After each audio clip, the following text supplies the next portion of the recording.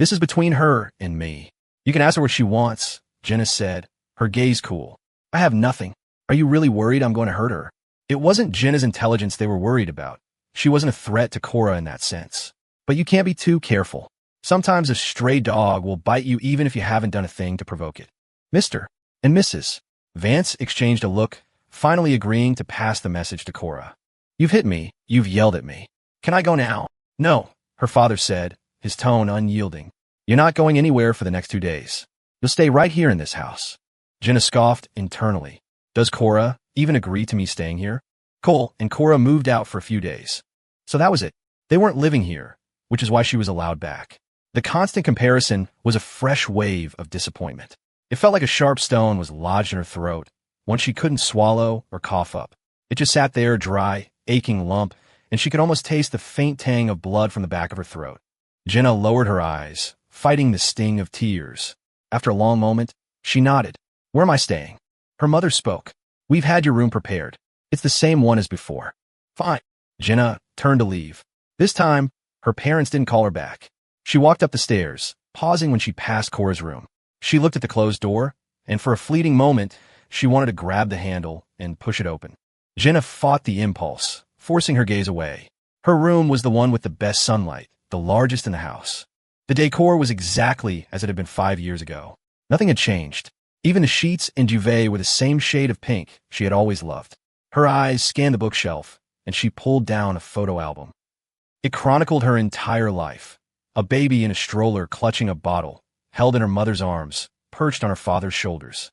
The faded photos sharpened in her memory as she flipped through, watching herself grow from a stumbling toddler to a girl running freely, from babbling noises to a constant stream of chatter. Clothes that grew smaller, shoes that grew bigger. She used to fit perfectly in her mother's arms.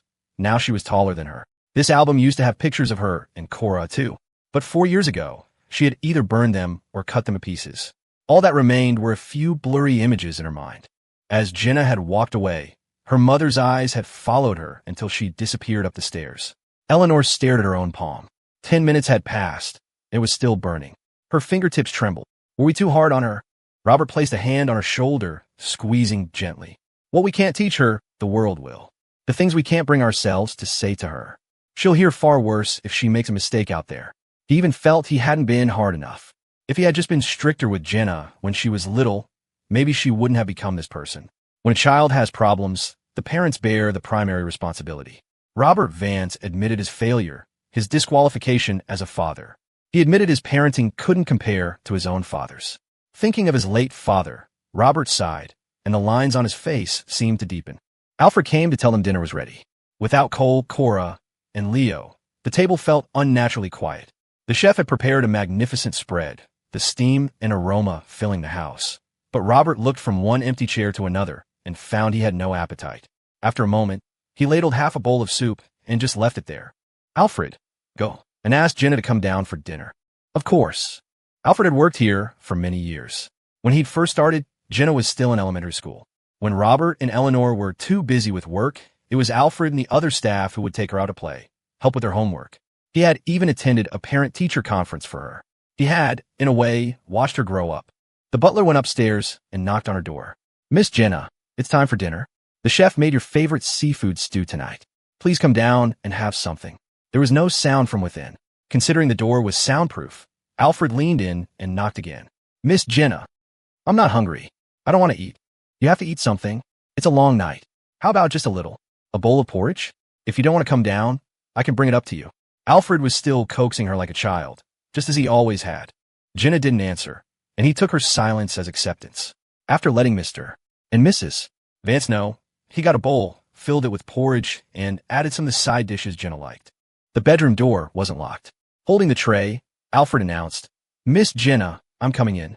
He pushed the door open gently and walked inside. Jenna was sitting on the rug, still flipping through the photo album, completely unresponsive to his presence. Alfred looked at the album on the floor.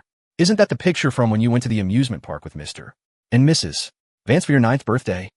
Jenna's hand froze. How do you know? Alfred set the tray down. In the years you were away, Mrs. Vance would often look through this album. She'd talk about you the whole time. Jenna always felt her parents were biased, that they didn't love her enough. But in truth, during her years abroad, They had constantly asked for news about her and made time to visit her every year. It was Jenna who had held a grudge, who rarely called, who never offered a word of concern. "Miss Jenna, they do care for you," he said. He wasn't one for pretty words, and some things couldn't be explained, only felt. In his view, Mr. Vance had done his absolute best to lift her up. Mrs. Vance and Mr. Vance aren't as healthy as they used to be. Mrs. Vance has trouble sleeping and has so much gray hair now. And Mr. Vance has all sorts of minor aches and pains. For the past few years, it had been Cole and his family who had shouldered the burden, looking after their emotional and physical well-being.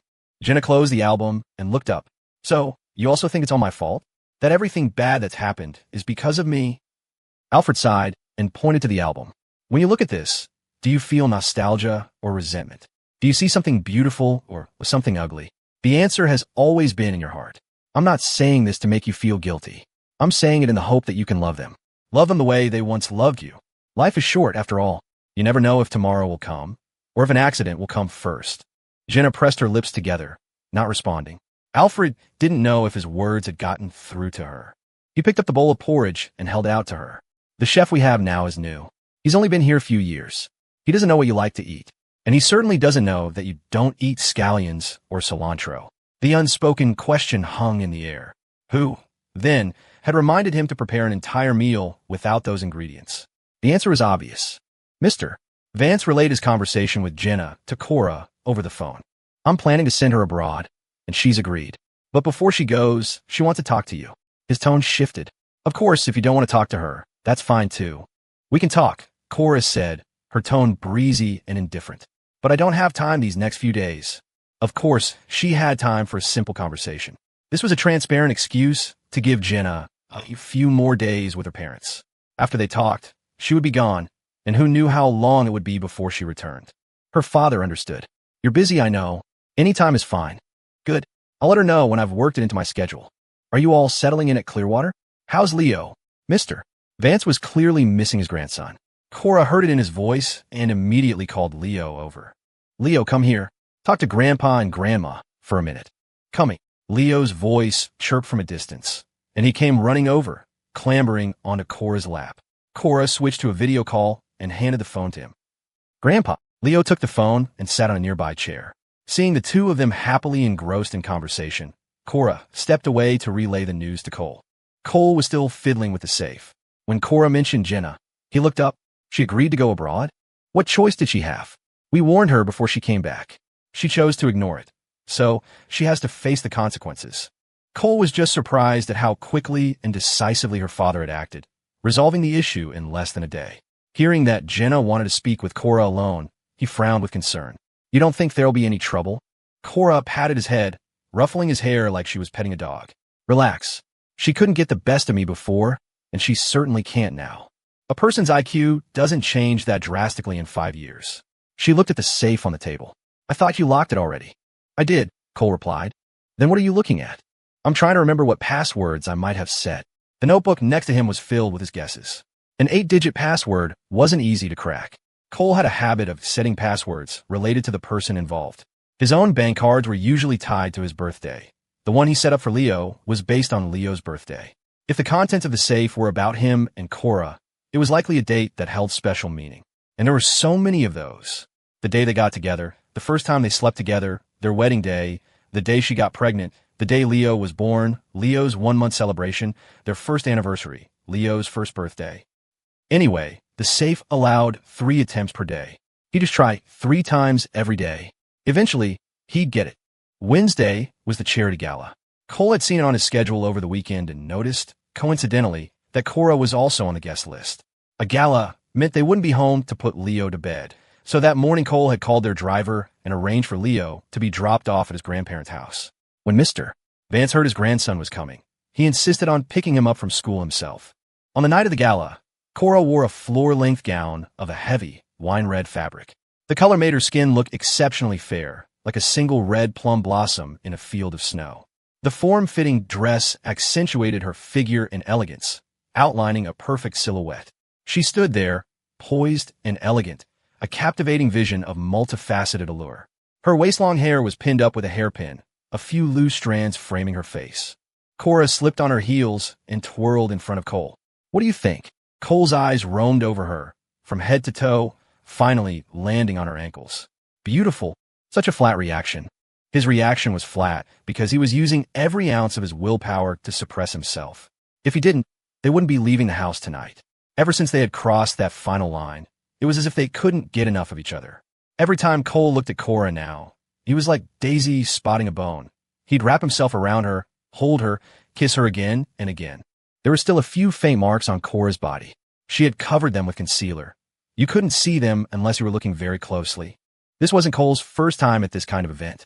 When he was Cora's assistant, he'd often accompanied her to major functions. Inside the banquet hall, lights swirled as the host gave a speech on stage, welcoming and thanking the guests. Cole could clearly feel that from the moment he and Cora appeared, they had become the center of attention. The noisy room had gradually quieted. As the crowd began to mingle, people started making their way toward Cora to chat. Cole took a glass of champagne and a glass of juice from a passing waiter's tray, handing the juice to Cora. Mr. Wallace was also at the gala. He had spotted Cole the moment he walked in and had been watching him intently, not missing a single move. Seeing the crowd around Cole thin out, he picked up his glass and moved against the flow of people, drawing a few curious glances until he was standing in front of Cole. Mr. Miller, long time no see. At the sound of his name, Cole turned.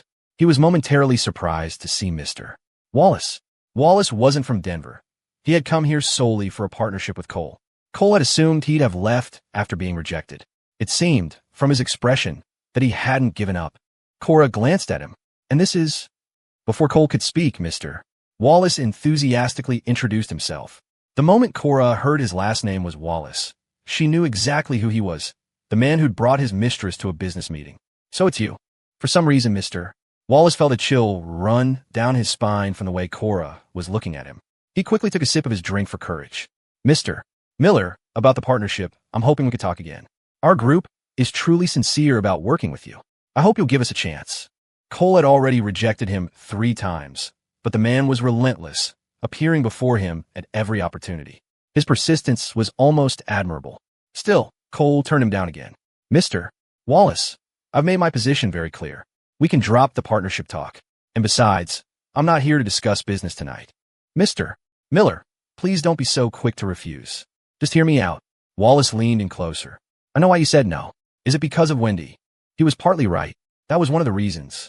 A man who would brazenly bring his mistress to an important meeting made you question his judgment and his sincerity. Seeing the flicker in Cole's expression, Wallace thought he'd guessed correctly. He lowered his voice to a conspiratorial whisper. I didn't know at the time that she had a history with you. Don't worry, I've already taken care of her for you these past few days. If I had known she was the mistress who married your dad, pushed out your mom, and then got your mom killed, I wouldn't have had anything to do with her, no matter what. What did you just say? Seeing the stunned look on Cole's face, Mr. Wallace thought he hadn't heard him clearly. He quickly scanned the room, his eyes landing on an empty corner. Mr. Miller, how about this? Let's find a quiet place where we won't be disturbed and have a proper chat. Some things aren't convenient to discuss in front of so many people, wouldn't you agree? Wallace's words were still echoing in Cole's mind. Wendy and Sean Sullivan. He'd already had a detective look into them and found out they were mother and son, but he never imagined he had a connection to the Sullivan family. Based on what Wallace just said, he and Sean were half-brothers. Had Sean known this from the beginning? Is that why, 5 years ago, he ordered that driver to kill him? Cole's mind was a tangled mess, unable to distinguish if Wallace was telling the truth or lying. He followed his instincts and started to move. Suddenly, Cora grabbed his hand. Where are you going? Cole snapped back to the present and looked at her. I'm just going to talk with Mr. Wallace over there. I'll be right back. Didn't he already refuse him? Why talk now? Cora didn't understand, but she didn't stop him. She slowly let go, her eyes fixed on the glass in his hand. Don't drink too much. Yeah, I know. Facing Cora, Mr. Wallace was a little nervous. He felt a murderous glint in her eyes and didn't dare look at her twice. He quickly turned and followed Cole. They found a quiet, deserted corner. As soon as Cole sat down, he got straight to the point. Say what you just said again. Cole's entire demeanor had changed. He now projected the sharp, commanding presence of someone in power. Mr. Wallace sat down. About Wendy. I only found out a couple of days ago. I've been looking for a chance to apologize to you in person. Where did you hear this? From Wendy herself. More accurately, he had beaten out of her. He had hit her hard. For days later, she was still in the hospital. Cole asked, What exactly did she tell you? Mister. Wallace looked conflicted. I don't know if I should say some of these things. Cole's voice was cold. Just say it. I won't take it out on you. Wallace skipped the fluff and got to the point. In short, years ago, Don Sullivan met Cole's mother while working in the countryside. After returning to the city, he got involved with another woman. When Cole was 3, Sean was born, and Cole's mother died. It was ruled an accident, but Cole's mother had lived in the country for over 20 years without issue. She'd had no problems giving birth. She traveled for 3 days and nights on a train with a baby in her arms, perfectly fine. How could she have an accident and die less than 3 years after moving to the city? As Cole listened, his mind raced. An image of Don Sullivan from the file flashed before his eyes. He had no memory of this man, his supposed father. He knew very little about him. In his memory, he had always lived with his grandmother, eating the food she cooked, wearing the sweater she knit, with her handmade insoles in his shoes. Cole sat up straight, his face a mask of calm, but his downcast eyes were like daggers. His hand, resting on the arm of the chair, clenched into a fist, veins bulging on the back of his hand. Mr. Wallace had been drinking, and the alcohol made him oblivious to Cole's reaction. He grew more animated as he spoke, his voice filled with righteous indignation, as if he were the hero of the story. 20-some years ago, when he had indirectly caused the death of Cole's mother to get ahead.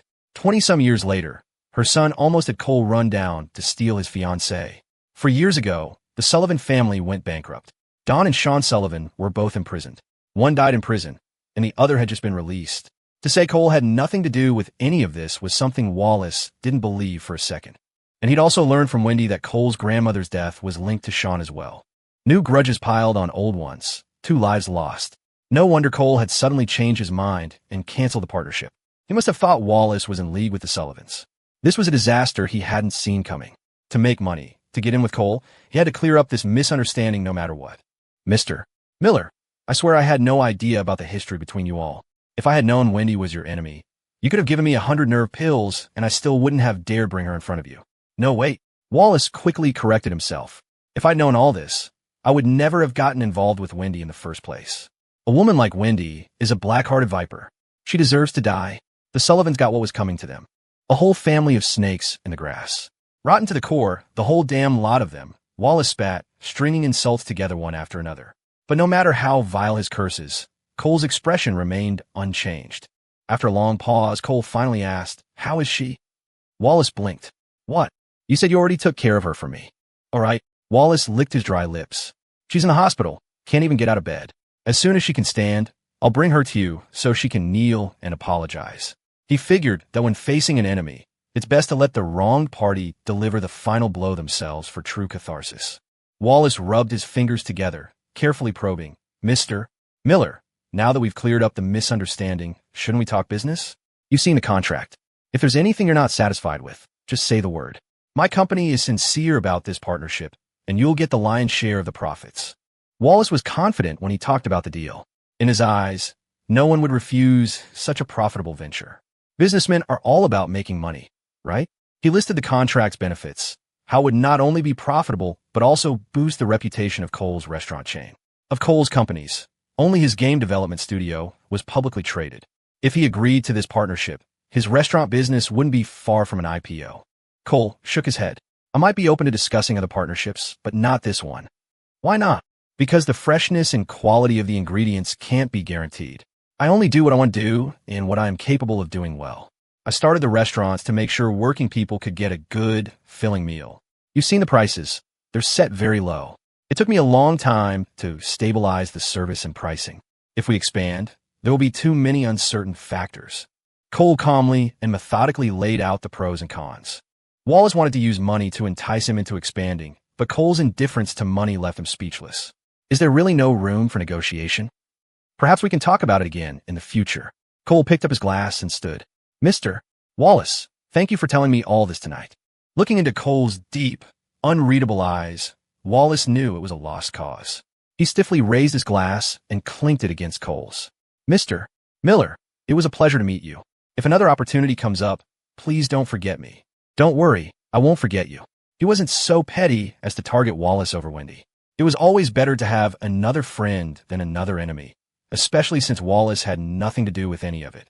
Although Cole acted calm on the surface, as if nothing had happened, Cora noticed something was wrong the moment he returned. What did Mr. Wallace say to you? Cora studied his face. You don't look well. There was still a little wine left in his glass. Cole downed it in one gulp. Honey, he said. The alcohol had made his voice exceptionally low and raspy. Cora pulled him down to sit beside her. Why are your hands so cold? Can I hold you? Cora had once told him that when he was sad, he could hold her, and a hug would make it better. The setting wasn't exactly appropriate, but his heart ached, a sharp, piercing pain that made every breath a convulsion. Cora didn't ask why. Without hesitation, she stood up in front of him and wrapped her arms around him. Cole froze for a second, then slowly raised his hands to her waist, feeling her warmth, breathing in her scent. The turmoil inside him gradually began to settle. From her higher vantage point, Cora looked down at the top of his head and gently stroked his hair, but she felt that a simple hug and a pat weren't enough. Noticing that no one was looking their way, she quickly bent down, cupped Cole's face in her hands, and kissed him. The fog in Cole's eyes cleared with her kiss. Cora asked, better? Cole wanted to say yes, but his body betrayed him as he shook his head. Cora leaned in again, this time kissing his lips. It wasn't a fleeting touch. She licked his lips with her tongue, as if savoring a fine wine. Stealing a kiss in such a public place was a different kind of thrill, the feeling that at any moment someone might look over. Cora asked again, why are you upset? Cole opened his mouth, but he didn't know what to say. Cora sat down and hugged him, burying her face in his chest and speaking in a soft, coaxing tone. It's okay. Your wife is here. I'll always be with you. Whenever you want to talk, I'm ready to listen. Cora liked depending on Cole, but she also liked it when Cole depended on her. Let's go home. Leave now. Cole glanced around at the crowded room. The main program is over. We can leave if we want to. People didn't come to these things for fun. Some came to network, some to exchange ideas, and others just to show off. For Cora, being here was simply a courtesy to the host, a formality. She could leave whenever she wanted. Cora grabbed Cole's hand and pulled him up from the sofa. Let's go. We're going home. She gathered the hem of her dress, and, ignoring the setting, the stares, and the whispers, she led him by the hand, escaping the room. Someone called out to them, but she pretended not to hear. A bright smile spread across her face. A lock of hair came loose from her updo and danced in the air. She was like a camellia in full bloom, like the fiery sun itself. Once you looked at her, it was hard to look away.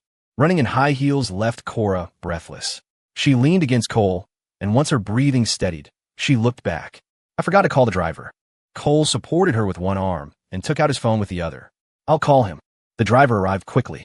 They got in the car, and neither of them spoke for the entire ride. Cole closed his eyes, but his brain was stuck on a loop, replaying Mr. Wallace's words over and over. The anger inside him had no outlet, and dangerous thoughts flickered at the edges of his mind. What was done was done. Over the past 5 years, he had done what needed to be done. The Sullivans had been punished. When he was getting her, just deserts now. So what was left for him to do? He felt a profound sense of powerlessness, like punching a fist into a pillow. From his wedding to his grandmother's funeral. Jenna running from the wedding, his grandmother's accidental death. The car crash was Sean's fault. His grandmother's death was tied to him, too. And now this story from over 20 years ago was being dragged into the light. These events were a slideshow in his mind, replaying again and again. When they got home, Cole went straight to the study. He took out the safe and tried the lock. First attempt, their wedding date. The lock didn't open. Second attempt, he tried a different prefix, but used the wedding date again. Still nothing. Third attempt, Cole's hand hovered over the dials.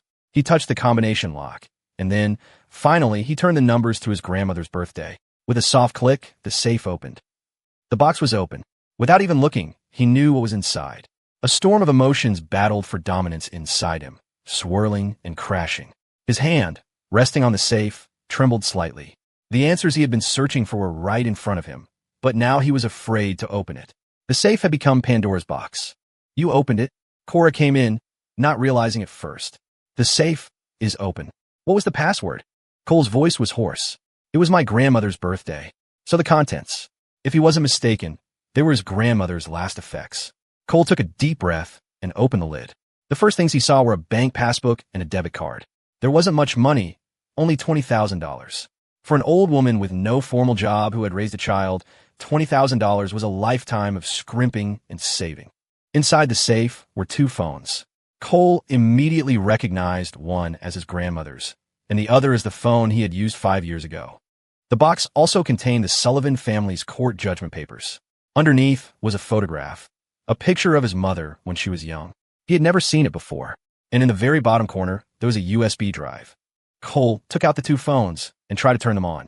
They both had power and seemed to work fine, with all the old photos and chat logs preserved. He checked his grandmother's call log. Her last call was made at 10 in the morning on May 20th. By then, he had already been in a car crash. He had missed her last call. In his old phone's blocked list, he saw missed calls and messages from Jenna. In the messages, Jenna was apologizing profusely, claiming she didn't know he'd get into an accident. She thought Sean was just going to have some guys rough him up a bit, not cause a major crash, never imagined he'd lose the use of his leg. She also expressed a million apologies for his grandmother's death. His grandmother had called her, but Sean had answered the phone. Shortly after that call, his grandmother had her accident. Cole was overwhelmed with grief, pain, and rage, yet his face remained calm. It was the powerlessness of reading a book when you already know the tragic ending. No matter how many times you read it, you can't change the outcome. Cole took the USB drive from the box, plugged it into the computer, and clicked on the file. A video began to play. The sound came first before the image. "Cole, are you okay?" The familiar voice filled the room. At the first two words, "My Cole," tears instantly welled in his eyes. As his grandmother's voice faded, the camera panned up from the floor, slowly focusing on her face. Her vision wasn't what it used to be. It took her a moment to find the camera lens. Then she smiled, the same gentle smile she had given him countless times before. The smile that called him home for dinner. The smile that saw him off as he left. In that moment, Cole felt as though his grandmother had never left him. She was alive, calling him from Havenwood, a video call that had traveled across 5 years to reach him. In the video, the old woman looked to be in good spirits. She waved at the screen. "The apples at home are ripe. I had someone pick them yesterday. They'll be ready for you when you get back. They don't keep long, so you have to come back soon. I made some wontons and dumplings for you in the freezer. I put your red envelope under the bed. I have some money in my savings account. The pin is your birthday. Cole, I want to say you are your grandma's pride. Because of you, my life has had meaning. Because of you, I've been so happy." The old woman gazed lovingly at the camera, as if she wanted to reach through the screen and give him a hug. "Grandma," Cole whispered, his voice already choked and hoarse. His grandmother's eyes turned red, too. She continued, "Helen Miller, you've lived a good life at 75. You had a husband who cherished you, a beautiful daughter, and an obedient, filial grandson. We were a little poor, but we never worried about food or clothing. When my grandson grew up, he earned money and fixed up the house for me. He planted my favorite flowers in the yard and even hired someone to take care of me." She grew happier as she spoke, as if she were showing off to someone, a proud and radiant smile spreading across her face. "Helen Miller, your life has been worth it. Even if you die, you'll have died of old age, a full life. I'm so glad I married into the Miller family, and I'm glad I put down roots here. My only regret is that I couldn't bring Cole to live with me sooner." His grandmother never spoke of her hardships. She only ever remembered the kindness others showed her. "Cole, you must cherish the people who love you." As she said this, her gaze suddenly shifted upward. She must have been looking at the person recording the video. "I believe you will be a wonderful husband and a good father or grandfather. Your life is long. You don't need to be sad that I'm gone. Did I ever tell you that when people die, they become stars in the sky? If you miss your grandma, just look up. I'll always be watching over you from heaven. In the next life, I still want to be your grandma. Havenwood is a good place. When I die, bury me on that mountain. The mountain where my husband and my daughter are buried. From there, I can see our home. My dear grandson, when I'm gone, you have to take care of yourself. Don't stay up too late. Eat well. You are your grandma's pride. You never brought shame on me, and I never brought shame on your mother." The light in his grandmother's eyes began to fade, like a candle flame in the wind, ready to be extinguished at any moment. Suddenly, she turned her head toward the door, her mouth open, gasping for air. "I think I see them coming to get me." "Who is it?" The old woman murmured to herself. "My father and mother, my husband, my daughter, and my friends. They're coming for me with flowers." A blissful light radiated from her face. She smiled happily, laughing out loud, tears of joy streaming down her face. She turned back. "Young lady, thank you for coming to see me today. I'm so happy. Can you tell me your name now? I know you're not Jenna. This old lady may be old, but my mind is still sharp." Cora's voice came from the video. "Grandma, my name is Cora." The old woman closed her eyes. "Cora, Cora, my love. I'll remember you. Cora, you're a good girl. When I'm gone, my grandson will have a hard time. Could you do me a favor? Anything. Help me take care of him. Help him through this difficult time. Remind him to eat and sleep so he doesn't harm his health. He's the one I worry about most. But I know he's always been strong. He'll get through this. A hand reached out and grasped his grandmother's raised hand tightly. Grandma, I promise you, I'll take good care of Cole. I will be there for him in your place. Thank you. Cole, Grandma can't be with you anymore. You have to be okay. The old woman let out a long, final breath, a rattling sound like a broken bellows. The camera tumbled, and there was a loud thud. As the phone hit the floor, the heart monitor let out a cold, piercing shriek. Beep, beep, beep. Watching the screen, Cole's heart felt like it was being sliced apart. The sudden pain forced him to lean forward, his right hand clutching his chest, a fist tightening around the fabric of his shirt. The video was over, but his grandmother's final words replayed in his mind. Time had taken away the person, but not the love. How could he not have regrets? His grandmother wasn't at his wedding. She never saw her great-grandson. She never celebrated her 80th birthday. Cole sat in front of the computer, his body shaking with sobs. Suddenly, he felt a warmth at his back. Cora was there, hugging him from behind, her face buried in the crook of his neck. Having seen the video and the contents of the box, Cora had pieced most of it together. 5 years ago, after his grandmother's accident, Cora had gone to see her one last time and recorded this video for Cole. This video had helped him through his darkest hours, and Cora had been by his side, helping him survive, one day at a time. At 11 that night, Cole and Cora lay in bed. He held her close and told her everything Mr. Wallace had said at the gala. When he finished, Cora just held him tighter, resting her head on his chest. Meanwhile, the gala had ended. After Cole and Cora left, people had started to trickle out. Seeing the room was nearly empty, Mr. Wallace got up and left with Mr. Peterson. Peterson asked about the progress of the partnership. Wallace shook his head. He refused again. This deal is a gold mine for him. He turned down such a great opportunity to make money. He said his goal isn't to make money. Peterson looked skeptical. You don't think he's just giving you the runaround, do you? Did you clear things up with him about Wendy? I did, Mr. Peterson couldn't figure it out. Maybe you didn't explain it clearly, he said, puzzled. If you told him everything, why wouldn't Cole partner with us? I bet he's still holding a grudge against you. That Wendy is real trouble. I told you before to stop messing around, but you didn't listen. Now look, you stepped right in it. Wendy wasn't as young or beautiful as the girls he usually went for, but she knew how to make a man happy. That was the only reason Mr. Wallace had kept her around. Peterson spent the entire ride back berating Wallace, criticizing his poor judgment, letting a woman wrap him around her finger. What did you even see in her? That she's old? That she's had a kid? That her skin is starting to sag? Or was it that she's a murderer? Wallace's face was livid.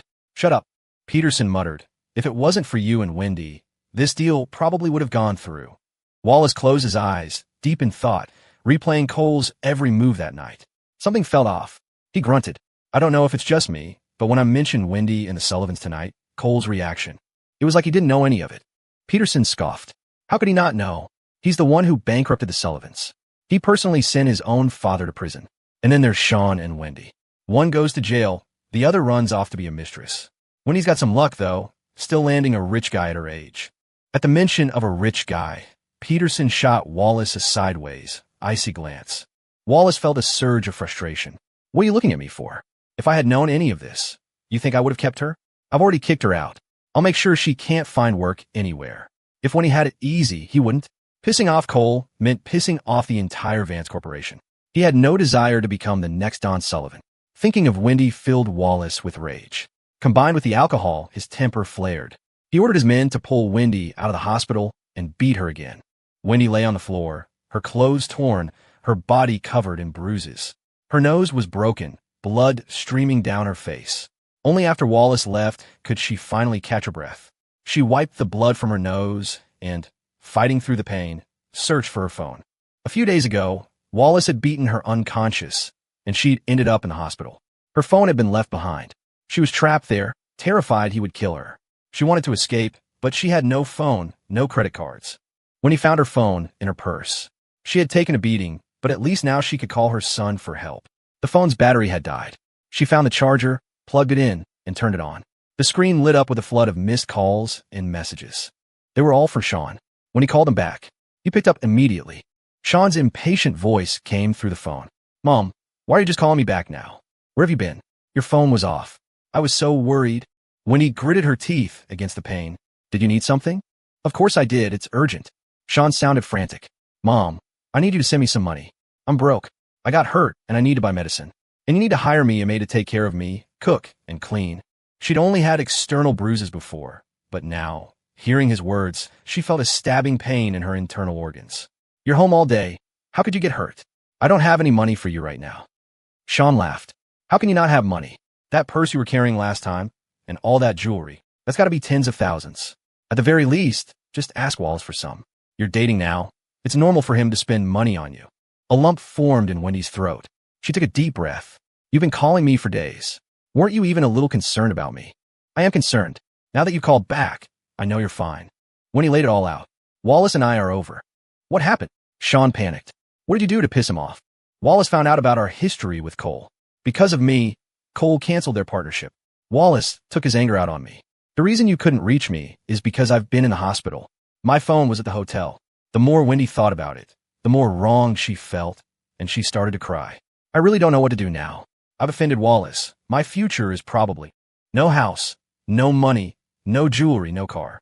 And when Wallace had beaten her, he had sworn to take back everything he'd ever given her. So now, she had nothing and a body full of injuries. It was all because of Cole. If it wasn't for him, Wallace would never have abandoned her. You should just let it go. It had been so many years. Why couldn't he just move on? Pretend nothing ever happened. The more when he thought about it, the angrier she got, and the pain in her broken nose intensified. She touched it gingerly, tears and snot smearing her face. There was no more money to be squeezed from her. She pinned her last hope on Sean. Have you gotten in touch with Jenna Vance? Didn't you say she'd give you money for old time's sake?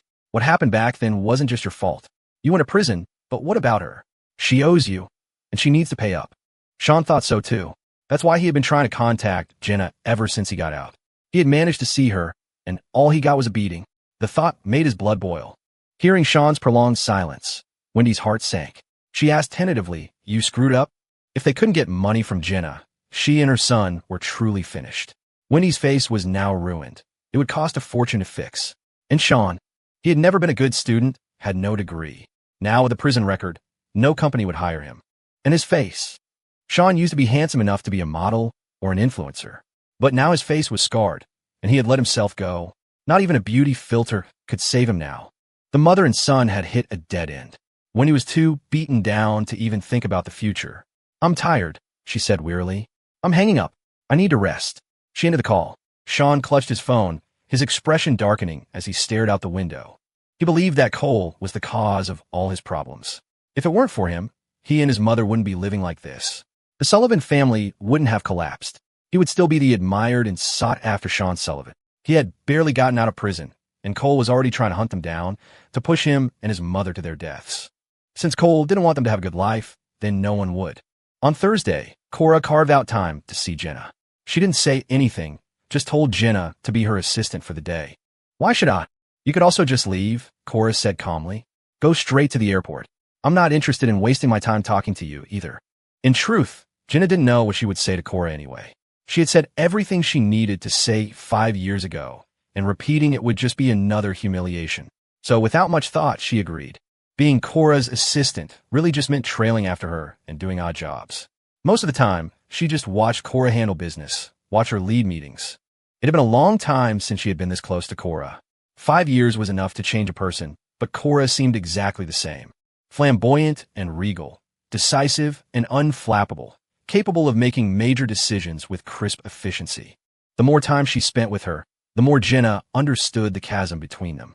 Before their parents brought Cora home, Jenna had been the star of her social circle. Everywhere she went, she was surrounded by admirers.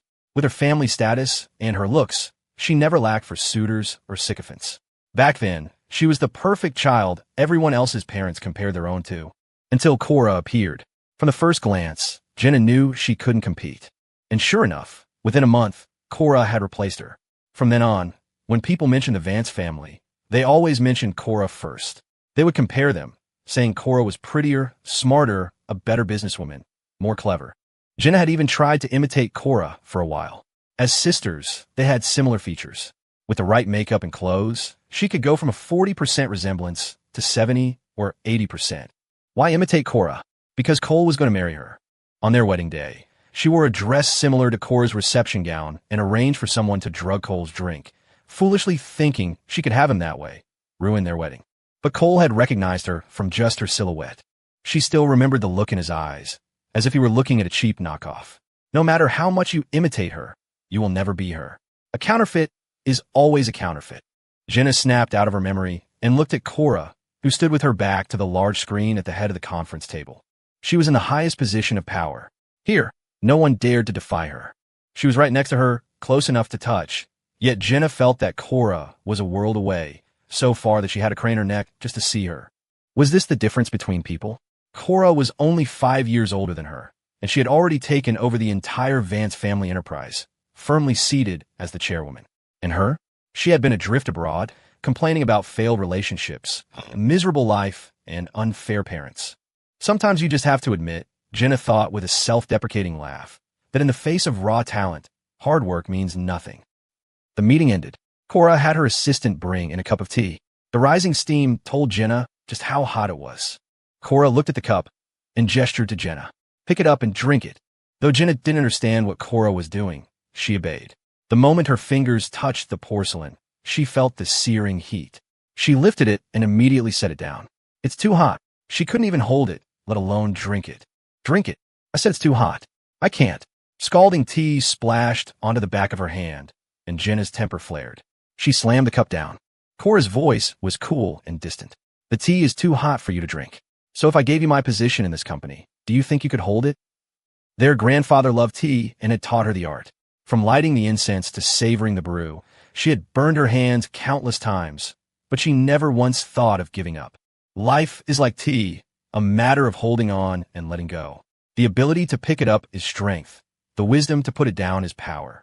If you can't pick it up, you'll achieve nothing. If you can't put it down, you'll be tormented by your own thoughts. You must bear what you must bear and forget what you must forget. You can't even hold a cup of tea. What about everything else? To wear the crown, you must bear its weight. How could she not understand such a simple truth? Jenna's face stiffened. Are you mocking me? Saying I'm overreaching? If you want to see it that way, fine. Cora tilted her head, her eyes narrowing slightly.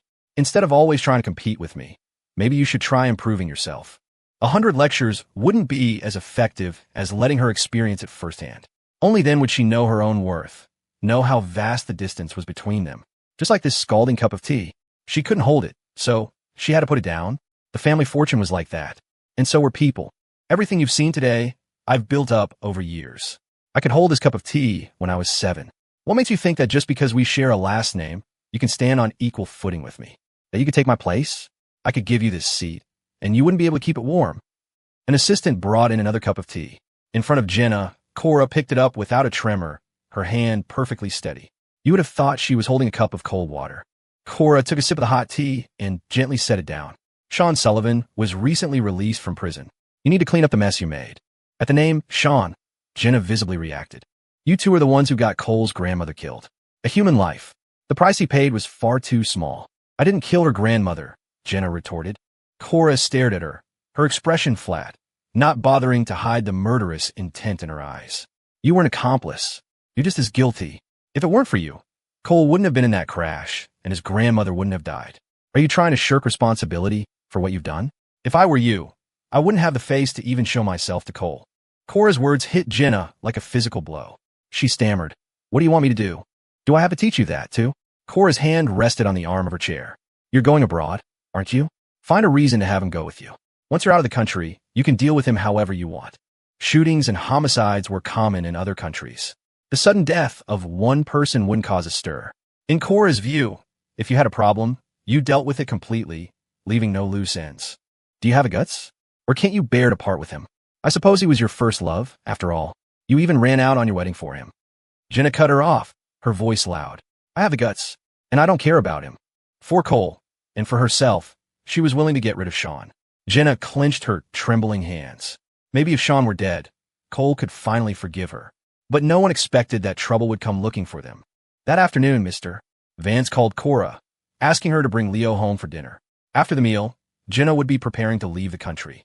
At 4 o'clock, Cora drove to the preschool to pick up Leo.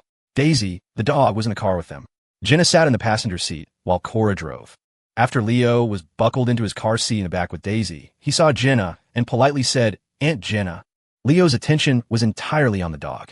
"Mom, why did you bring Uncle Daisy today?" "We're going to Grandpa and Grandma's for dinner tonight. Grandpa misses Daisy."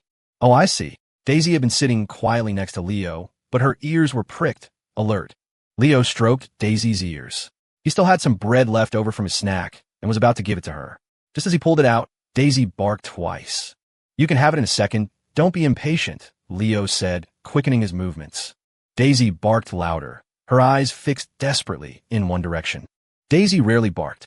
Her sudden outburst immediately put Cora on high alert. She quickly scanned her surroundings and saw a van in the distance, speeding toward them.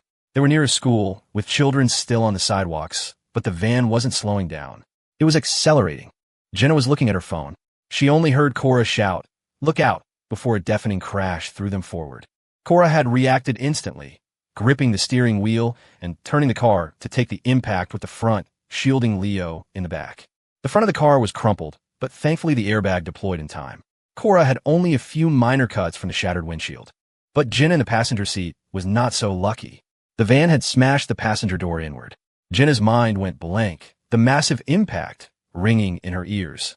Dizziness and tinnitus were followed by a delayed, searing pain, especially in her leg. Her vision swam between black and white. After a moment, it cleared enough for her to see the blood soaking through her stockings. Her right leg was trapped by the crushed door, bent at an unnatural angle. Familiar pain, a familiar wound. It was as if she were thrown back 7 or 8 years, to a time when her leg had bled just like this. Jenna gritted her teeth, trying to pull her leg free. She struggled, but it was no use. A wave of despair washed over her. My leg! My leg! Her leg had been injured before. She had spent a long time in a wheelchair. She knew the agony of not being able to stand or walk. The fear that her leg was ruined again was overwhelming. Leo was pale with fright. After a moment, he burst into tears. In the instant of the crash, Daisy had shielded him with her body. The big dog was now lying over Leo, licking his face as if to comfort him. Cora got out of the car and immediately pulled Leo out. Then she went to check on Jenna's injuries, calling for help as she dialed 911. By the time the paramedics got Jenna out, she had passed out from the pain. Her lower body was covered in blood. The worst injury was to her right leg, right at the knee. Cora remembered the doctor's warning from years ago. He had told them that even after healing, Jenna's leg would be fragile. She had to be careful not to injure it again. If she hurt the same spot, it would be extremely difficult to heal. Cora was bleeding too, but they were just superficial cuts. Leo was unharmed. Daisy had some minor bleeding. Cora looked at the van. It was heavily damaged. The man inside was covered in blood and unconscious. At first, Cora didn't recognize him. Not until the paramedics pulled him out. Sean Sullivan. 5 years ago, he had sent someone to run down Cole. 5 years later, he had done it himself. Only this time, his luck had run out. At the same time, Cole felt a sudden lurch in his chest, an inexplicable sense of panic flooding his system. He took out his phone and looked at his messages. Cora had texted him half an hour ago. "Honey, I'm picking up Leo from school. Mom and Dad called and want us to come for dinner. Just head over there after work." By now, Cora should have already picked up Leo. Cole was about to call her when his phone rang. It was her. He answered. "Cora, honey, I'm at the hospital." Her voice was trembling. "What happened?" Cole stood up, grabbing his car keys and heading for the door. "What happened?" he asked again as he walked. "There was a car accident." "Which hospital?" Cora gave him the address and quickly tried to reassure him. "Don't worry, Leo and I are okay. I'll explain everything when you get here." It was a deep-seated trauma. The moment Cole heard the words car accident, he tensed, his mind racing with fear for Cora, terrified she was hurt. At the hospital, Mr. and Mrs. Vance had also arrived. They clung to each other, one's legs threatening to give out, the other's face pale as a sheet. As they got off the elevator, they saw Cora holding Leo, trying to soothe him. "Cora, are you okay?" "We're fine." Leo was clearly terrified. He had been crying for a long time, his face red and puffy. Now, he was just silently clinging to his mother. Cora had called them and briefly explained what had happened. Sean Sullivan had crashed into them with a van. Thankfully, their car was reinforced, so the impact wasn't as bad as it could have been, but the passenger door had caved in, crushing Jenna's leg. Right now, the prognosis for Jenna's leg was not good. The right leg was severely injured. A new injury on top of the old one would be even harder to treat than it was 5 years ago. 5 years ago, Cole had been there to oversee her recovery. Now, she would never find someone as patient and meticulous as him again. The outcome was in God's hands. If she was lucky, she might walk again. If not, she could face amputation. Hearing that her daughter might lose her leg, Eleanor swayed, and tears streamed down her face. Robert helped her to a chair and then went to check Cora's injuries. Shouldn't you get checked out? The doctor already saw me. Leo and I are fine, just some cuts and scrapes. What about Cole? Did you call him? I did. He should be here any minute. As if on cue, the elevator doors opened.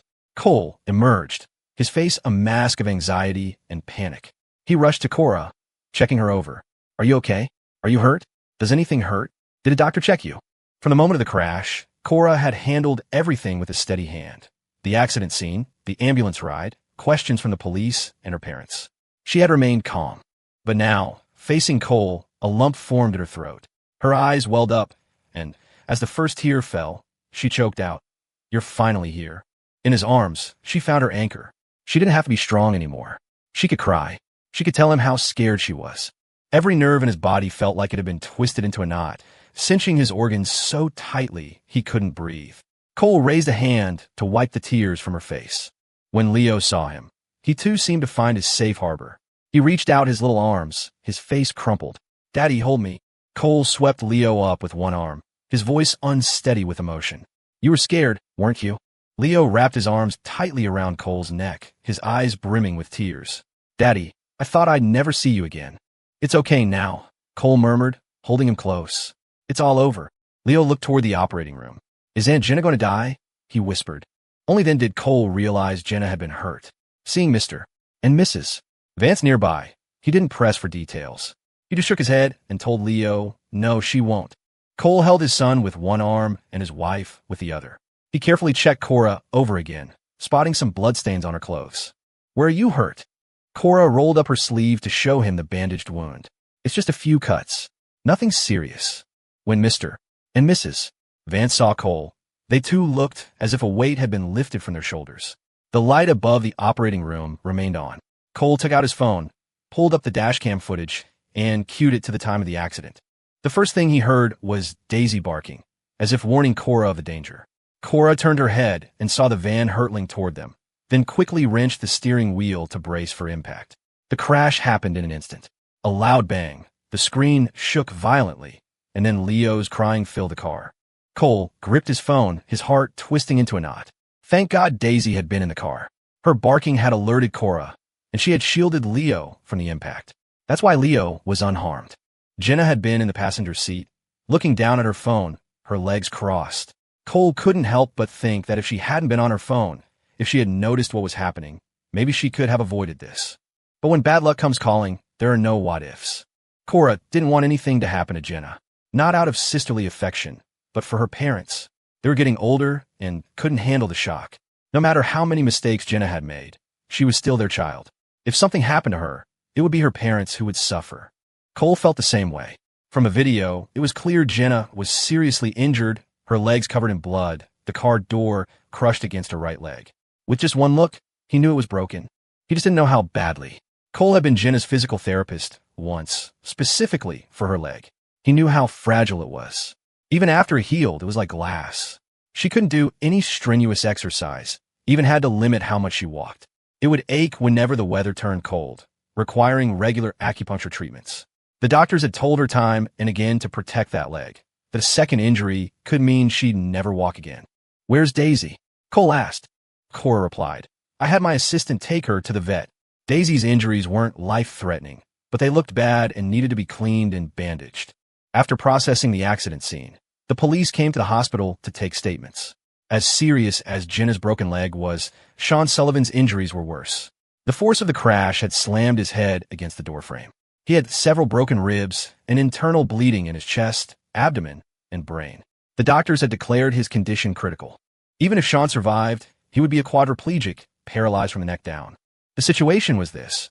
Sean had just gotten out of prison and had no one the police could contact. Finally, after some effort, they managed to get through to Wendy.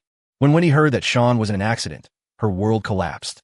Especially when she heard he had intentionally crashed his car in an attempted murder. She nearly fainted. Before the crash, Sean had sent Jenna a text message. "Jenna, do you regret ever being with me?" Jenna had replied, "Yes, I do. I regret it so much. I even wish you had died in prison. Why did you have to get out? The timestamp on the message matched the time of the crash. So Jenna was replying to Sean's text in the car? And Sean, after reading that message, had slammed on the accelerator and crashed into them without hesitation. The police reviewed security footage from the area. From noon until the afternoon, Sean had been circling the area in the van, finally parking at the intersection. It was clear his intent was to crash into someone. He blamed Cole for everything that had happened to him, saw him as the source of all his misery. He had seen Cora and Leo in the car, and Jenna too. He had been willing to give Jenna a chance to live, but she had thrown it back in his face. A 3-for-1 trade, he must have thought. A worthy sacrifice. If he was lucky, he'd kill them all. If not, well, he'd just go back to prison. But he had never calculated that the person most seriously injured would be himself. He had hoped Cole would suffer as he had, his family torn apart, his wife and child dead in a car crash. But what was the result? They had a few scratches. Jenna was wheeled out of the recovery room. Her life was no longer in danger, but her leg. The doctor's face was grim. Her leg was already severely damaged. This new fracture is in the exact same location, near the knee. It's possible. He sighed. The family should arrange for a transfer. The patient's condition is not good. The doctor laid out the prerequisites. Mr. Vance made some calls, and that night, Jenna was transferred to the best orthopedic hospital in the state. Experts were consulted, and a plan was formulated overnight, with a surgery scheduled pending further observation.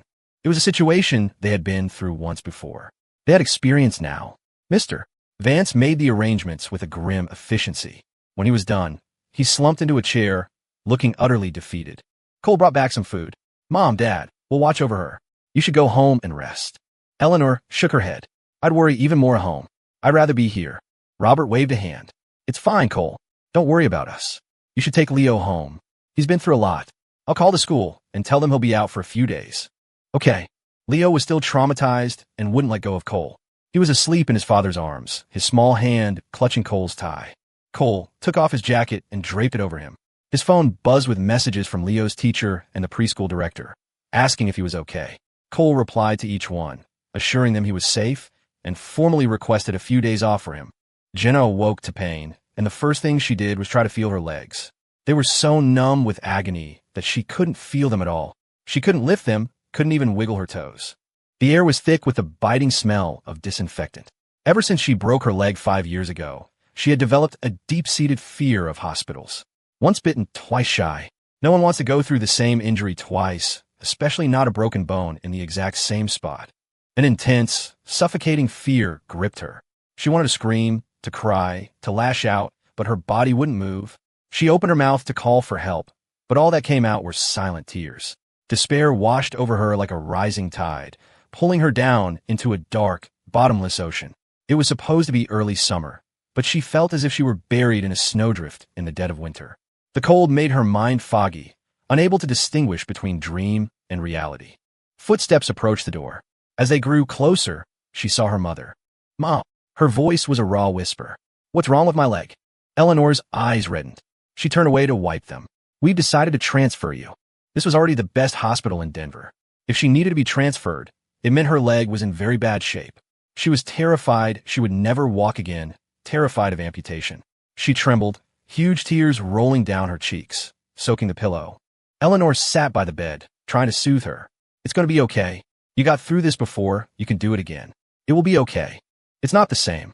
This time was different because she would never find someone as patient, as caring as Cole. Jenna's eyes were lifeless, a void that chilled anyone who looked into them. The room was silent, but it was a cold, empty silence, filled with grief and the shadow of death. Eleanor tried to make conversation. Do you know who hit you? Jenna looked at her. It was Sean, Eleanor said. He contacted you after he got out of prison. You two met, didn't you? She had looked at Jenna's phone. The call logs and messages hadn't been deleted. He contacted you. Why didn't you tell us? You knew he was a lowlife. Eleanor couldn't bring herself to scold her. She decided, to put it bluntly, if Jenna hadn't gotten tangled up with Sean, none of this would have happened. Some people are just born bad. Prison can't fix them. 5 years ago, Sean had someone break Cole's leg. 5 years later, he did it himself, but this time he hit Jenna instead of Cole. In a twisted way, it was a kind of karma. You can't truly understand someone else's pain until you've felt it yourself. Now she had suffered the same injury Cole had. Eleanor was heartbroken and angry. Seeing Jenna lying there, so frail and broken. The thousand scolding words she wanted to say dissolved into tears. From the moment of the crash, Jenna had seen Sean in the driver's seat of the van. Her first reaction was terror. But as the pain set in, she had another thought. Is this what I deserve? The bad things you do eventually come back to you in another form, and with interest. Don't think you can get away with it. What goes around comes around, just like the terrible things she had done to Cole, which had now come back like a boomerang to strike her down. The police brought Wendy to the scene. She cried the whole way, insisting she knew nothing about Sean's plan to crash his car. She lamented her terrible luck. She had finally snagged a rich husband, but he died before she could enjoy the good life. The money was gone. The son she had worked so hard to raise had gone to prison, and now he was a quadriplegic. I don't have money for his medical bills. I'm giving up treatment. He's an adult. He needs to pay for his own actions. I can't be responsible for him forever. I raised him. That's enough. Don't come to me for compensation. I have no money. Aren't they all fine? No one died. Look at my son. Look what happened to him. Wendy threw a tantrum, refusing to pay a cent. After weighing the pros and cons, Wendy decided to save herself. Sean was paralyzed, a lost cause. He would only be a burden. To be frank, the 5 years Sean was in prison had strained their relationship. They were not close. Compared to this useless son, she cared more about herself. The police investigated and confirmed that Wendy was not involved. She may have been morally bankrupt, but she hadn't broken the law. They couldn't do anything to her. Wendy just wanted to get out of there as fast as she could. Sean's actions had put them on the wrong side of the entire Vance family and Cole. Old grudges on top of new ones. Did she really think they would let her go? Not a chance. Just as Wendy was about to slip away, she was stopped by a group of security guards who forced her back into the hospital room. The next morning, Sean slowly regained consciousness. Quadriplegia meant nothing moved but his head. He opened his eyes and saw the ceiling. Where was he? Then he saw the floor drip and realized he was in a hospital. Memories flooded back. He had tried to kill them all, to run them off the road. He wanted Cole's whole family dead. If not dead, then paralyzed, amputated. He wanted Cole to suffer for the rest of his life. Everyone who had wronged him had to pay, including Jenna. With that thought, Sean had chugged a bottle of liquor, his mind consumed with taking them all down with him. He had slammed on the accelerator, his eyes filled with murderous rage. The moment of impact was a blank. Then, as the adrenaline faded, the terror set in, followed by the pain. He started to regret it, but there was no turning back. The agony of that near-death experience was a terrifying memory. He still didn't know how he had found the courage to go through with it. He was so badly injured. Surely Cole's wife and son were just as bad, if not worse. Sean tried to move his feet, his legs, but nothing responded. He couldn't feel his own limbs. It was as if they had vanished. What's happening? Sean fought back the panic, contorting his face with effort. But no matter how many times he tried, nothing moved. At least he could see and hear. He opened his mouth, his face twisted and rasped, "Help! Somebody! Is anyone there? Doctor, nurse." Just saying that much took all his strength. He gasped for air. Someone came. Hearing a noise at the door, Sean strained his neck to see. It was Wendy. "Mom, what's wrong with me?" he asked frantically. Sean was hysterical, his words tumbling out in a panicked rush. "Mom, what's wrong with my body? Why can't I move?" Wendy stood before him, her face bruised and swollen, her eyes filled with resentment and hatred. "What's wrong with you? You're paralyzed. Quadriplegic from the neck down. Of course you can't move." When Wendy let loose, she held nothing back. Her words were invisible knives, plunging into Sean's body, not killing him, but making the pain unbearable. Looking at Sean's lifeless form, when he almost wished he had died in the crash, she started screaming at him. "So now you're scared? Where was this fear before? What were you thinking crashing a piece of shit van into a Bentley? A $10,000 wreck into a $500,000 car? Who did you think was going to end up broken? Paralyzed? How could he be paralyzed?" Sean refused to believe it. His eyes widened in fury, and he summoned every last ounce of strength to struggle. But he was like a mouse on a glue trap. No matter how he thrashed, his body remained stuck. Sean opened his mouth and let out a powerless roar, the veins in his neck bulging. All the blood rushed to his head, and the world spun, a buzzing sound filling his ears. What about Cora and the others? As his consciousness faded, he heard Wendy's mocking voice. "They're perfectly fine. A few scratches. Cole's son is the luckiest of all. Not a single hair on his head was touched. The only one who got unlucky was Jenna. I hear she." He didn't hear the rest. Sean passed out, overcome by the sheer absurdity and failure of his plan. He never imagined his elaborate revenge would end like this. His worst-case scenario had been mutual destruction. Instead, he was left to rot in a bed, while Cole's wife and child were perfectly fine. The stark contrast filled him with a rage so potent it was a miracle he didn't cough up blood. Not long after Sean fainted, doctors and nurses rushed in, giving him injections and sternly lecturing Wendy on his fragile condition. His emotions were too volatile. Another outburst could kill him. How ironic, she thought. She was hoping for another outburst. But when the doctor told her to go pay the medical bills, she went. Jenna was being prepared for transfer. Mr. and Mrs. Vance would be going with her. Before she left, she asked to see Cole. Cole agreed. One was lying down, the other standing. They looked at each other calmly, without hatred, without resentment, without any of the old tension. I never used to believe in karma, Jenna began. Now I do. When you do wrong, when you trample on someone's heart, someone else will eventually come along and make you pay it all back with interest. Don't speak evil. Don't act without morals. Don't lose your character. What goes around comes around. God doesn't let anyone off the hook. It's all my fault. If it wasn't for me, your grandmother wouldn't have died. You wouldn't have been in that accident. And I wouldn't have been hit. I was too greedy. I was a poor judge of character. I was too arrogant. I brought this all on myself. Jenna had conceded before, but she had never admitted her fault like this. Most of the time, she blamed everything on Sean.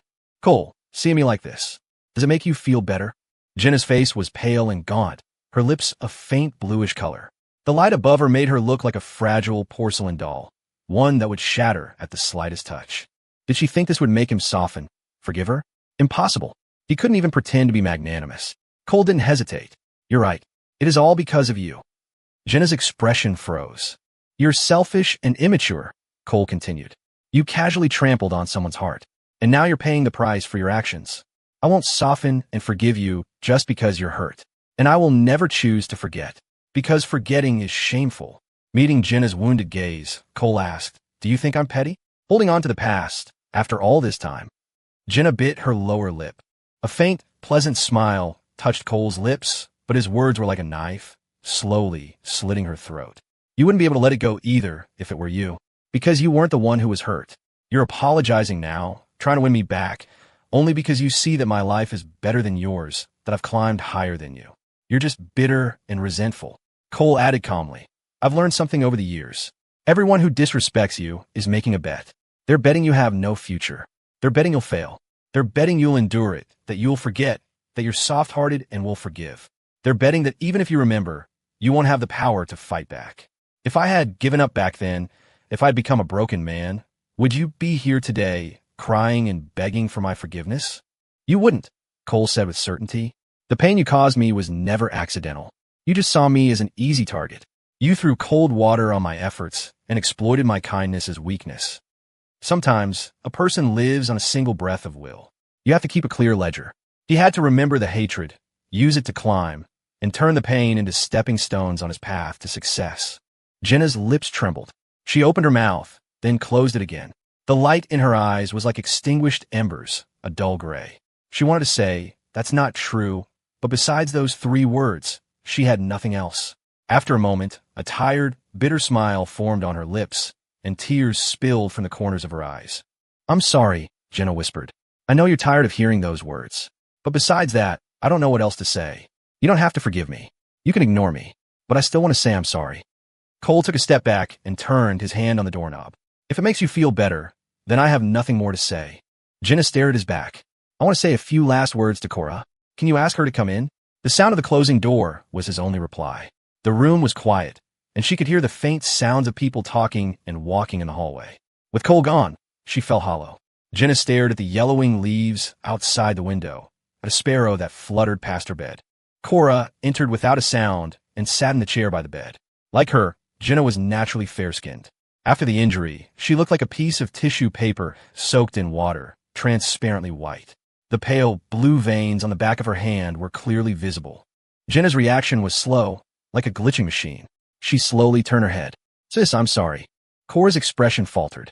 She clearly hadn't expected to hear those words. It had been a long time since Jenna had called her sis with any sincerity. After what happened 5 years ago, she had apologized to many people, but never to Cora, because deep down, she had never felt she had done anything to be sorry for. I'm sorry for my jealousy, my resentment, my pettiness, my hypocrisy, Jenna began, her voice a monotone recitation. I shouldn't have made malicious assumptions about you. I shouldn't have tried to steal Cole just to feel like I'd beaten you at something. I shouldn't have been so stubborn, knowing I was wrong but refusing to change. I shouldn't have tried to destroy your marriage. People, she thought, if you can't see your own faults, then everyone else is always to blame. Cora, I was so jealous of you. Because you're prettier than me, you have a better body, you're smarter.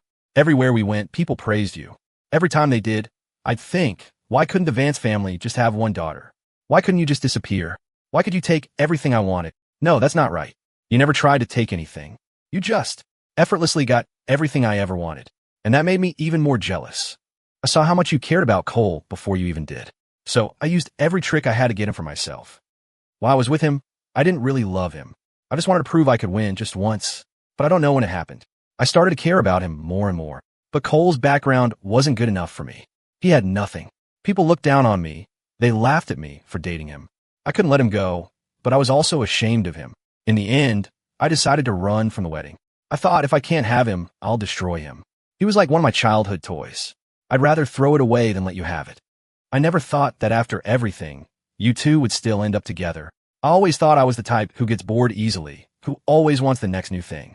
But with Cole, I became nostalgic. Why is it that people only learn to cherish something after they've lost it?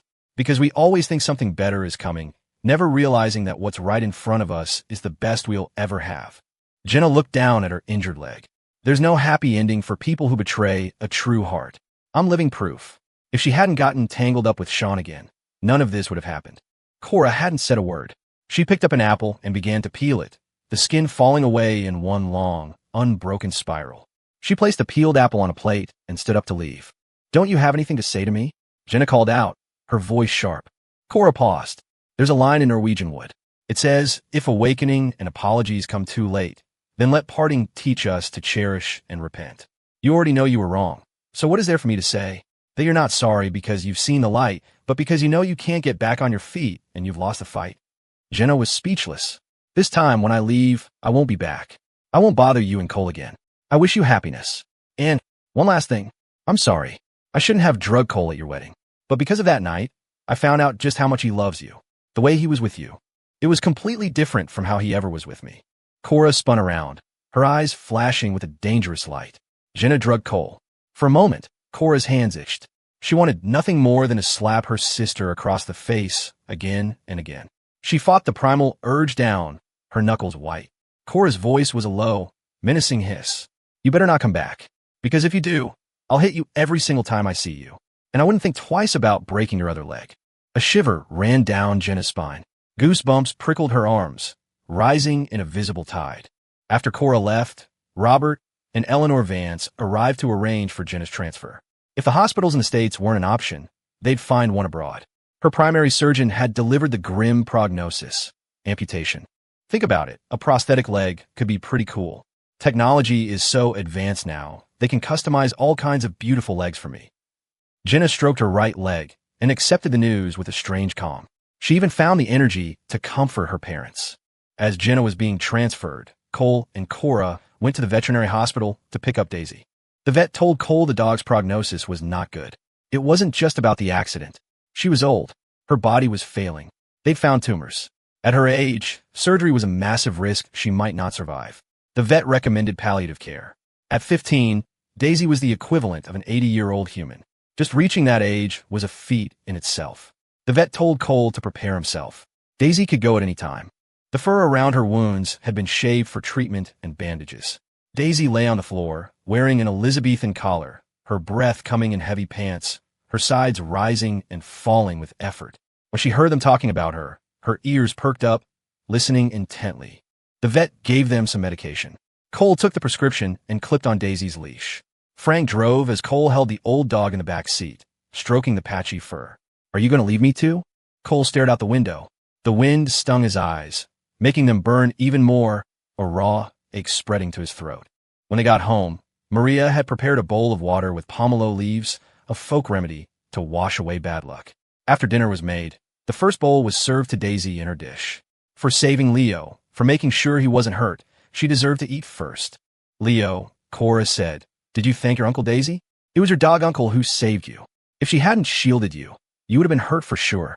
Leo immediately knelt formally in front of Daisy, his small face earnest. Uncle Daisy, thank you for saving me. I'll take care of you from now on. Whatever you want to eat, I'll buy it for you. When you have to go potty, I'll scoop your poop. When you collect plastic bottles, I'll hold the bag. Leo's solemn vow made everyone crack a smile, chasing away some of the lingering shadows from the accident. Daisy sat on the floor, tilting her head at Leo, as if confused why her little human was kneeling. He was shorter than her on his knees. She leaned in and licked his hair with her big tongue, making him giggle. It was a perfect, heartwarming scene, but a wave of sadness washed over Cole. Cora came to his side, taking his arm. Cherish the now, she murmured. At the hospital, after 10 days, Winnie checked Sean out and they were gone. For days, besides the police and the bodyguards watching her, no one else had come. She kept thinking Cole would show up, but days passed without a single sign of him. His absence made her panic. Her mind raced with paranoid thoughts. It felt like a blade was hanging over her head, ready to drop at any moment. After leaving the hospital, she took Sean home. Every day was a cycle of cleaning up his filth. He had no control over his body. Feces and urine were a constant, turning the room into a stinking sty. Sometimes, just after she cleaned him up, he'd soil himself again. He was worse than a pig in a pen. No, pigs were cleaner. Mr. Wallace had completely abandoned Wendy. Once he found out she had crossed Cole Miller, he wouldn't dare keep her around. He immediately canceled her supplementary credit card and disappeared with his assistant. Wendy wanted to run, but she couldn't. The story of Sean's hit and run had exploded online, becoming a trending topic. And with it, all the ugly details from 5 years ago were dragged back into the light. Sean Sullivan, that name sounds familiar. Isn't that the rich psycho who crashed a wedding and ran someone over 5 years ago? He's out of prison already. Hit someone right after getting out. This guy is a menace to society and will never change. Just give him the death penalty. There was a kid on the sidewalk. If that Bentley hadn't been there, I can't imagine how many people would have been hurt. Is this Sullivan guy obsessed? 5 years ago, he runs over Cole Miller. 5 years later, he tries to run over Cole Miller's wife and kid. What the hell is his problem with this couple? Terrifying vendetta. I'm following for updates. Hope Cora and her kid are okay. No, not my OTP. They can have car sex, not car accidents. They can get wild, not get wasted. They could be horny, not be hospitalized. Vance Corp just released a statement. Cora and Leo are fine. Oh, thank God. I knew good people would be okay. My sister works at the hospital. She said Sean Sullivan is a high-level quadriplegic, can't move anything below the neck. Serves him right. Play stupid games, win stupid prizes. So satisfying. Heard his mom is taking care of him now. His mom? Isn't she the mistress? The one who broke up a marriage, brought her bastard son back, and basically caused the first wife to die of a broken heart? Don Sullivan died in prison, too. That whole family is cursed. Cheating men and trashy women, they all get what's coming to them. Prison was too good for Sean Sullivan. Him being paralyzed is perfect. He can't live, but he can't die. Just suffering, rotting in a bed, getting bed sores. A fitting price for what he has done. Latest news. Sean's mom changed her name from Heather Raines to Wendy. Apparently, she's the kept mistress of some other CEO. Is that her profession? Still being a homewrecker at her age? Can her old bones even handle it? Trash is trash, no matter how you sort it. Wrecked a family when she was young, still wrecking them when she's old. Born to be a whore. The actions of Wendy and Sean ignited a firestorm of public outrage. They were doxxed. Some extremists even started showing up at their apartment building, throwing trash and bags of dog shit at their door. Inside, Wendy was dealing with Sean's human waste. She stepped outside for a breath of fresh air and immediately stepped in dog shit. Walking down the street, someone accidentally splashed a dirty puddle on her. The local supermarket refused her entry. At the farmer's market, a group of people muttered insults just loud enough for her to hear. On a single trip out, when he stepped in dog shit 3 times, was bumped into 10 times, had water thrown on her twice, and was nearly hit by a car 5 times. After finally managing to buy a few groceries, she was heading back into her building when a group of women charged at her. A hard slap cracked across her face, stunning her. Before she could react, hands were grabbing, pinching, and twisting. They slammed her to the ground, pulling her hair, tearing at her clothes. Within moments, Wendy's face was bruised and swollen. A bystander thought about intervening, but someone else warned them off. It's a wife schooling a mistress. The woman's a tramp. She deserves it. Knew the guy was married and went after him anyway. The mob of women dragged Wendy, beating her, from the east entrance of the complex to the west, then from the south to the north. Passers-by pulled out their phones, recording, posting to their stories. Some even cheered, shouting, "Give it to her." The women knew what they were doing, keeping the assault just short of felony. Their main goal was public humiliation, to inflict pain and leave superficial injuries. Wendy's screams echoed through the complex. Her clothes were shredded, her hair a tangled mess. One shoe was gone. She was a pathetic sight. At first, as she lay on the ground, she could still cover her head and spit back defiance. "Why are you hitting me? It's your own damn fault you can't keep your man on a leash. Instead of going after the cheater, you come after me? Just because I'm an easy target." Wendy recognized one of them as Mr. Wallace's wife. A bitter, mocking laugh escaped her. "You think I'm the only one to blame? What about you? What about your husband? If you were enough for him, would he have strayed? You're old, you're ugly, you have no taste. Don't blame others for your own incompetence. Why don't you try working on yourself for a change? Remember this, sweetheart. Flies don't swarm a perfect egg. The one who isn't loved is the third wheel. If I want to make it official, I could have any time." They had seen arrogant mistresses before, but never one this brazen. Her words ignited the last of their restraint. "Don't you worry," the wife snarled. "After I'm done smashing this cracked egg, I'm going home to swat that damn fly." Winnie had the energy for a final, desperate outburst, but none to stop the beating. It was a one-sided assault. She was beaten until she was twitching, her nose crooked, her mouth swollen, her face a chaotic mess, as if its features had been thrown on at random. Finally, the police arrived and broke it up. Winnie screamed for them to be arrested for compensation, but was told it was a civil matter. She wanted to sue, but she had no money. Besides, if she pushed it, Mr. Wallace's wife would countersue to reclaim all the money he'd spent on her as marital property. Winnie limped home. She didn't dare look in a mirror, just clumsily dabbed at her wounds with iodine and gauze. She was about to collapse when she heard a noise from the bedroom. Sean had soiled himself again. Staring at the shit-yellow stains spreading across the sheets when he finally broke. She let out a raw, animal howl and started slapping Sean's face over and over. You just went. You just went. Why did I give birth to such a useless son? If I'd known it would be like this, I should have just birthed you in a goddamn latrine." Other women her age were starting to enjoy their grandchildren. And here she was, waiting on her son hand and foot like a servant. The comparison was a knife in her heart. Wendy's body ached, but her soul screamed, a torrent of snot and tears, weeping for her hopeless life, for her powerlessness.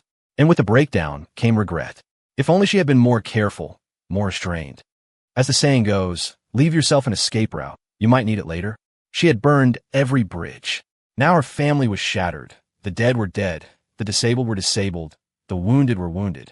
The savings in her bank account were dwindling. Sean was a bottomless pit. When the money ran out, what would she do? Exhausted from hitting him, Wendy slumped into a chair, her dark eyes fixed on Sean. "It's all your fault. If you hadn't pissed off Cole Miller, would any of this have happened? Why don't you just die? It would be better if you were dead." Sean was the last shred of her conscience. Even as she cursed him, her hands were already moving to change his soiled sheets. But how long could a conscience like that last? Even the purest heart will eventually be ground to dust by a miserable life. After that, Winnie didn't dare leave the apartment. She had everything delivered, paying extra fees. A few days later, her phone number was leaked. Strangers sent her threatening texts, called to scream obscenities at her. Calling the police was useless. She grew paranoid, a constant hum of anxiety in her veins. When she did risk going out, she felt like she was being followed. At home, she felt like cameras were hidden in the walls. No privacy, no safety, just the constant fear that someone was coming for her. After a month, when he couldn't take it anymore, she decided to abandon Sean and run. But she was apprehended the moment she bought a train ticket. The men who caught her were Cole's. From the very beginning, he had never planned on letting her go. He wanted her to live in perpetual despair, in constant fear, to live a life of such anxiety and terror that it was worse than death. Cole didn't see her himself. He simply had a message delivered. As long as Sean was alive, she could never dream of leaving him. Cole enjoyed a good show, especially a drama about a mother's undying love. It was best if she kept acting her part, preferably for the rest of her life. Winnie was terrified, her mind a blank slate of fear. She knew Cole wouldn't let her go. She knew how he had destroyed Don Sullivan, and now he would destroy her in the same way. She replayed the events of the past month in her head. Being doxxed, having filth thrown at her, being assaulted, the constant harassment. It was highly likely Cole had orchestrated it all. Cole Miller was nowhere near as benevolent as he appeared. He had a vengeful streak a mile wide. If he crossed his line, he would retaliate tenfold, without mercy. He could bankrupt the Sullivans with one hand and crush them with the other, without even getting his hands dirty. Just borrowed knives, wielded from the shadows. There was one thing Winnie hadn't guessed wrong. Cole had indeed installed cameras around her apartment, the better to watch the tragic spectacle of her and Sean. Bed sores had begun to fester on Sean's body. He lay like a rotting piece of wood, motionless on the bed, his days a cycle of sleeping and staring blankly at the ceiling. Winnie grew more haggard by the day, aging 20 years in a month. Gray streaks appeared in her hair. She hadn't had the time or money to fix her face, so her nose remained crooked. Wrinkles carved deep lines into her skin. Her eyes were perpetually bloodshot, and her back was bent. The mother and son spent their days screaming at each other, trading blame and hatred. Sean hated himself, and he hated Wendy. "Why you hit me?" he'd slur. "If you hadn't been whining to me about Cole, about how you got beat because of him, would I have gone after him? I did all this for you. You have to take care of me for the rest of your life until you die." She had complained to Sean, yes, but she had never told him to run someone over. How dare he shift the blame to her? The thought of living this life forever was unbearable. When he snapped, she grabbed a pillow, one that was already damp with her tears, and pressed it over Sean's face. Sean had wished for death 1,000 times, but when it actually came for him, he was terrified. He struggled instinctively, a muffled mom escaping his lips. Hearing him call her mom didn't make her stop. It made her press harder. He was a piece of her own flesh. She had named him Sean, her glory, the pride of her life. She had called him her baby, coddled him, loved him. From 10 months in the womb to holding him in her arms, watching him go from stumbling first steps to running, watching him grow taller and taller until he looked down at her. She went from walking in front of him to walking behind him, from looking down at him to looking up. She had loved him so much, and now she was killing him with her own hands. How much strength could a paralyzed man have? Just a little longer, and it would be over. Winnie threw her whole body into it, hugging him tight, her lips by his ear as she wept. "I'm sorry, baby. Mommy just can't do this anymore. Just go to sleep, son. When you're gone, you'll be free." Sean had been struggling, but he stopped when he heard her begin to hum in his ear. "Sleep, sleep, my dear baby."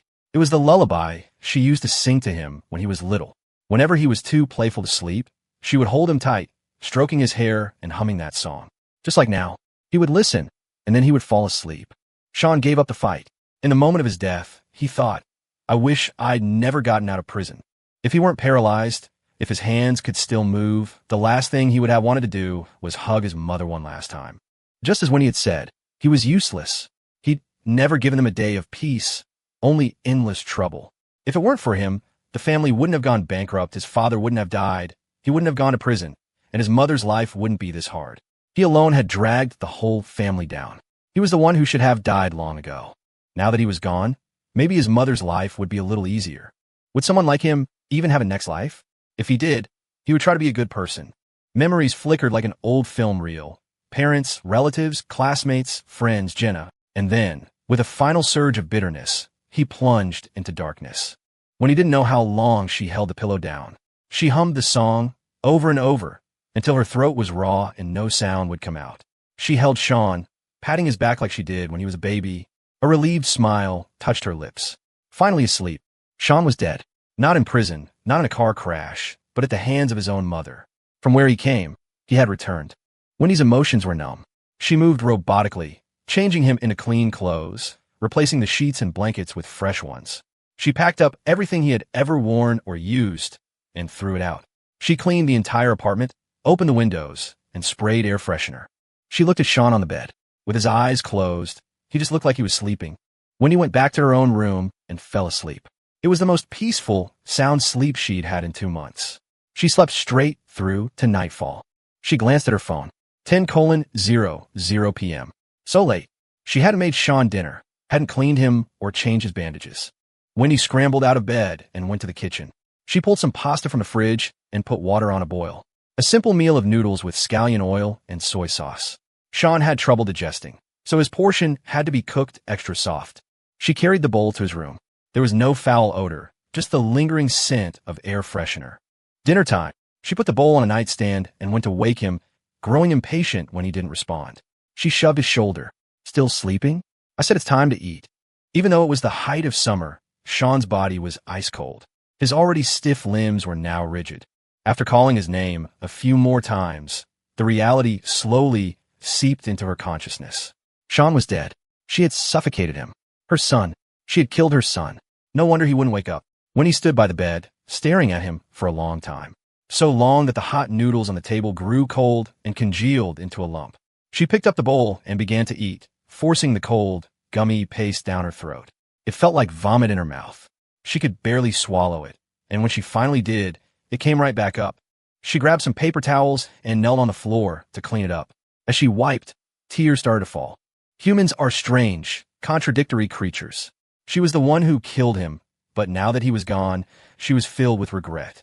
The freedom she had imagined was just another kind of prison. The world outside was dark. She was alone in the house. The only family she had in the world was gone.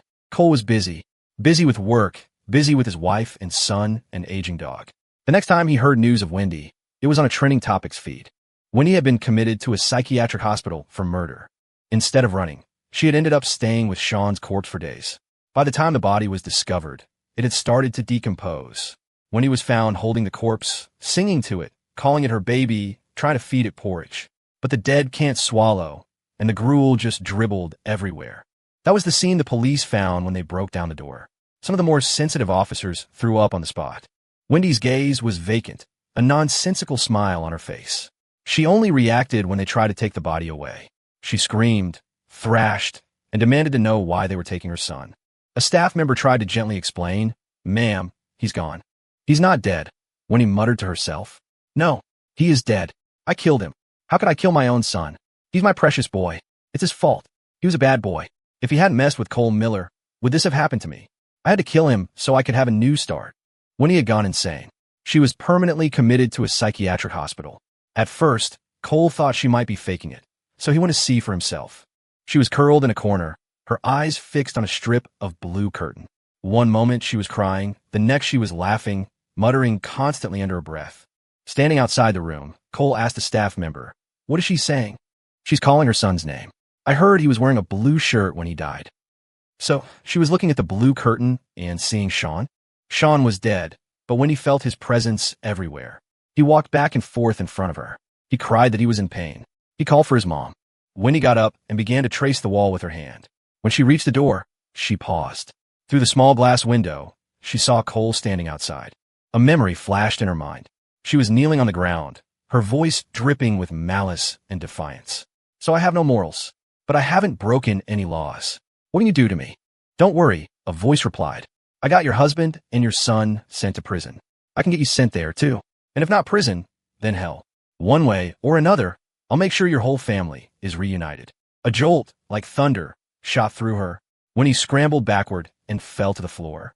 She clamped her hands over her ears, her eyes wide with terror, and let out a piercing shriek. Her screams set off the other patients. One by one, they joined in a chorus of madness. One patient lunged for Wendy, pinning her to the floor, punching and kicking her, spitting in her face. Wendy scrambled away, crying and begging for mercy. Staff members rushed in to restrain the patients, administering sedatives and medications. Cole watched the entire scene unfold, his expression cold, a faint, ironic smile on his lips. He was just another spectator, like the millions watching a drama online.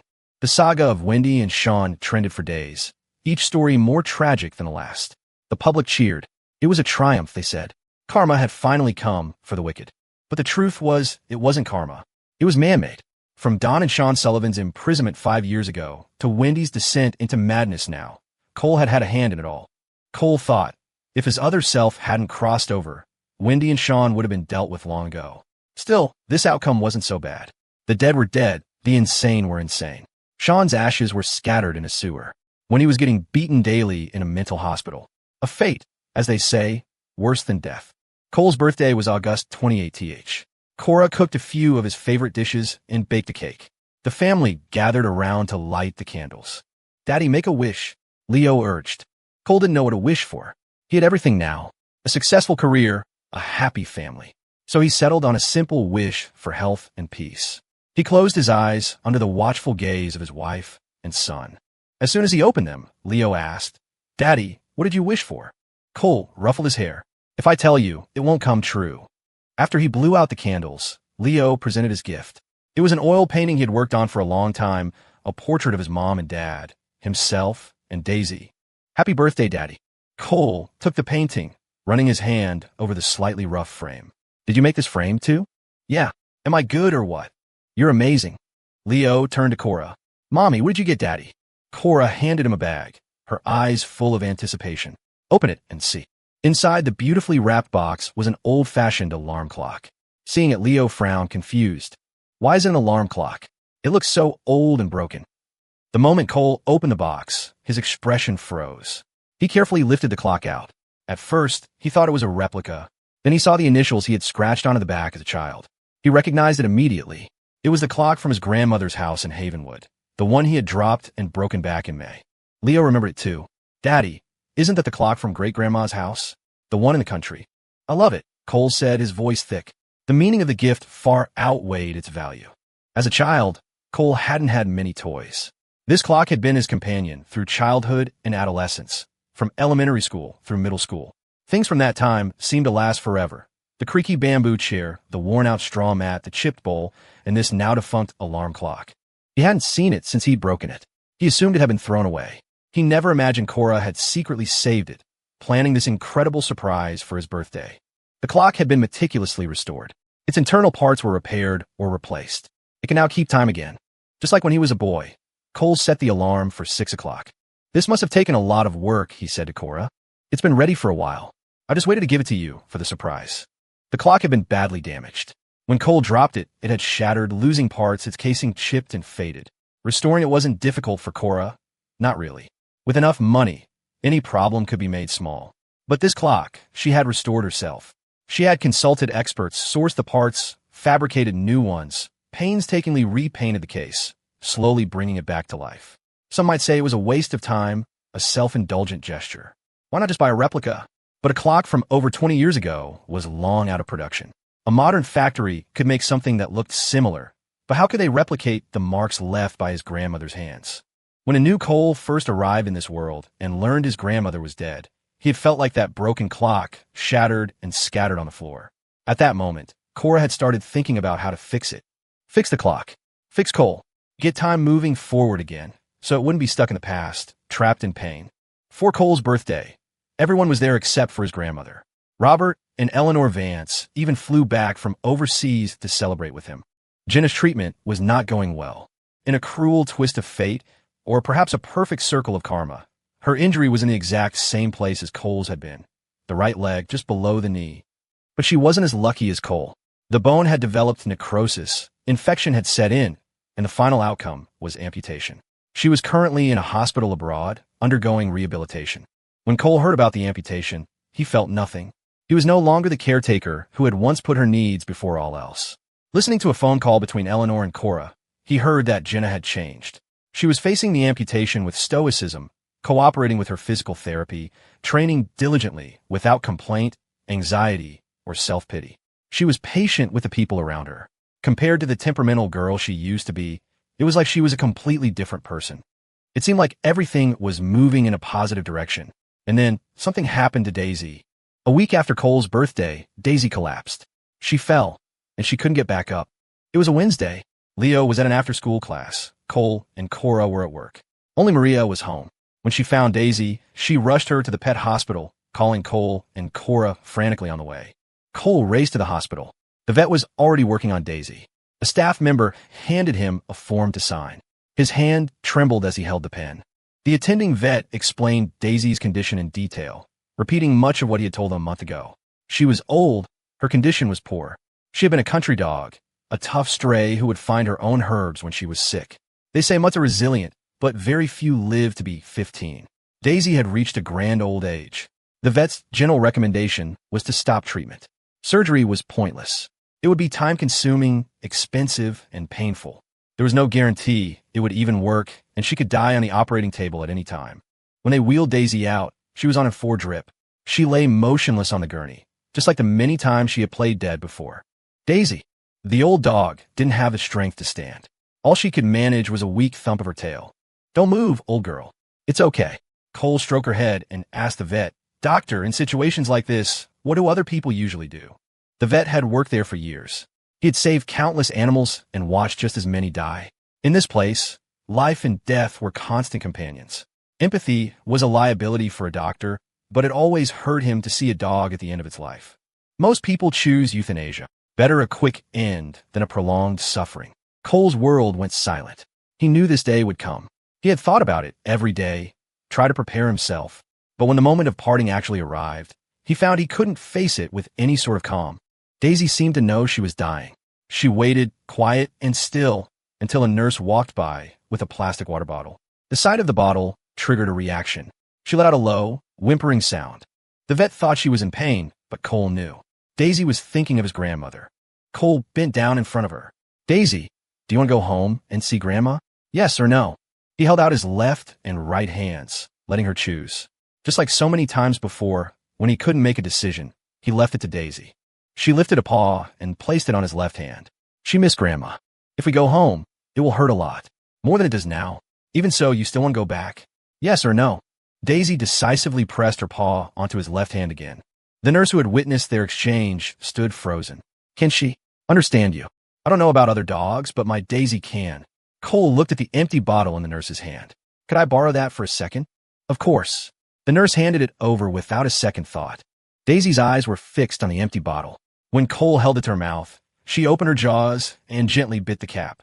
When his grandmother was alive, she and Daisy would collect empty bottles together. After she was gone, Daisy kept doing it, a habit she maintained until the very end. Even now, with her body racked with pain, she was still thinking about her bottles. When Cora arrived, Cole explained Daisy's condition and his decision. He was going to stop the treatment and take her back to Havenwood to see his grandmother. I'm coming with you, Cora said instantly. Don't you have a meeting tomorrow? What's more important, a meeting or Daisy? Don't forget, she's our family. She's one of us. And we have to take Leo, too. For Leo, Daisy was his savior, his favorite Uncle Daisy, an irreplaceable character in the story of his life. If he didn't get to see her one last time, it would be a regret he would carry forever. Cole picked Leo up from his class. Seeing his father's somber face, the boy sensed something was wrong. Daddy, what's wrong? Did something happen? Leo, we're going to great-grandma's house today. Right now? Why so suddenly? I'm not ready. Should we go empty-handed? Did you pack clothes? I want to bring some snacks. And what about Uncle Daisy? We're not leaving her, are we? Daisy is coming with us. Then I have to pack some food for Uncle Daisy. He loves his canned food the most. We're not bringing any of that. The clothes are already packed. We're leaving now. His father's expression was so different from usual. A seed of unease took root in Leo's heart. It felt like his first day of school, a fear of the unknown that made him hesitate to get in the car. That fear lingered until he saw Daisy, and then it burst forth. The dog that always greeted him with a wagging tail was now lying perfectly still. Leo understood instantly. He clutched his father's shirt, tears welling in his eyes. He was more mature than other kids his age. From a young age, his parents had taught him about the value of life, that death was an inevitable part of it. Daddy, what's wrong with Uncle Daisy? She's gotten old. Can't she not get old? Leo's voice choked as he buried his face in his father's side. I haven't even grown up yet. I haven't even started elementary school. I don't have a job. I haven't earned money to take care of her. We were supposed to take her to the beach, but we never did. By the end, Leo was sobbing uncontrollably, his small body curled into a ball in Cole's arms. In the spacious back of the car, Daisy lay with an 4-drip in her leg, a pain relief medication. But on the road, the pain still made her pant, made her vomit. Her eyes were half closed. Leo's loud sobs had subsided to quiet sniffles. This small boy, experiencing his first brush with death, seemed to have grown up a little. He stayed by Daisy's side the whole way. When she threw up, he wiped her mouth with a tissue. When she twitched in pain, he gently stroked her head, talking to her, holding the plastic bottle for her, his eyes reddening again. He held her and whispered, I don't want you to go 100 times. People grow old and die. So do dogs. She couldn't stay with him until he grew up. It was dark by the time they drove from Denver back to the small town of Havenwood. Daisy, we'll see Grandma soon. Just hold on a little longer. Cole gently removed the 4-needle from her leg and carried her out of the car. Daisy was in too much pain to stand. To get up the mountain, she would have to be carried. The familiar smells, the sight of the familiar mountains, seemed to revive her. Her ears twitched, her eyes opened wider, and a low whimper escaped her. At his grandmother's grave, Cole gently placed Daisy on the ground in front of the headstone. She hadn't been back since he'd brought her to Denver in May. In the 3 months since, wild greens had grown around the grave. The air was filled with the chirping of crickets, and fireflies blinked in the tall grass. Daisy lay on ground. When she saw the photo on the headstone, her tail, which had been lying limp, gave a weak wag, like a foxtail weed swaying in the breeze. She kicked her legs, as if trying to stand.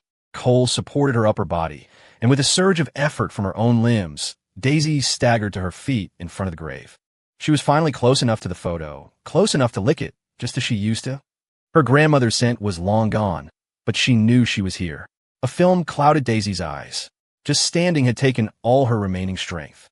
If Cole hadn't been holding her up, she would have collapsed.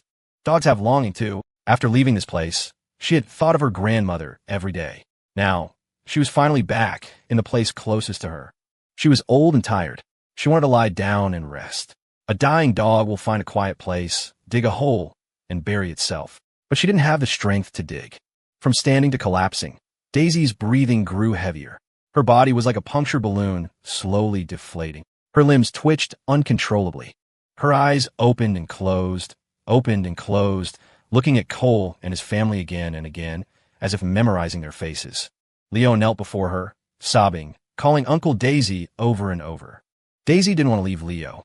She wanted to hold on, to stay, to watch him grow up. If she could, she wanted to be their dog in the next life, too. As if hearing her thoughts, Cole knelt down, fighting back tears, his voice hoarse. Daisy, don't be a dog in the next life. Be a person. A dog's life is too hard. Be a person, so you can grow up with Leo. The night wind carried Cole's words to her ears. Daisy licked his hand, then slowly closed her eyes, just like the countless times she had played dead. Only this time, her eyes didn't open again. Cole knelt on the ground, one knee in the dirt, and gathered Daisy into his arms. She lay stiffly against him, her body growing cold. A firefly floated up from the grass and landed on her still form. His grandmother used to say that when people die, they become stars. But stars are too high, too far. So maybe she became a firefly to come and get her. Daisy was buried next to his grandmother. They laid fresh flowers on the small mound of dirt, along with her favorite treats. Leo placed a plastic water bottle inside, her favorite empty bottle. He took a small shovel and pushed the surrounding dirt over her until she slowly disappeared from sight. Leo's eyes were swollen from crying. There were no tears left. Cole picked him up. Daisy has gone to see Great-Grandma. She loved Great-Grandma most of all. Leo buried his head in his father's chest. His mom had told him that real death is being forgotten. As long as he remembered Uncle Daisy, she would never disappear. She would become his guardian angel, watching over him. A big, warm dog was now just a small pile of earth. Memories of Daisy flooded Cole's mind. The first time he saw her, a tiny, dirty, stinking thing in a trash can. She was so good, sitting quietly while he bathed her, lying peacefully in his arms, watching over him as he did his homework, bringing him a flashlight when it got dark, waiting for him on the road, chasing the car for miles when he left, being the first to greet him when he came home. The dog who rolled over for belly rubs, who played dead for treats, who helped Grandma collect bottles, who saved Leo. The memories swelled like bubbles in his mind, expanding until his chest felt tight, his heart squeezed as if by an invisible hand. His grandmother was gone. Now Daisy was gone, too. She was never just an ordinary yellow dog. She was the family's hero. She was their family. Leo planted a foxtail weed on the small mound. It swayed gently in the wind. He said it was Daisy's tail. I'm a big yellow dog. When I was very small, someone threw me away in a trash can. It smelled like rotten things. I was trapped in a plastic bag, and it was dark and hot, and I couldn't breathe. I thought I was going to die in there, but then my dad appeared. He was like a hero from the sky. He rescued me from the trash can, gave me water and food, and even gave me a bath.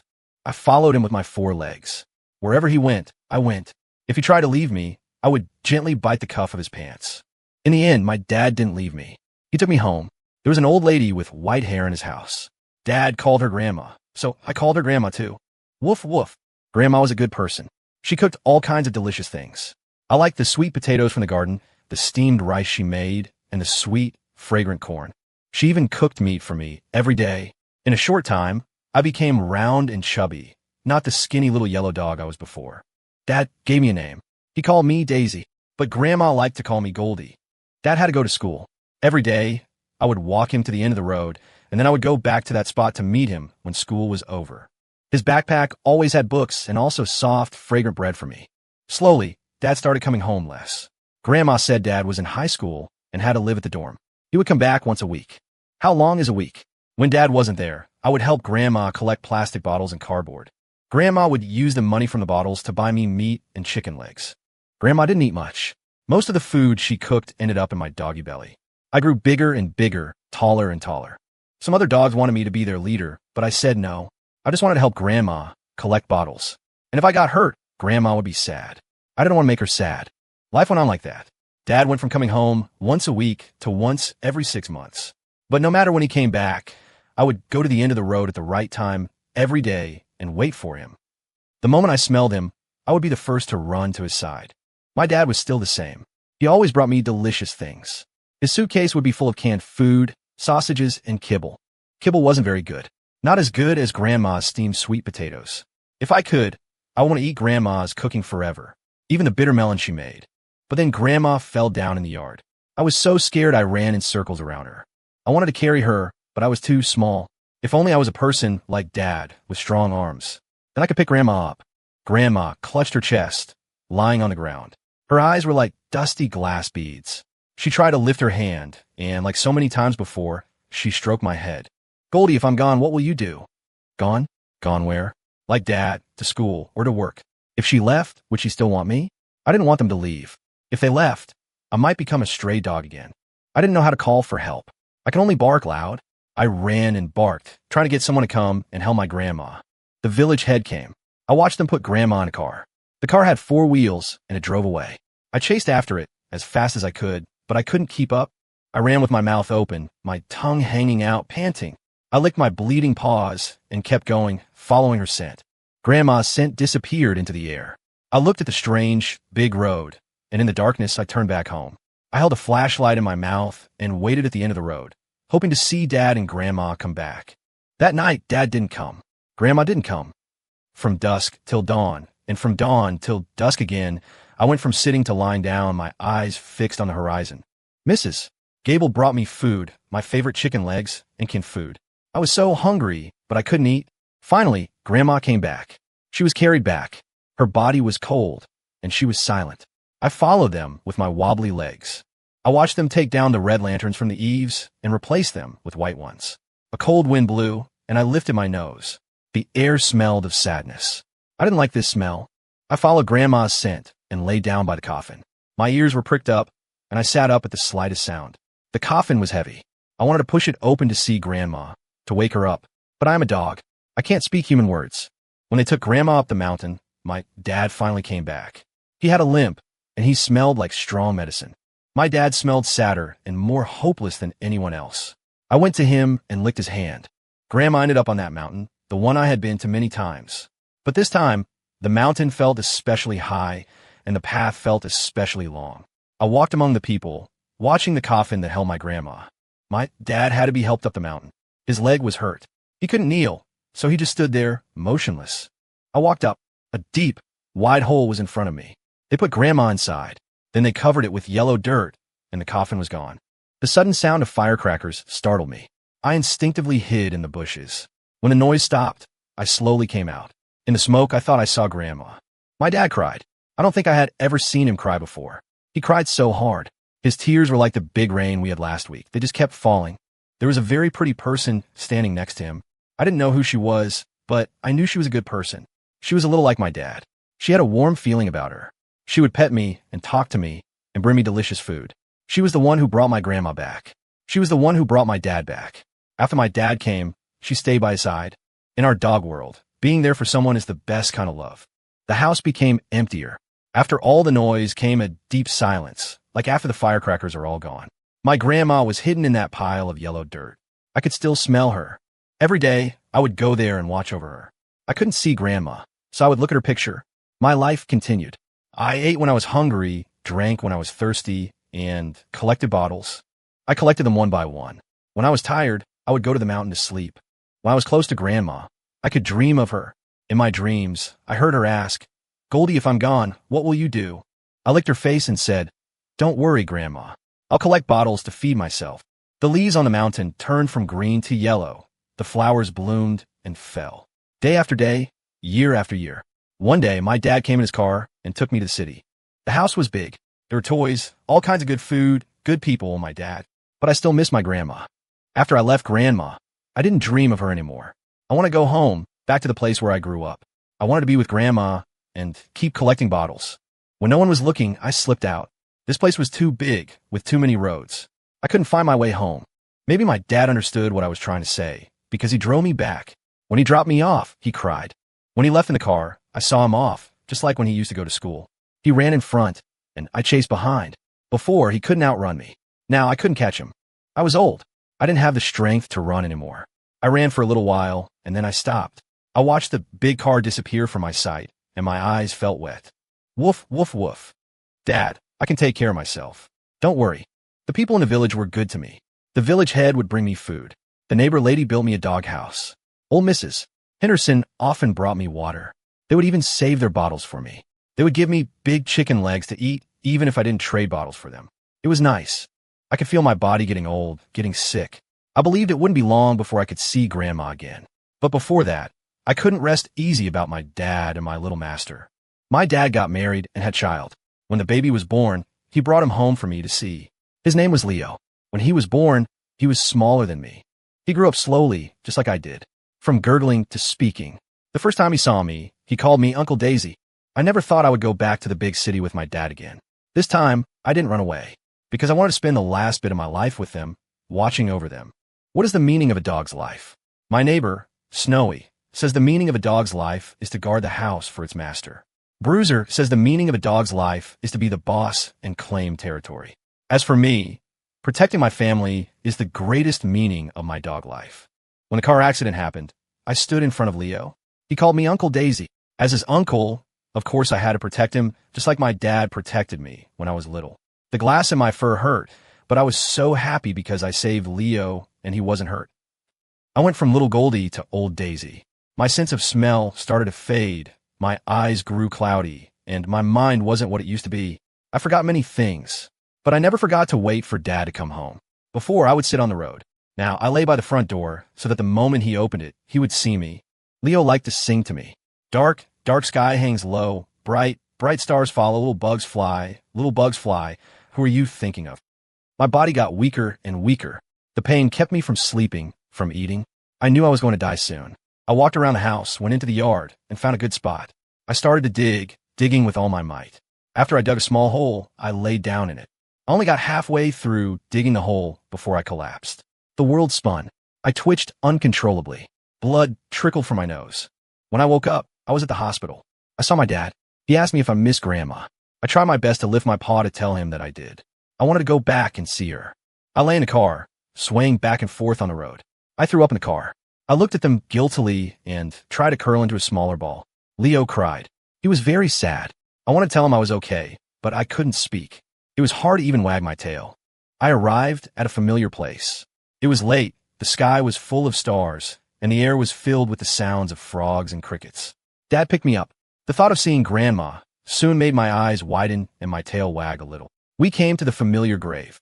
I looked at Grandma's picture on the headstone, and like in the old days, I stuck out my tongue and licked it. After Grandma died, I would often have illusions that she was still there. She was sifting beans under the eaves, drying grain in the courtyard, cooking in the kitchen, knitting under the lamp, collecting bottles on the roadside, buying me a big chicken leg at the market. She would stroke my head and look at the tall apple tree and say she missed my dad. I blinked, and the Grandma in front of me disappeared, becoming just a lonely grave. I hate Grandma because Grandma is in the dirt and won't talk to me. I love Grandma because Grandma never really left me. I let out a whimper. The corners of my eyes were wet. I didn't understand. I'm just a dog. Why am I crying? My dad's hand, which was holding me up, was trembling. I looked back at him, and through my blurry vision, I saw tears on his face. I wanted to lick them away, but I didn't have the strength. My breathing grew heavier. Each breath was like a needle in my lungs. I slowly pulled my tongue back in, and my open mouth slowly closed. I looked at them again and again, trying to burn their faces into my heart. My dad rescued me from trash can. He is my favorite person. Cora, beside him, is my mom. Even though we met late, I still love her. And their child, Leo, is my favorite kid. Mr.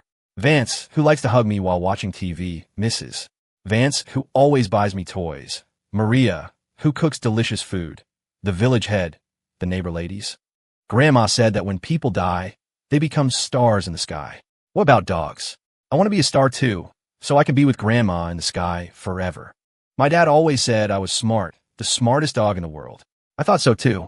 I could do everything other dogs could do, and I could do things other dogs couldn't. My best trick was playing dead, lying on the ground without moving. So this time, let me perform for you one last time. I died. I died in a sky full of fireflies. Grandma came down from the sky. She became a firefly to come and get me. Good boy, Goldie. You've collected so many bottles. You've worked so hard all these years I've been gone. Come on, let's go sell them, and I'll buy you a big chicken leg. Woof, woof, woof. I ran to her, wagging my tail, and jumped into her arms. I licked her face and said, Grandma, I love chicken legs the most. My dad buried me next to Grandma, so I could sleep with her forever. Leo was worried I would be hungry, so he packed a lot of snacks for me. He planted a foxtail weed on the small mound of dirt. When the wind blows, it wags. I'm a dog, a very ordinary dog. I have a good temper, and I've never bitten anyone. I can guard a house, catch mice, and play dead. My name is the same color as my fur. I am Daisy, a common sight in the village. After Daisy left, the house became much quieter. Everywhere, there were traces of her.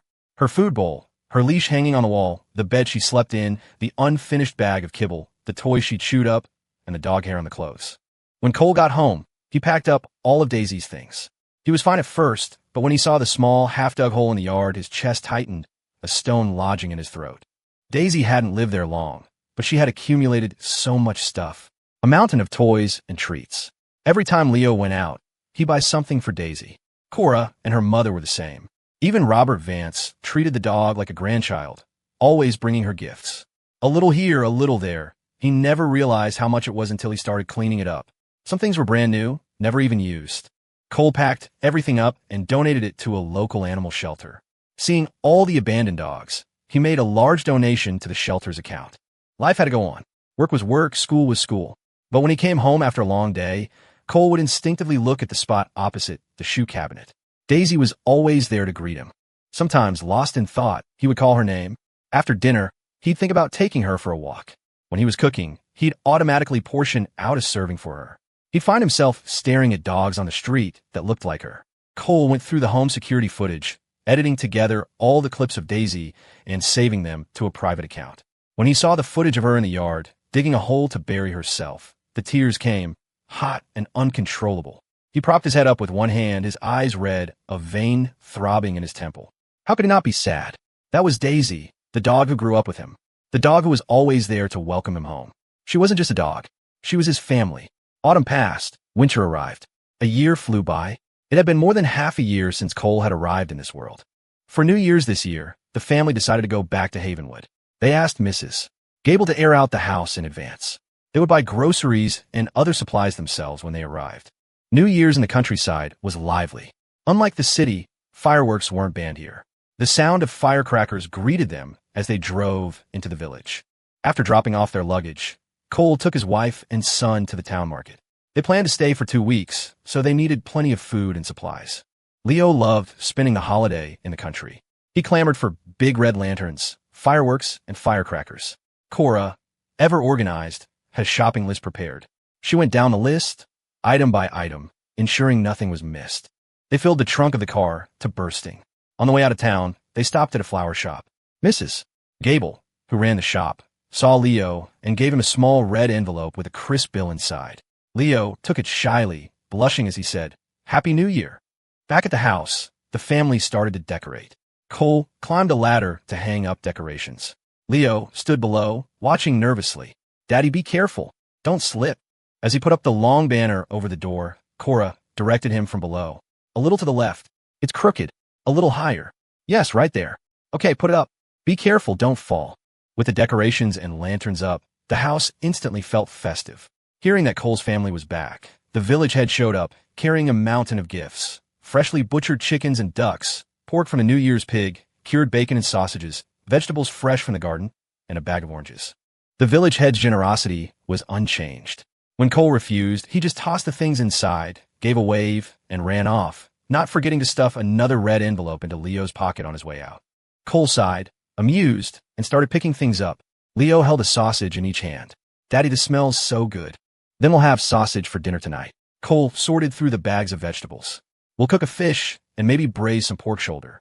That way we'll have a complete meal and fish for prosperity." That's what your great-grandma used to do.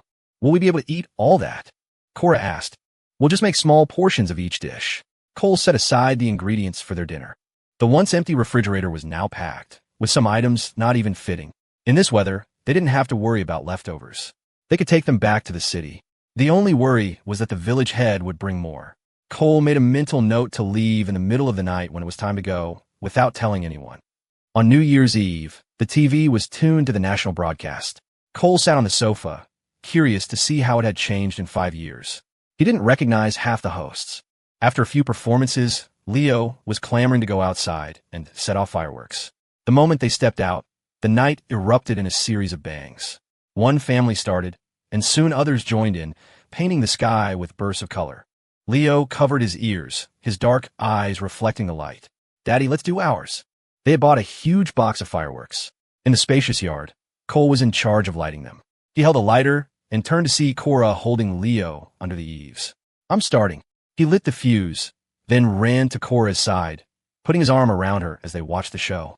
As a brilliant firework exploded overhead, he leaned in and whispered in her ear, I love you, my wife. His voice was almost lost in the crackle and boom, but Cora heard him clearly. She turned to him. I love you so much, too. Suddenly arriving here, he had gained so much, but they had also missed so much. Like a wedding, Cole took Leo from Cora's arms, holding him with one hand, and took Cora's hand with the other. He rubbed his thumb over the wedding band on her ring finger. He bent his head and kissed the back of her hand. Cora looked at him, surprised. What is it? Cole looked at her intently. I want to propose to you. I want to have another wedding with you. Cora couldn't hide the smile in her eyes. Whatever you want, we can do. Not having a real wedding had always been a small regret. Cole's mind was already racing. He was a man of action. What kind of wedding do you like? A beach, a meadow, a field of flowers. Anything. Cora thought for a moment. As long as it's with you, anything is fine. When Leo heard his parents were planning a wedding, he got excited. Mommy, Daddy, are you getting married? Can I be the ring bearer? Of course. That spot is reserved for you. And I want to invite all my friends to be ring bearers with me.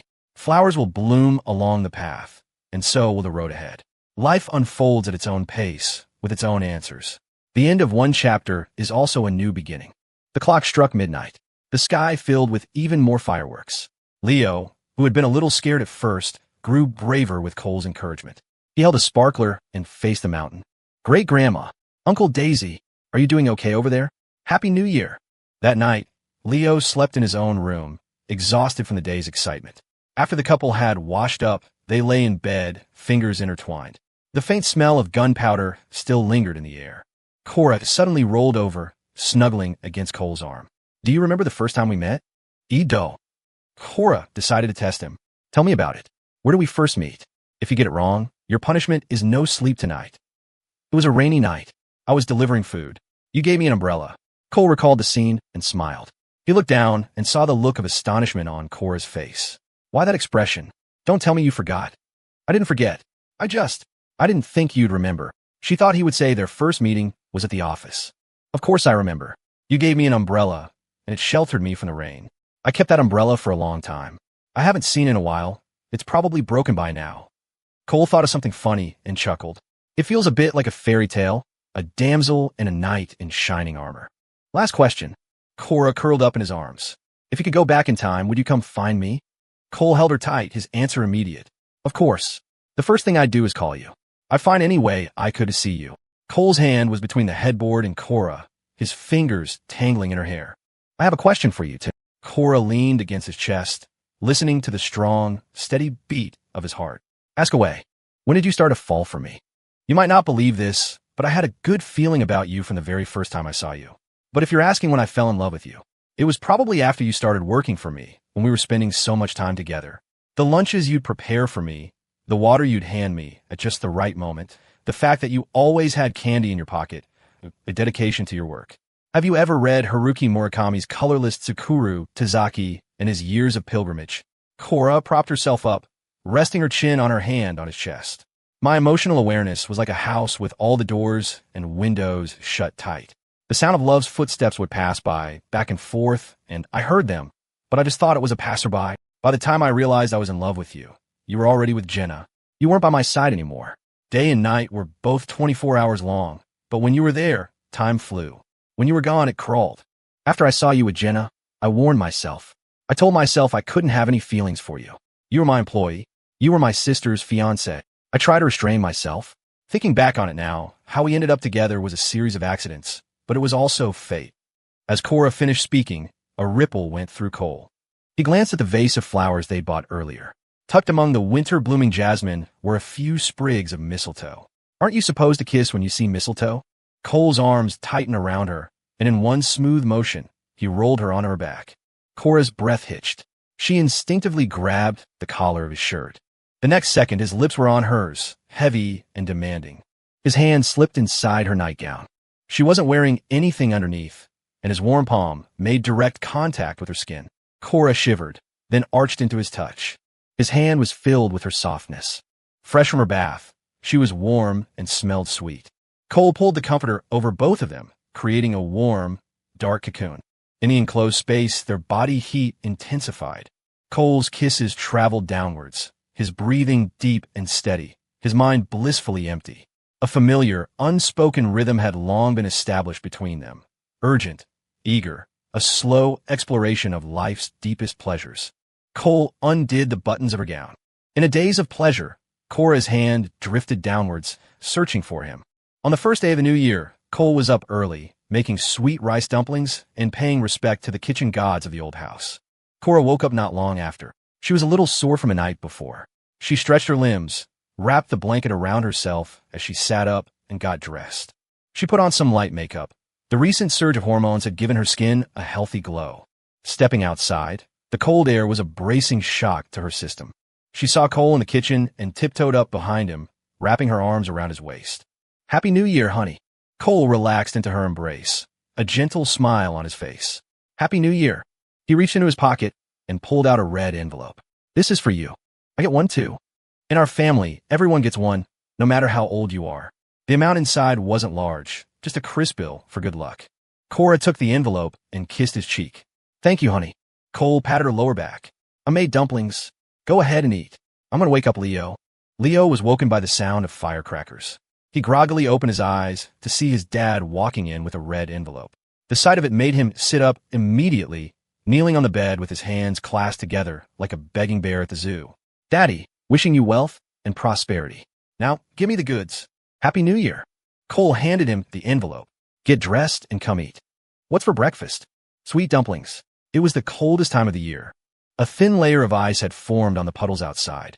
Cole helped Leo get dressed in layers, bundling him up until he was a small, round ball, then adding a scarf and gloves for good measure. The round, white dumplings floated in the bowl. Leo ate 6 of them. After breakfast, they went to visit the graves. Someone had already cleared the weeds. The area was clean and tidy, with just a few reeds left on the mounds. Next to the main graves was the small pile of dirt that was Daisy. The foxtail weed Leo had planted there had grown into a small clump. Leo took a cloth and carefully wiped each headstone. When he was done, he stood quietly and watched his dad light the incense. The flames of the burning paper money flickered in the cold wind, then died down to a pile of ash. "You can pay your respects now," Cole said. Without being told, Leo had already knelt, his hands clasped together, murmuring piously, "Great-grandma, great-grandpa, grandma, Uncle Daisy, please bless our family with good health. Bless me to grow taller. Bless me to get 100 on my tests. Bless me to get a red envelope every day. Bless me to get more handsome." He went on for a full minute, treating the gravesite like a wishing well. "All right, that's enough," Cole said, ruffling his hair. "If you're too greedy, none of them will come true. Then I'll just make one wish." Leo quickly amended. "Please bless our family with good health, and don't let us get sick." He hated getting shots and taking medicine more than anything. After he was done, Leo bowed his head to the headstones, getting a smudge of ash on his forehead. Then Cole and Cora knelt and bowed 3 times. They waited until the incense had burned down before turning to leave. Leo walked between them, holding his father's hand with his left and his mother's with his right. "Mommy, do you think Great-Grandma and Uncle Daisy can see us?"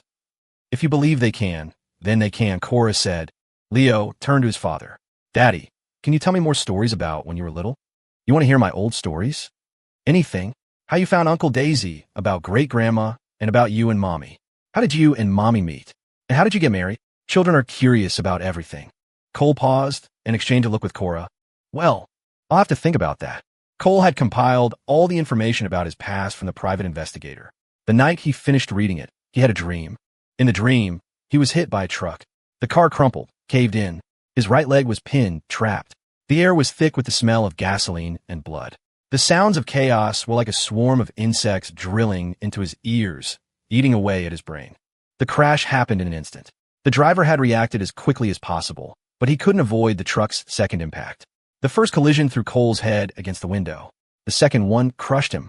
The pain was so intense it became numbness. He slumped in his seat, his vision blurring. He was dying. He couldn't die. If he died, what would happen to his grandmother? With his last bit of strength, Cole pulled out his phone. He found Jenna's number and called. It was a call for help, a plea for her to comfort his grandmother, to tell the old woman not to worry. The phone rang for a long time. Just as Cole was about to lose consciousness, the call was finally answered. Jenna. He was cut off before he could say another word. Cole, I want to get married. Let's just end it here. Before Cole could respond, she hung up. The world was a cacophony of noise, a constant ringing in his ears. His vision went from blurry to black. A violent spasm racked his chest, and he coughed up a mouthful of blood. Grandma. His grip on the phone loosened. With a soft thud, it fell into the gap between the seats. After hanging up, Jenna didn't feel the relief she had expected. Instead, a sense of unease settled over her. She was already in Sean's car. Sean, are you sure this is okay? Just leaving like this? Sean offered a placating smile. Don't worry, it'll be fine. You're pulling back from the brink, turning a new leaf. Think about it, the gap between you and Cole. You're from two different worlds. If you married him, you'd have to endure people's scorn for the rest of your life. Better to run now than to get divorced later. Jenna clenched the seatbelt. I'm worried about my parents. Even if your parents blame you, it will only be temporary. You're their daughter. They'll always be on your side. Sean had already convinced her. Otherwise, she wouldn't have agreed to run away with him on her wedding day. But now a strange sense of panic was creeping in, a feeling like she was about to lose something important. She stared out the window, Cole's face flashing in her mind. What was he trying to say when he called? A warm hand covered hers. She flinched away instinctively. Sean's hand hovered awkwardly in the air. He forced a smile. Jenna, what's wrong? Nothing, she said. I was just spacing out. Jenna, I've never been able to forget you. The thought of you marrying another man. It kills me. Sean took her hand, his voice full of emotion. From now on, let's start over, okay? In his mind, Jenna's wedding to Cole was just a ploy to get him back. Playing hard to get. He understood. Their connection was special. They had known each other for years, a secret high school romance. On again, off again, so many times it only deepened their bond. They were each other's first love, and everyone knows you never forget your first love. They had gone to school together, read the same books, listened to the same songs. He had taken her street racing, bought her flowers, planned surprises. They had gone bungee jumping, scuba diving, skydiving. Anything for the adrenaline rush, the thrill of a racing heart. The more thrilling the adventure, the harder it was to forget. He was sure Jenna couldn't forget him. If she had, she wouldn't have agreed to run away with him after just a few words. And crashing a wedding to steal the bride? That was a thrill in itself. After breaking up with Jenna, Sean had dated a few other women, but it was just for fun. None of them compared to Jenna. Beautiful, wealthy heiresses like her were rare. The rich ones weren't as pretty, the pretty ones didn't have her figure, and the ones with the right family background and looks weren't as easy to manipulate. All things considered, Jenna was his perfect match. After going to all the trouble of crashing the wedding, Sean didn't want any interruptions. He reached out and stroked her hair, just like he used to. Don't overthink it. From any angle, I'm the best one for you. With me, at least no one will gossip about you. Just think of this as a spontaneous road trip. Let's just have fun. Jenna swallowed her discomfort and nodded numbly. In the 10 minutes they had been driving, Jenna had checked her phone 10 times. Sean frowned and held out his hand. Give me your phone. Jenna clutched it tighter. Why? She hated letting other people handle her personal things. Relax, I'm not going to look at it. I just want to distract you, help you relax. Can't you see how tense you are? If we're going to have fun, let's really have fun. Don't let anything spoil the mood. Jenna had to admit she was tense. Under Sean's urging, she handed over her phone. Sean silenced it and put it in his bag. He had already booked their flights. They were right on time for the airport. Numerous calls and texts came in for Jenna, but Sean ignored them all. He didn't tell her, just switch the phone to airplane mode. Sean glanced at the time, a malicious thought crossing his mind. Right about now, the groom should be arriving at the hospital. Jenna, oblivious to everything, boarded the plane with Sean. At the hospital, Cole was rushed into the emergency room. There was someone from Cora's team in the wedding procession. The moment the accident happened, they had contacted her. Robert and Eleanor handled the scene, while Cora rushed to the hospital alone. Family of the patient? Cora stepped forward. How is he? The doctor looked at her. Are you family? I am. Cora paused. He's my brother-in-law. Doctor, what's his condition? It's not good. The injuries are extensive. The most severe is his right leg. I need you to sign these forms. One of them was a surgical consent form. The doctor explained Cole's condition in detail. Cora's mind was a chaotic mess, her hands shaking. Her normally clear head was filled with a thick fog. She gripped the pen, shook it, and pressed the tip to the paper. She recognized all the words on the form, but strung together, they made no sense. She couldn't understand a word the doctor was saying. Cora took a deep breath, trying to suppress the dull ache in her chest. She had signed countless documents in her life, but this was the first time her signature had been so ugly, so shaky. The pen in her hand felt like a knife. The doctor said Cole had a head injury, and there was a chance he might not wake up, that he could end up in a vegetative state. The doctor also said Cole's right leg was severely damaged, and amputation was a possibility. He told her to prepare herself. But how could she? He had been perfectly fine just that morning. How could this have happened? The truck driver who caused the accident had been detained. His story was that he had been drinking. Drunk driving causing injury wasn't a capital offense. He'd serve a few years in prison at most. Cole gets into a car accident, and Jenna disappears at the same time. The bride and groom both vanish from their own wedding. Cora didn't believe for a second that these events were unrelated. A nurse brought her a bag containing Cole's jacket and his phone. The screen was cracked, the case stained with blood. It needed a password. Cora tried Cole's birthday, and it opened on the first try. The first contact in his phone was Jenna. He had called her at the time of the accident. The call had lasted only 10 seconds. When Jenna answered Cole's call, did she know he had been in a car crash? The air outside the operating room was chilled, and as the boiling turmoil of her emotions slowly settled, Cora felt as if her blood were turning to ice. Her entire upbringing had drilled one principle into her. In a crisis, stay calm. At 27, she felt she had weathered more than her share for her age. When faced with an emergency, even if she couldn't prepare for every eventuality, she would never lose her composure. This was the first time since her grandfather's death that she had felt such profound panic. The panic had crested when she heard the words, possible amputation, and might not wake up. A frigid wave shot from the soles of her feet to the crown of her head. Cora stood rooted to the spot, frozen, as her pupils contracted, her heart feeling as if something had gnawed a piece out of it. Images of Cole flooded her mind. The first time she saw him, delivering food in the pouring rain. The man who had walked her home. The one who had eaten with her, who handled everything with such quiet competence. All the details she had once overlooked, now sharpened into painful clarity. Cora closed her eyes and swayed, bracing herself against the wall, her hand clenching into a tight fist. Ms. Vance, her assistant, seeing her distress, immediately reached out to steady her. Cora looked at her, her eyes chips of ice. Investigate the crash. Find out where Jenna went, who she's with now, and find out if Cole's accident had anything to do with her. And if it did, then she would break Jenna's legs. A leg for a leg. The assistant shivered at the cold fury in Cora's eyes and immediately relayed the orders. Jenna had already left on a flight. As for the driver, Cora had her people tear his home apart. They didn't miss a thing, and it didn't take long to find a motive. The driver had a daughter with kidney failure who had been undergoing treatment for years. A matching kidney had finally become available, but the family didn't have the money. Following that thread, they quickly learned from his niece about a recent transfer of $1 million. Taking money for a job. In the coldest terms, it was attempted murder. With a record of the transfer, tracking the sender was easy. All clues pointed to one person, Dylan.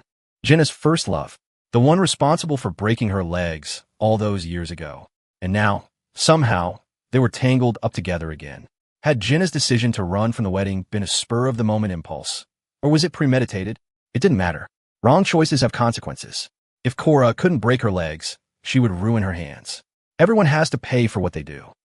Jenna shivered for no reason, rubbing her arms. Cold. A little. The sky was dark by the time they landed. It was raining in Portland, the temperature a noticeable drop from Denver's. Jenna had left in a hurry, bringing nothing but her essential documents, and was wearing only a thin, long dress. As they stepped off the plane, a fine, slanted rain misted over her, a relentless chill seeping into her bones. Dylan chivalrously took off his jacket and draped it over her shoulders. Here, we're mine. Jenna pulled the jacket tighter. Thanks. I'm your boyfriend now. You don't have to be so formal with me. Boyfriend? The word made Jenna think, unwillingly, of Cole. Where's my phone? Turn off airplane mode and connect it. See if anyone's called or texted me. Okay. Dylan took out the phone. As soon as it reconnected to the network, the screen lit up with notifications. A lot. Who? Jenna asked. Dylan scanned the screen. Your parents, your sister, a few friends. Jenna listened, but the name she wanted to hear wasn't among them. She paused. What about Cole? Did Cole call or text me? No. Seeing her disbelief, Dylan held the phone out to her. He really didn't call you. Maybe he didn't care that much about the wedding. Or maybe he knew he wasn't good enough for you and didn't dare bother you. Lost in her own thoughts, Jenna didn't notice the biting sarcasm in Dylan's voice. Do you think something happened to him? Probably not. I just had someone block his car for a bit. Jenna knew about Dylan's plan to have the wedding car delayed. She'd even approved it, worried she wouldn't have enough time to get away. She had wanted to create as much of a delay as possible on the way to the venue. Jenna frowned, deep in thought. If nothing happened to Cole, why hadn't he called her? Was it really like Dylan said, that he didn't care about the wedding? Come to think of it, she had been the one to initiate everything with Cole. She confessed her feelings first. She'd been the first to bring up marriage. No matter how you looked at it, she had been the one driving things forward. If Cole really loved her, he should have been unable to let her go. He should have called, pleaded with her to come back, or at least demanded an explanation. The last thing he should be is silent. Hours had passed since she'd left. Not a single call, not one text. A seed of doubt began to sprout. Had Cole ever really loved her at all? Why else would he be so quiet? A wave of irritation washed over her, and she tossed the phone back to Dylan. Dylan put the phone away and walked beside her. Do you want to buy some clothes first? Or should we eat? Let's eat. I'm starving. She'd been up early for the wedding and had no appetite, so she hadn't eaten anything. She'd endured until noon, and on the plane, she'd been too picky to eat the meal provided, settling for a drink. Proposing had been an impulse, and the closer the wedding got, the more she resisted. She'd been agonizing over it, finally making her decision 2 days ago, after meeting with Dylan. But today, when she put on the wedding dress and looked in the mirror, she'd hesitated again. She had thought, if Dylan doesn't show up today, I won't go through with it. She'd been like a marionette, swaying back and forth, completely handing her agency over to someone else. While they waited for their food, Jenna went to the restroom. Dylan took out his phone and searched for news of a car crash on the main route out of Denver. TikTok was flooded with videos. The wedding car Cole had been in was overturned, mangled, and destroyed. Even if the person inside wasn't dead, they had to have a few broken bones. The videos were chaotic with shouting and flashing police lights as officers worked the scene. Dylan's goal had been to cause a fender bender, to block Cole's car. But from the looks of it, Cole wasn't the only one hurt. Other vehicles had been damaged. Seeing the scale of the wreckage, a sharp spike of unease shot through him. Jenna's phone suddenly rang. Dylan looked at the screen. The contact name read, Cole's grandmother. He stood up and glanced toward the restroom. Jenna was still inside. He swiped to answer. Hello. An old woman's confused voice came through the phone. Isn't this Jenna's phone? The voice didn't sound like Cole's, which puzzled her. Yes, it is. What do you need her for? I just wanted to ask if their wedding was over. I tried calling Cole, but I couldn't get through. Of course you couldn't, Dylan said. Because he's in the hospital right now. The old woman's breath hitched. Her voice trembled. What did you say? Dylan smirked. Cole was in a car accident on the way to the wedding. It's bad. Life or death. He's probably still in the operating room. If you can get to Denver tonight, you might get to see him one last time. He could hear her gasping for air. Dylan had no intention of letting up. I forgot to introduce myself. I'm Dylan, Jenna's first love. Jenna only got with your grandson to make me come back to her. Did you really think for a second your family deserted her? A bunch of dirt poor nobodies from the sticks. Old woman, have you ever heard the saying, you shouldn't be too greedy? Don't desire what doesn't belong to you. Some blessings are too heavy to carry, and they turn into curses. See, here's a perfect example. Your precious grandson is getting what he deserves. The old woman was frantic. I don't believe you. I want to talk to Jenna. Put her on the phone. You really won't give up until you're staring at the grave, will you? Dylan kept his eyes on the restroom. When he saw Jenna emerge, he lowered the phone into his bag without ending the call. Jenna, I've already ordered. All your favorites. Jenna sat down and took a sip of water. Did I see you on the phone just now? Telemarketer. Dylan ladled half a bowl of soup for her. Jenna, do you regret running away with me? Jenna's hand paused, the spoon hovering near her lips before she set it down. She looked at Dylan. Once I've done something, I don't regret it. Good. I was just worried you'd develop feelings for Cole over time. I was afraid my showing up would get in your way. Jenna's denial was reflexive. How could I ever develop feelings for him? I was just playing with him. There was a petulant edge to her voice. She hadn't forgotten why she got together with Cole in the first place. It was to one-up Cora, to break them apart, to make Cora taste the bitterness of wanting something she couldn't have. True, Cole is just some guy from the country, after all. He was only with you to be a gold digger. He wasn't a gold digger, Jenna corrected him. Whenever they went out, Cole was the one who paid. And from what she knew, his annual salary was in the millions. Her own father often praised Cole in private, saying he was highly capable, a man destined for great things. He was smart, driven, and most importantly, patient. Even if they hadn't gotten married, the Vance Corporation would have invested heavily in his career. Jenna didn't say more, just lowered her head and sipped her soup. Dylan's brow furrowed. His expression remained neutral, but he was seething inside. He glanced at his phone. The call had ended. He assumed the old woman had heard everything she needed to. He quietly deleted the call from the log. If he was going to wreck this, he would wreck it completely. He would leave no chance for Jenna and Cole to ever reconcile. Dylan harbored a deep animosity toward Cole. Though they'd never met, he just couldn't stand the man. In his mind, Jenna was his. Even after they broke up, she was still his woman. He didn't know about other guys, but he was possessive of his exes. For some nobody with nothing to his name to dare steal his woman was, to a narcissist like Dylan, a profound humiliation. And anything that made him feel humiliated had to be destroyed. Cole was finally out of surgery and moved to the intensive care unit. The air was thick with the smell of antiseptic. Cora stared at his face, so pale it was devoid of life. The room was quiet, terrifyingly so. It was the same kind of quiet that had surrounded her grandfather when he passed away. A sourness rose in her nose, so sharp it brought tears to her eyes. Cora clutched her chest, the tears turning cold against her skin in the chilled air.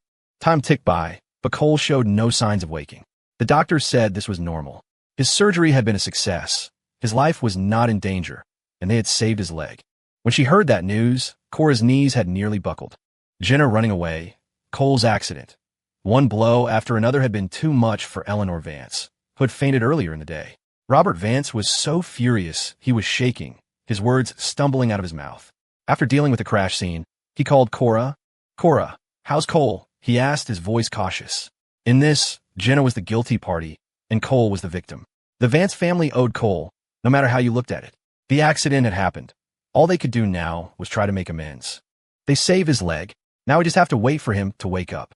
Have you contacted Cole's grandmother? Not yet. She's old. If we just tell her straight, I'm worried the shock will be too much for her. Cora agreed. For now, they had to keep the old woman stable. Let's wait until Cole wakes before we contact her.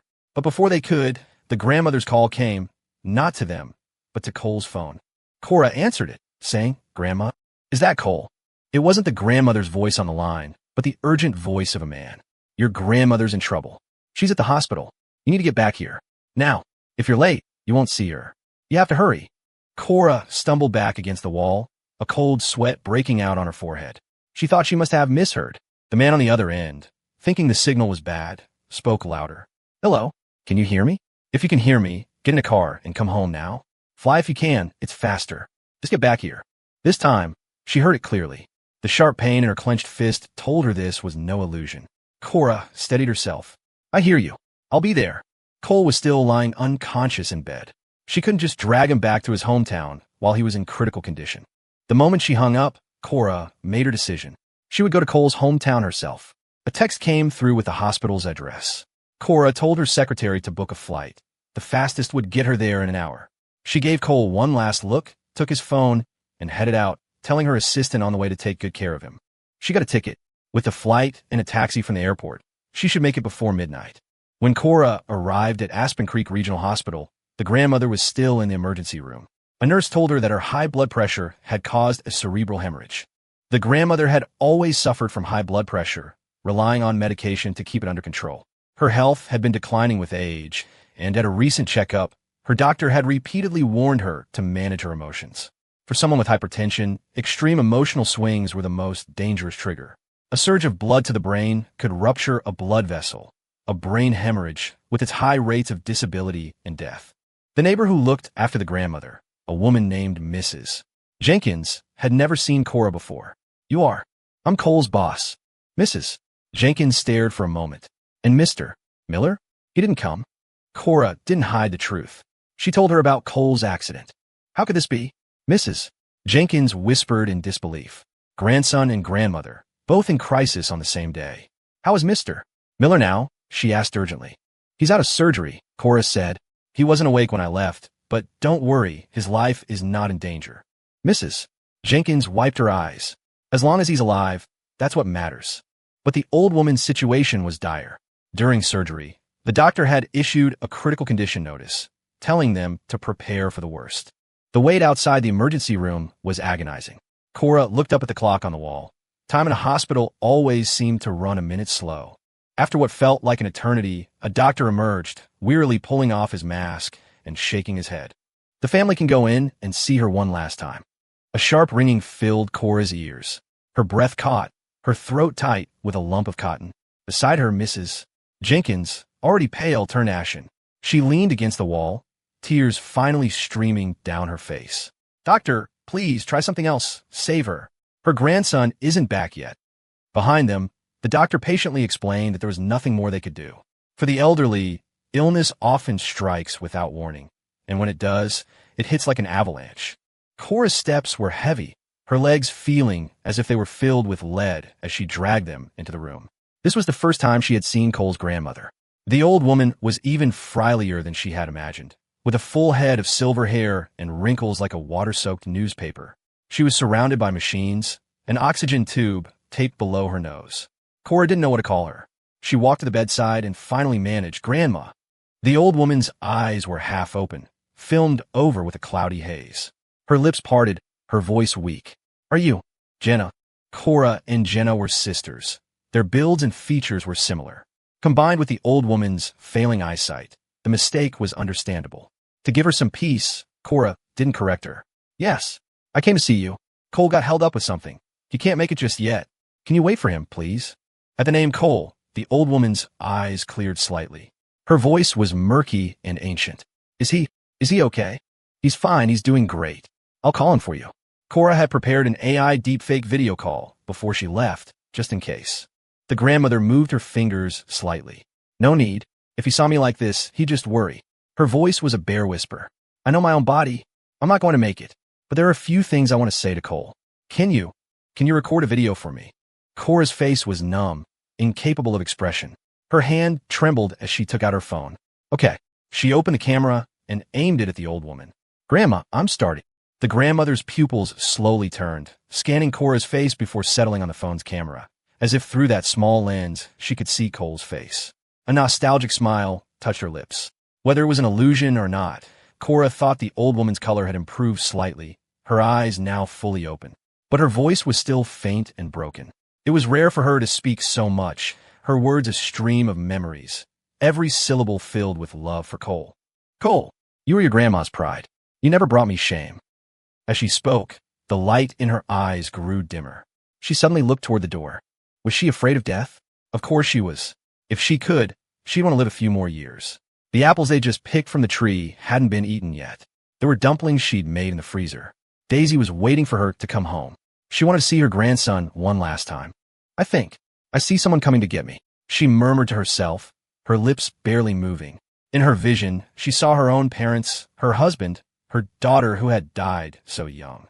So, you really do get to see your loved ones when you die? In that light, maybe death wasn't so terrible. "Young lady, can you tell me your name now? I know you're not Jenna." It seemed she couldn't fool the old woman's eyes after all. Cora grasped her hand. "Grandma, my name is Cora." "Cora." The grandmother repeated the name, as if engraving it in her heart. "Cora, with me gone, I'm afraid my grandson will have a hard time. Can I trouble you with one last favor?" Cora's fingers trembled, her voice choked with a sob. "Please ask. Help me look after him for a little while. Remind him to eat and sleep, not to ruin his health. He's the one I worry about most. But I know he's always been strong. He'll get through this." She raised her hand, grasping at the empty air. Cora quickly caught it in hers. "Grandma, I promise you, I'll take good care of Cole. I'll be there with him for you." A look of contentment passed over the grandmother's face. She let out a long, shuddering breath. "Thank you." She wanted to say more, to settle everything, but her life was slipping away. In their final moments, People call out for those they depend on most. The last word on the grandmother's lips was, "Mama. Mama, it hurts so much." The phone fell to the floor. The old woman's hand grew cold and stiff in hers, the pulse in her wrist vanishing like a kite with a snapped string. Without her noticing, the doorway had filled with people. Cora didn't recognize any of them, but she could see they were all grieving. Mrs. Jenkins, especially, was crying so hard her eyes were red and swollen. The town pastor sighed. With Cole not there, they would have to help with the funeral arrangements. Who could have imagined a joyous wedding would turn into a funeral? It was a stark reminder of life's unpredictability. Cole's grandmother died on the 21st of May. The weather was cool. It had rained that morning, as if the heavens themselves were weeping for her passing. And in the very moment she died, miles away in Denver, Cole jolted awake. The injury was to his right leg, but his heart was pounding with a sudden, violent pain. The agony was unbearable, forcing him from the depths of unconsciousness. His eyes fluttered open, unfocused, taking in the world around him. White. A world of white. White walls, white lights, white blankets. A stark, sterile white. He hated the color. He was still dizzy. Seeing him awake, the assistant rushed to call a doctor. As the medical staff checked him over, memories slowly returned, and his body flinched instinctively. Cole remembered. He had been in a car crash on the way to the wedding. His leg was pinned under the car door. He had struggled in desperation, and in a haze of fading consciousness, he had pulled out his phone and called Jenna. The call had connected. Jenna had said one thing. "Cole, I don't want to get married anymore. Let's just leave it at that." His leg had gone numb, the bone crushed and twisted, clearly broken just from the look of it. But in that life or death moment, he wasn't thinking about the wedding. He was thinking, if something happens to me, what will Grandma do? She had high blood pressure. She couldn't handle the shock. If he died, how would she bear it?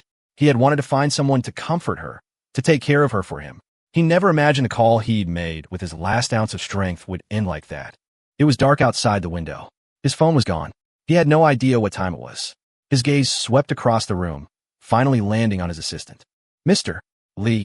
The assistant stepped forward. "Mr. Miller, what time is it?" 1 in the morning. "So late?" Cole asked cautiously. "What's the date today?" "May 21, SD. Cole let out a breath of relief. Only a few hours had passed. Nothing terrible could have happened yet. He tried to move his legs. The left one responded, but the right was completely immobile, the wound throbbing with a pain that even the medication couldn't dull. "What happened to my leg?"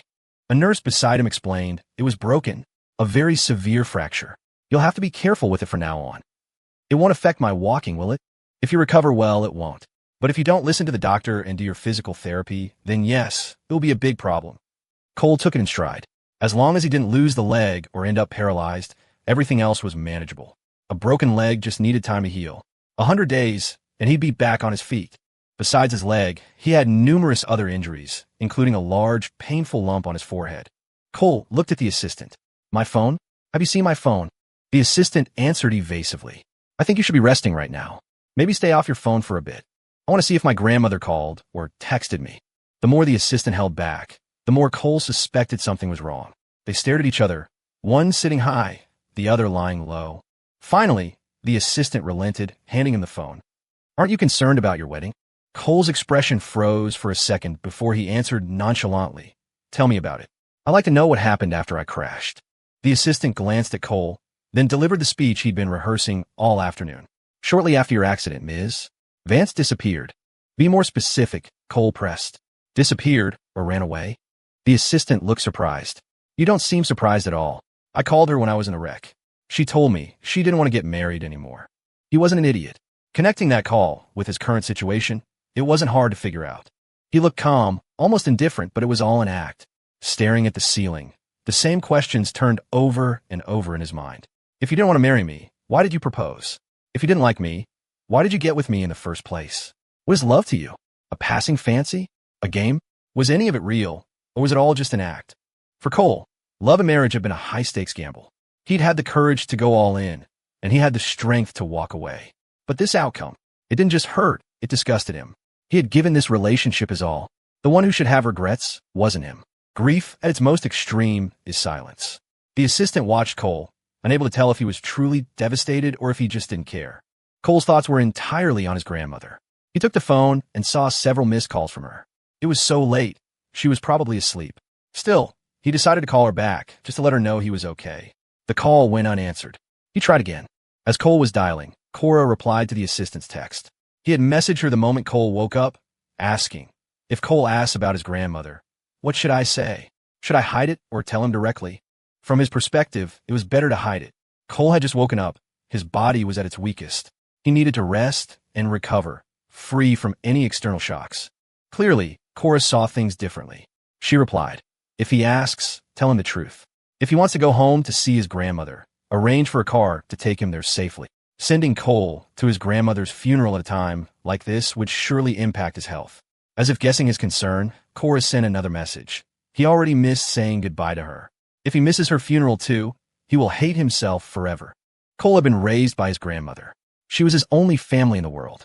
Putting himself in Cole's shoes, the assistant knew that if it were him, as long as he wasn't dead, he would crawl back if he had to. The doctor had said that since Cole was awake, he was out of immediate danger. Escorting him home in a private medical transport shouldn't be a problem.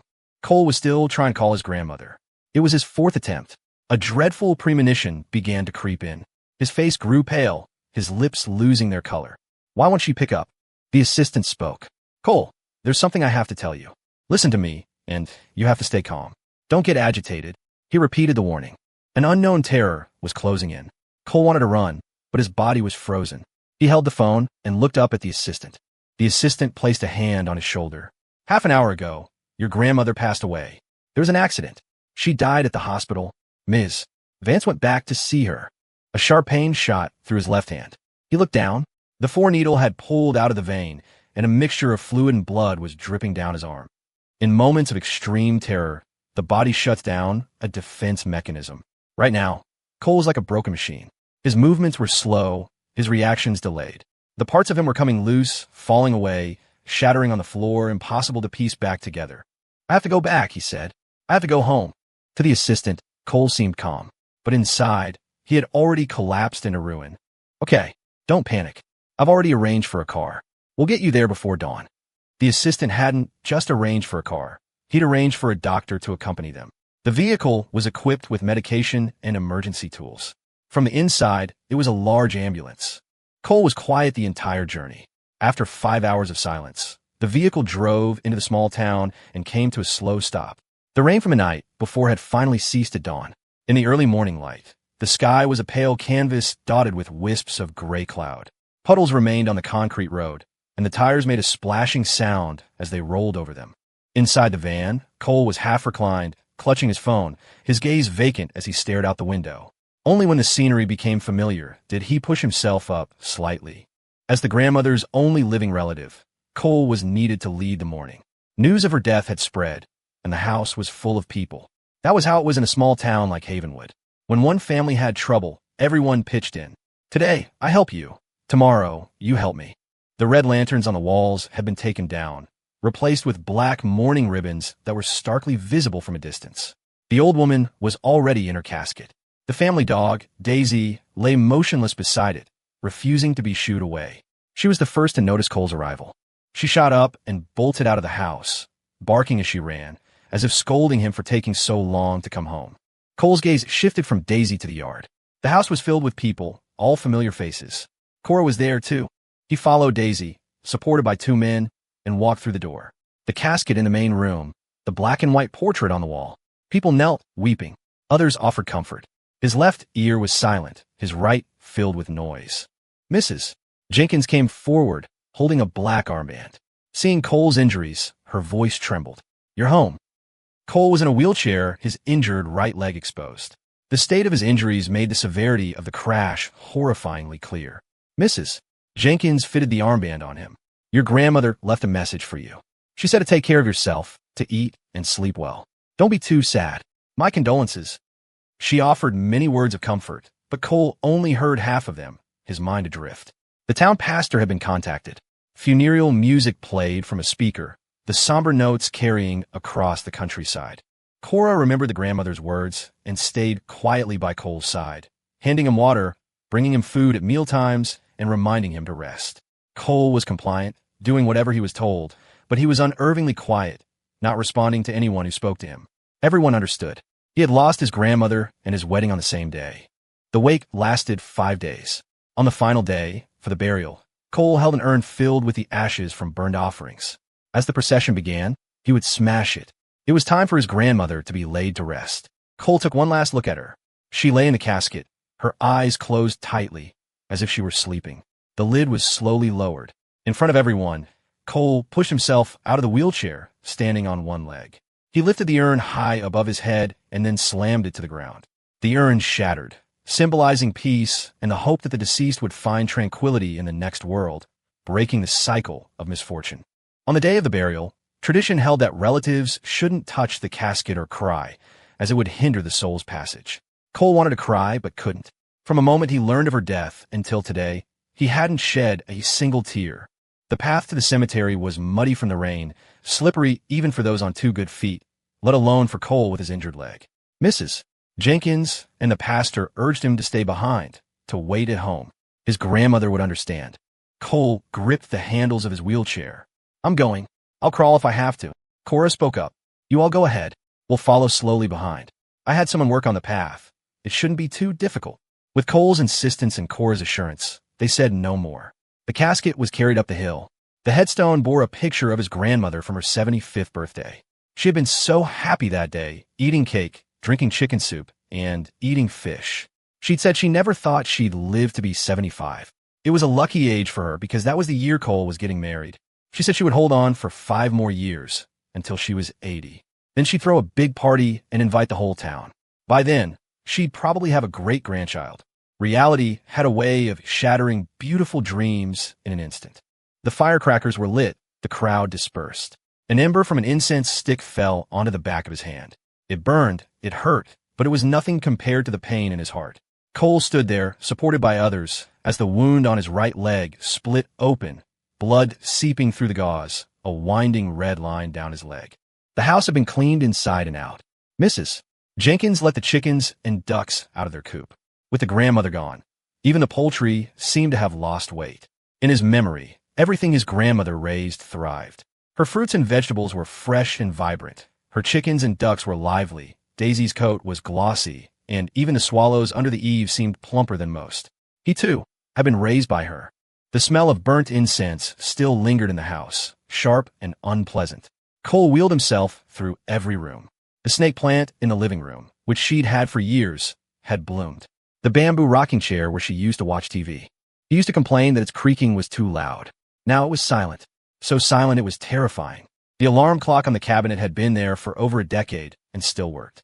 In the cabinet below were stacks of red envelopes. For the wedding, she had prepared them for the children in the town, with small bills inside. She had filled every one herself, using the money she'd made from selling a pig. She never spent the money he gave her, saving every penny in her bank account. She would buy him clothes worth thousands, but wouldn't spend a few hundred on a winter coat for herself. Cole remembered his grandmother's words, "Eat well." When the time came, he ate. There was still plenty of food left over from the funeral, but after 5 days, even the best food becomes tasteless. He opened the refrigerator. The freezer was filled with wontons and dumplings his grandmother had made. The crisper held apples. He had almost forgotten. It was apple season. The apple tree in the yard had been planted by his grandmother when she was young. Now it was taller than the house. The apples were ripe. She was too old to climb the tree, so she used a long bamboo pole to knock them down. Once they were perfectly ripe, they spoiled quickly, even in the fridge. Most of the apples were already bad. She had been saving them for the wedding feast. If there were leftovers, she was going to make apple butter. There was no feast, no apple butter. The beautiful apples had just been left to rot. Mrs. Jenkins saw them and slapped her forehead. "We've been so busy these past few days, I completely forgot about the apples in the fridge." She took them out and started sorting through them. "They've all gone bad. There are hardly any good ones left." "Mrs. Jenkins, you go on. I just want to rest here for a bit." She had been about to pick out the edible ones, but hearing Cole say he needed to rest, she put them down. As soon as she left, Cole pulled the bag of apples onto his lap. He took one out, peeled the skin, and shoved it into his mouth. The flesh was still sweet. He ate it ravenously, piece after piece, his movements getting faster, juice dripping from his mouth. The sweet fruit turned sour, then bitter. Cole stared at the juice on his hands. He had been deliberately ignoring the reality of his grandmother's absence, but now it crashed over him like a tidal wave. It hurt. It really, really hurt. The tears he had held back for 5 days finally came. Cole broke down, sobbing, clutching the apples to his chest like a homeless child, his whole body shaking. He had never broken down like this in his life. People always praised him for his good nature, saying he was too cheerful for a boy with no parents. That was because his grandmother's love had been so abundant it had overflowed, filling the empty spaces where self-pity might have grown. But now, the vessel that held all that love had shattered, and the love turned to pain, drowning him. "Grandma, the apples aren't good this year. They're too sour. So sour my teeth ache, my throat hurts." She was gone, but he could hear her anxious voice in his ears. "Then don't eat them. Leave them be. I'll cook them down with sugar and make apple butter for you to take back to Denver." She had told him to eat on time, to sleep well. He couldn't. He could force himself to eat, but sleep never came. He would lie awake until dawn. He hadn't cried when he learned she had died. He hadn't cried looking at her casket. He hadn't cried during the funeral or when her casket was lowered into the ground. He thought the tears would never come. Who would have thought a few sour apples would unleash them? He felt like he wasn't eating apples, but bitter medicinal herbs, the dregs stuck in his throat, a taste he couldn't spit out or swallow. His leg was the thing that was broken, but it was his heart that was in agony, twisted into a knot. The pain was so intense he wanted to rip open his own chest, break his ribs, and tear his heart out. In their darkest moments, people instinctively reach for the person they rely on most, a parent, a sibling, a lover. For Cole, there was only his grandmother. He only had his grandmother, and now she was gone. He was truly alone in the world. If he hadn't agreed to this wedding, would his grandmother still be alive? The apples were pulled from his hands. Someone wrapped their arms around him, holding him tightly, like comforting a child in the throes of a nightmare. A hand cupped his face, wiping away his tears. He opened his eyes and saw that it was Cora. Why was she still here? Cora knew that before a person breaks, they often fall into a deep quiet. It's the body's self-defense mechanism. When the reality of the loss finally hits, the pain comes back, magnified. Cole needed someone with him. Besides, she had promised his grandmother she would take care of him, that she would help him get through this. "Cole, your grandmother left a message for you. I recorded it. Do you want to see it?" As she spoke, Cora took out her phone. Cole didn't speak, but as she held out the phone, a desperate urgency flickered in his eyes. Cora played the video and handed it to him. The grandmother didn't say much. The whole video was only 8 minutes long. In it, she lay weakly in the hospital bed, telling the camera how much she would miss him. As if she had foreseen that Cole would blame himself for her death, she said to him, "Cole, you are your grandma's pride. Because of you, my life had meaning. Because of you, I was so happy. Don't blame yourself. This isn't your fault. It's theirs. You need to rest, get better, and make them pay." At a time like this, empty comforts were meaningless. To help Cole find his strength, Cora chose to make him confront his hatred. Hatred is a powerful force. It can make a person strong, help them grow, and become a relentless source of motivation. Who should I make pay? Cora pulled up the information she had gathered. Before she had the accident, your grandmother called Jenna's phone. In her car crash. It's connected to Dylan. Dylan is Jenna's ex-boyfriend. They broke up after her legs were injured. So, she had married him to force Dylan to come back and crash the wedding. Cole finally understood why Jenna had run away, why she said she didn't want to get married. But what did any of that have to do with his grandmother?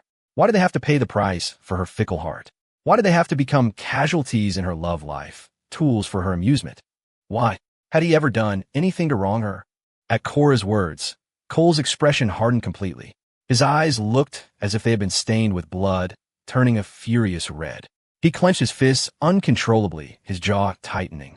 The next moment, he leaned over the armrest of his wheelchair and dry heaved, feeling a physical revulsion for someone for the first time in his life. Jenna didn't find out about the crash until the day after the wedding. At first, she didn't connect it to Cole.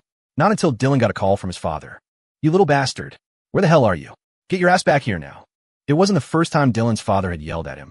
His expression was unfazed. "I'm not having fun. What's wrong? You have the nerve to be having fun? Were you behind that car crash on the main road?" Dylan froze. He had been so careful. He hadn't told anyone. How did his father know? "What crash? I don't know anything about it."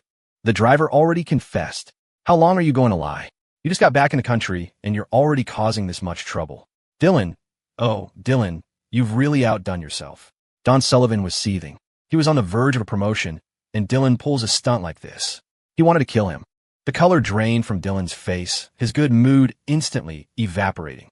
"You bring Jenna Vance back here now. Her parents have been calling me, looking for her. If you don't bring her back, I'll break your legs." Even through the phone, Don Sullivan's rage was palpable. Dylan didn't dare mess around anymore. He hung up and turned to Jenna, who was sipping an iced drink, basking in the sun. They were at a beach resort, planning to stay for half a month. Now, it seemed they had to go back after less than 3 days. Jenna, my dad called. He wants me to bring you back. I don't want to go back right now.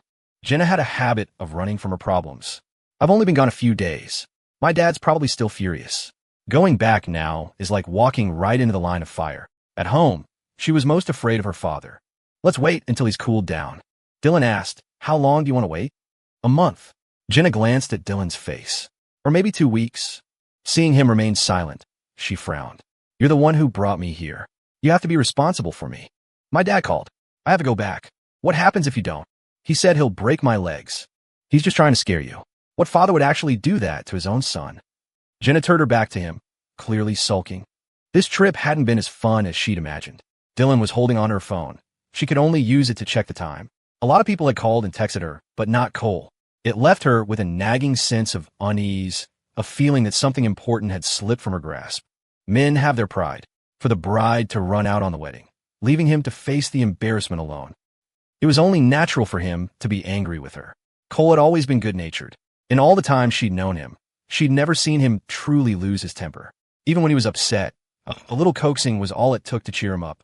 Jenna didn't want to marry him, but she still wanted to be friends. Cole was sincere and patient with her. When he cared about someone, he gave them his all. She couldn't bear the thought of cutting him out of her life completely. I'll just buy him a gift when I get back, Jenna thought. Apologize, be sweet to him. She was confident Cole wouldn't make things difficult for her. After all, from a networking perspective, she was his most valuable connection. No matter what she did, Cole would never leave her. With that thought, the unease began to fade. Not long after Don hung up, when he also called Dylan. Your father said that if you don't come back right now, he's going to freeze all of your bank accounts. It seemed they really had to go back. Robert and Eleanor Vance were far more ruthless. They had frozen all of Jenna's cards the day she ran away. For the past few days, Dylan had been paying for everything. If his accounts were frozen too, they wouldn't even have money for plane tickets. After mulling it over, Jenna decided to go back with him. But she didn't want to go home yet. She wanted to stay with Dylan. She never expected to be ambushed the moment they landed. Jenna was forcibly taken home and locked away. She was indignant, crying and screaming in the basement.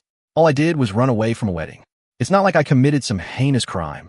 Seeing her complete lack of remorse, Robert Vance was so enraged he slapped her across the face. He pointed a trembling finger at her. You were the one who liked Cole first. You were the one who wanted to be with him, to marry him. We bought the house, planned the wedding, took the photos. All those people were there, and you just decided to run? Jenna never imagined her father would strike her. She covered her cheek in shock, stunned for 3 seconds before the reality sank in. Humiliation turned to fury. So what if I just suddenly stopped liking him?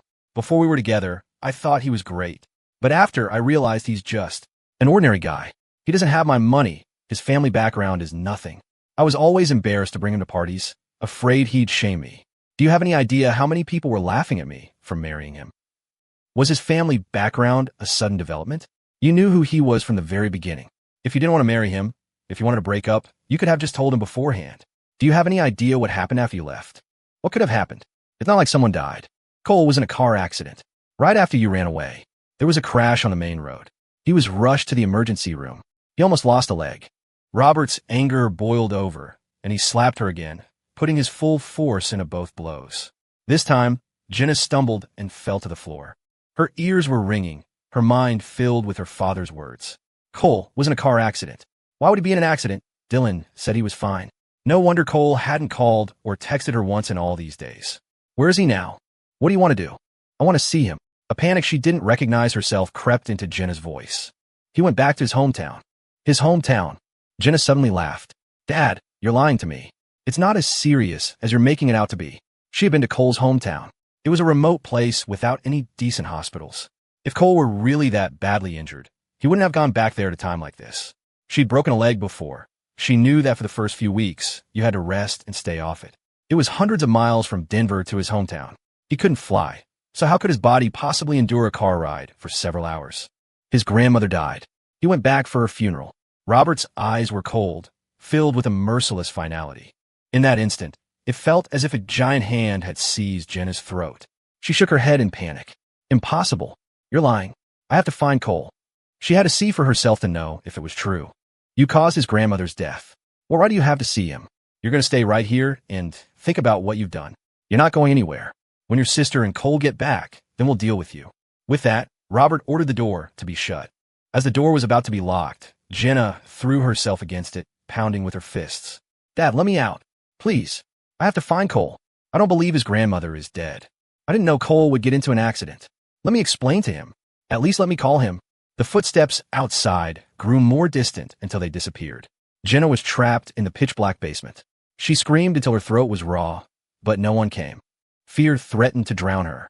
Jenna slumped to the floor, her back against the door, curling into a ball. Unconsciously, tears streamed down her face. Cole's grandmother was 75 this year. Just last week, when she'd visited, the old woman had been fine. How could she have died so suddenly? Her father said she had caused Cole's accident, that she had been the one to kill his grandmother. But she truly didn't know anything. She had just run away from a wedding on a whim. She had no idea all of this would happen. Jenna buried her head in her hands, her nails digging into her scalp as the scene of Cole's accident played out in her mind. She remembered he had called her then. Thinking back, he might have been calling for help. And what had she done? She had hung up without a second thought, extinguishing his last flicker of hope. If she hadn't hung up that call, would his grandmother still be alive? Her eyes burned, her face cold with tears. Jenna couldn't bear to imagine how Cole had managed to get home. While Jenna was locked away, Dylan was taken into custody by the police shortly after arriving home. The driver, John D., faced with the evidence, chose to confess, detailing everything that had happened. With the information Cora provided in the driver's confession, the police officially opened a case. Dylan had initially thought it was a minor issue, something he could solve with money. He never imagined it would involve a person's death. The police station was as bright as day, the overhead fluorescent lights illuminating every expression. Dylan's pale, panicked face was magnified, his pupils trembling with anxiety as he sat at the interrogation table. "You hired the driver to intentionally injure Cole Miller?" the officer questioned. "No." He looked up, but his eyes remained downcast. "I only told him to block Cole's car. I never wanted him to hurt him." "Why did you want to block his car?" "Because my girlfriend, Jenna Vance, didn't want to marry him. She wanted to run away and asked me to take her. I came up with that plan so we could get away smoothly. I know I broke the law, but I honestly never thought it would cause such a major accident. I think the driver is the one most responsible, not me." He acted on his own. Seeing him still trying to shift the blame, the officer slammed his hand on the table. "Still trying to argue? We've seen the text messages. Furthermore, that night, Cole Miller's grandmother called Jenna Vance's phone. Jenna said you had her phone the whole time. What did you say to the old woman on that call?" Dylan fell silent. His mind was in chaos. He had made plenty of mistakes in his life, but this was the first time he'd ended up in jail. The situation was not in his favor. The more he said, the more trouble he'd be in. "I want to speak to my lawyer." With overwhelming evidence against him, the best strategy was to admit fault, show remorse, and promise it would never happen again, hoping for a private settlement and negotiating a payout. This whole mess was tied to Jenna. She would have to bear half the responsibility and half the cost. Cole flipped through the file Cora had compiled. When he reached the end, he crushed the papers in his hands, turning them into a wad of trash. "Jenna and Dylan are back. One's in custody, the other's locked up. Do you want to go back?" Cole looked up at Cora, his gaze searching. "Jenna is your sister. Aren't you afraid of what I might do to her? I stand with what's right, not with family. She made a mistake, and she has to face the consequences." Cora bent down to pick up the crumpled papers. "Cole, you can use me to get your revenge. You can use my connections and resources to get ahead." Cole couldn't figure out Cora's motives. She was being good to him, abnormally so, far beyond mere guilt.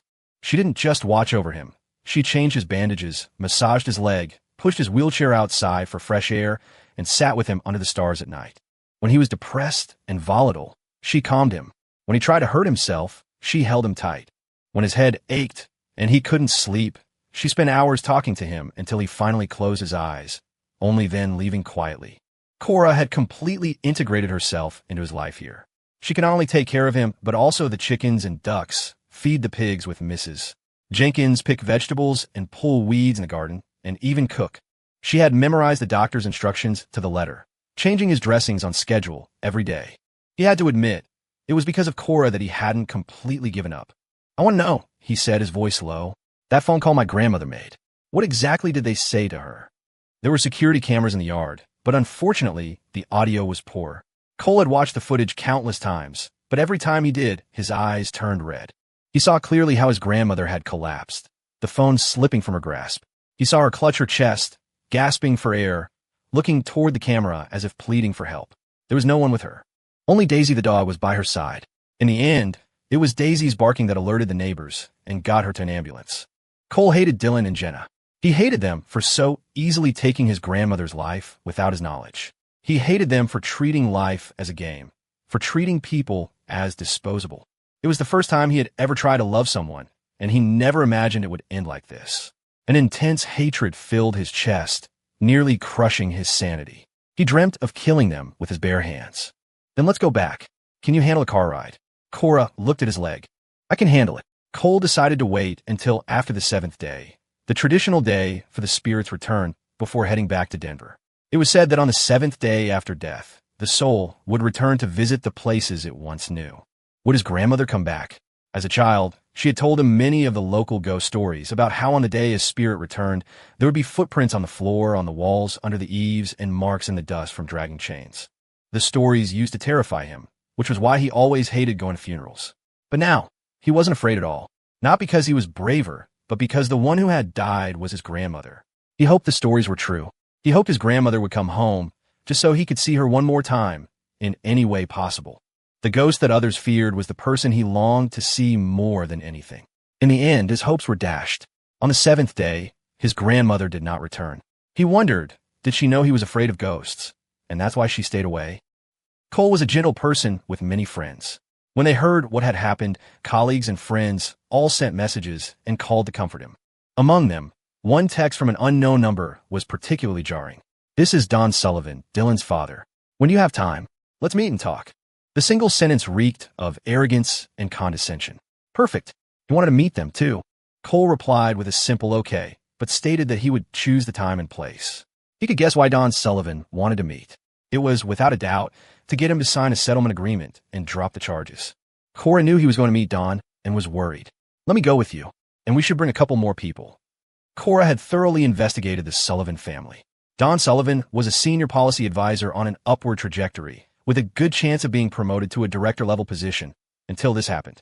For the sake of his career, Don wanted a private, peaceful resolution more than anyone. Cole didn't refuse her offer. It was always good to have a backup plan. You can wait for me outside. Cole and Don agreed to meet at a coffee shop near the police station. Before he went, Cora gave him all the information she could find on the Sullivan family, including Don's wife, Wendy. Dylan came from a very happy family. His father was a government official, and his mother and uncle ran a successful company together.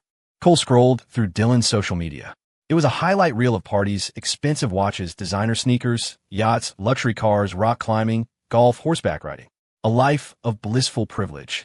Every video screamed wealth. In terms of background, he and Jenna really were a perfect match. On the road back to Denver, Cole was half reclined while Cora sat beside him. At first, she spoke to him, but her voice gradually trailed off until her head tilted to the side and she fell asleep against the seat. Cole had been so consumed by hatred these past few days that he hadn't really looked at Cora. Now he noticed the unhealthy pallor of her skin, the dark circles under her eyes. Her fingernails were worn, and a bandage was wrapped around one of her fingers. Cora had been incredibly busy, so busy she hadn't had a proper rest. She was not only looking after him, but also dealing with work and the fallout from the wedding. Anyone else would have buckled under the pressure long ago. The air conditioning blew softly.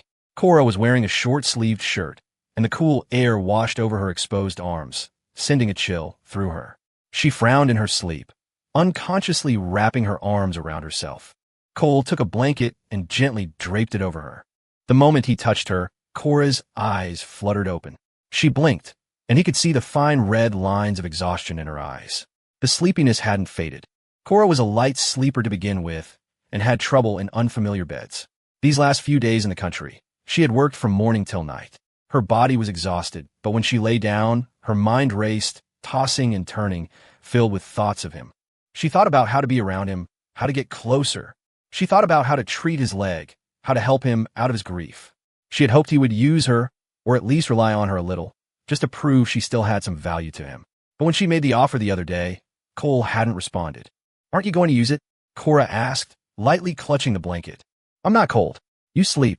Don't catch a cold. Cole's default setting had always been tolerance and kindness. He knew the world's harshness, but refused to become jaded. He understood reality, but wasn't cynical. He met darkness, but held onto the light. He wouldn't blame her for the mistakes Jenna made. He knew the difference between right and wrong. There was a small first aid kit in the car. Cole opened it, took out a new bandage, and handed it to Cora. The one on your hand is wet. You should change it. The cut was on her right ring finger from when she had been pulling weeds in the garden. Cora took the bandage and looked at it for a moment, then suddenly turned to Cole. My left hand is a bit clumsy. Can you help me put it on? It was a small ploy, and so he wouldn't see through it. She quickly added, Mrs. Jenkins was the one who put it on for me before. Cole didn't think anything of it. He tore open the new bandage and carefully wrapped it around her wound. The motion was gentle and precise. The bandage circled her ring finger, looking almost like a ring. The sight made Cora hold her breath, her heart thumping erratically like a fish flopping on the shore, flailing, struggling, but also, perhaps, thrilled. There! Cole looked up and met her gaze. The way she was looking at him was strange. As if jolted by an electric shock, Cora quickly looked away. She glanced down at her ring finger, wiggled it, and said, Thanks. Don't mention it. It was just a bandage. A small thing compared to what she had been doing for him, diligently cleaning his wounds and changing the dressings every single day. He figured she was probably doing it out of guilt, trying to compensate him. Cora leaned against the window and soon fell asleep again. This time her brow was smooth. They left in the morning and arrived in Denver in the afternoon. Cole didn't even stop to rest before going to meet Don Sullivan. Don had arrived first. A man cautious from his line of work, the first thing he did was demand that Cole place his phone on the table to prevent any recording. They sized each other up. In person, Don looked older than in his photos. The picture showed a man with black hair and glasses. The man before him had hair that was half gray, and he lacked the confident air from the photos. The stress of dealing with Dylan's mess had clearly taken its toll. Cole glanced at him once and then looked away. Don, however, continued to study him with a strange, meaningful intensity, as if he were looking at someone from his past. This guy is sick, Cole thought, his face impassive as he waited for Don to speak first. On behalf of Dylan, I want to apologize to you, Don began. Since it's already happened, let's talk compensation. Name your price. You want to buy your son's freedom with money? Yes. I hope you'll sign a settlement agreement so we can resolve this privately. Don stared at him. I've looked into your background. It hasn't been easy for you to get where you are. As long as you sign, I'll give you $5 million. You know, most people can't save that much in a lifetime. With $5 million, you can make some investments. Of course, I could also pull some strings, get you a respectable job. He had looked into Cole's background, but he hadn't bothered to learn about Cole the person. Don probably still thought he was some ordinary office worker making a modest salary, another workhorse on the 9-to-5 grind. But Cole had worked relentlessly for years. At the Vance Corporation alone, his salary and commissions were in the millions. He didn't need anyone to give him $5 million. He already had it. Don Sullivan was likely so used to being on top that he radiated an unshakable, misplaced confidence. Cole shook his head. Don had anticipated this. His voice hardened slightly. Then how do you want to resolve this? The law has laws. But if you want to set the law aside, then I want your son dead. After he's dead, I want his body ground to dust. Bang! Don slammed his hand on the table. Cole, don't push it. I came here today in good faith. If $5 million isn't enough, name another number. You can't afford my number. Don's eyes narrowed, his tone turning threatening. So, you're not going to let Dylan go. When bribery failed, he turned to threats, trying to intimidate Cole into submission. Cole was completely unfazed. That's right. Don scoffed. If you didn't want to negotiate, why did you even come? I wanted to see what kind of parents could raise an animal like your son. And now that I've seen you, I have to say, it's truly remarkable. You're like a rattlesnake in a nursery. Cole leaned forward, his voice dropping, poisonous and completely out of place. He picked up his phone, preparing to leave. Wait. Don, who had been furious just a moment ago, suddenly composed himself, a change as quick as an actor swapping masks. Cole, look at this. He pulled a photograph from his briefcase and slid it across the table. Cole recognized it immediately. It was a photo of his mother. How do you have a picture of my mom? Even he had never seen this photo. Because I'm your father. Don's gaze shifted from Cole's face to the photograph. You look a lot like your mother. All these years. I'm sorry I wasn't there for you both. Cole had known his whole life that he didn't have a father. Now, with Don Sullivan suddenly claiming the title, Cole stared for 2 seconds and then let out a sharp, derisive laugh. You're my father? I thought my father fell into a septic tank and drowned in shit. Heard his bones were pickled right through. Don's face tightened. I'm not dead. I know this is a lot to take in all at once. The hospital is nearby. We can go get a paternity test. Cole, you are my son. That makes Dylan your brother. We're family. And helping him is helping yourself. Once this is over, you can transfer your records to my name, change your last name, and you can inherit the family assets. Worried Cole didn't understand the Sullivan family standing. Don gave him a brief overview of their income. It wasn't on the level of the fiancée, but the numbers were still substantial. Faced with this bombshell, Cole's expression remained utterly blank. Don continued to play the emotional card. You're all grown up now. Don't worry, from now on, I'll be a good father to you. I'll treat you right. Whatever Dylan gets, you'll get too. Cole smiled. Threats and bribes. You're quite skilled at this, Mr. Sullivan. I imagine you use these tactics a lot in your work. You wait until now to tell me this? You think I don't know what you're trying to do? You're an old man playing childish games. Do you take me for a 3-year-old? Don almost lost his composure. His voice grew heavy. Cole, I understand you're angry, but we can't change the past. A man should only look at the present and the future. Yes, Dylan had someone hit your car, but look, your leg is fine, isn't it? It'll heal, and you'll walk normally. Forgive and forget. Think about it. Which is better, being a nobody or acknowledging me as your father and becoming a young master of the Sullivan family? One was nothing. The other had wealth and power. Leaping across social classes is nearly impossible. Without him, Cole would never climb that high. If Cole were smart, he'd know what to choose. I'd rather be your father. Cole shot back. Anyone who can say something like that must have forgotten to wipe their mouth after talking out of their ass. Do you think being related to you is some great honor? You're a pile of shit pretending to be gold. My life could have been clean, but you had to show up and contaminate it. That thing on your shoulders isn't a head, it's a tumor. And you want me to forgive and forget? What is that exactly? I should make myself miserable just to make you happy. If you think a broken leg is fine, then how about this? I'll break your legs. He had every right to be angry, so why should he back down? Cole was a kind person, but his kindness wasn't an invitation to be bullied. Some people just love to prey on the weak. If you don't fight back, they only get worse. So when someone wronged him, he would always retaliate. A punch thrown now saves you from 100 later. Cole's words were venomous. For every one of Don's, he returned 10. Don grew more and more incensed, his breathing shallow. He felt his hair turning whiter by the second. He shot to his feet, slamming his hands on the table, and glared down at Cole. How do you want to resolve this? Simple. Cole rested his hands on the arms of his wheelchair and looked up, meeting his eyes.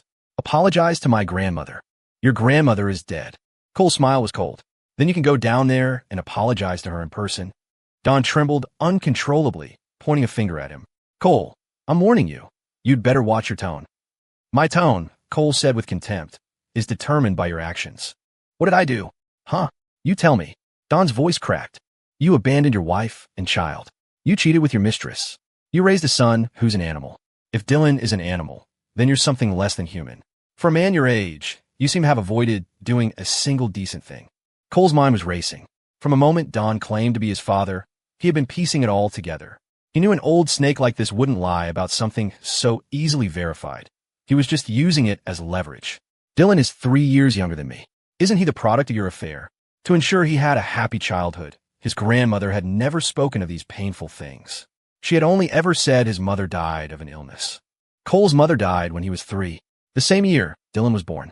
It was tragic, it was laughable, and Cole couldn't fathom how Don had the gall to admit he was his father.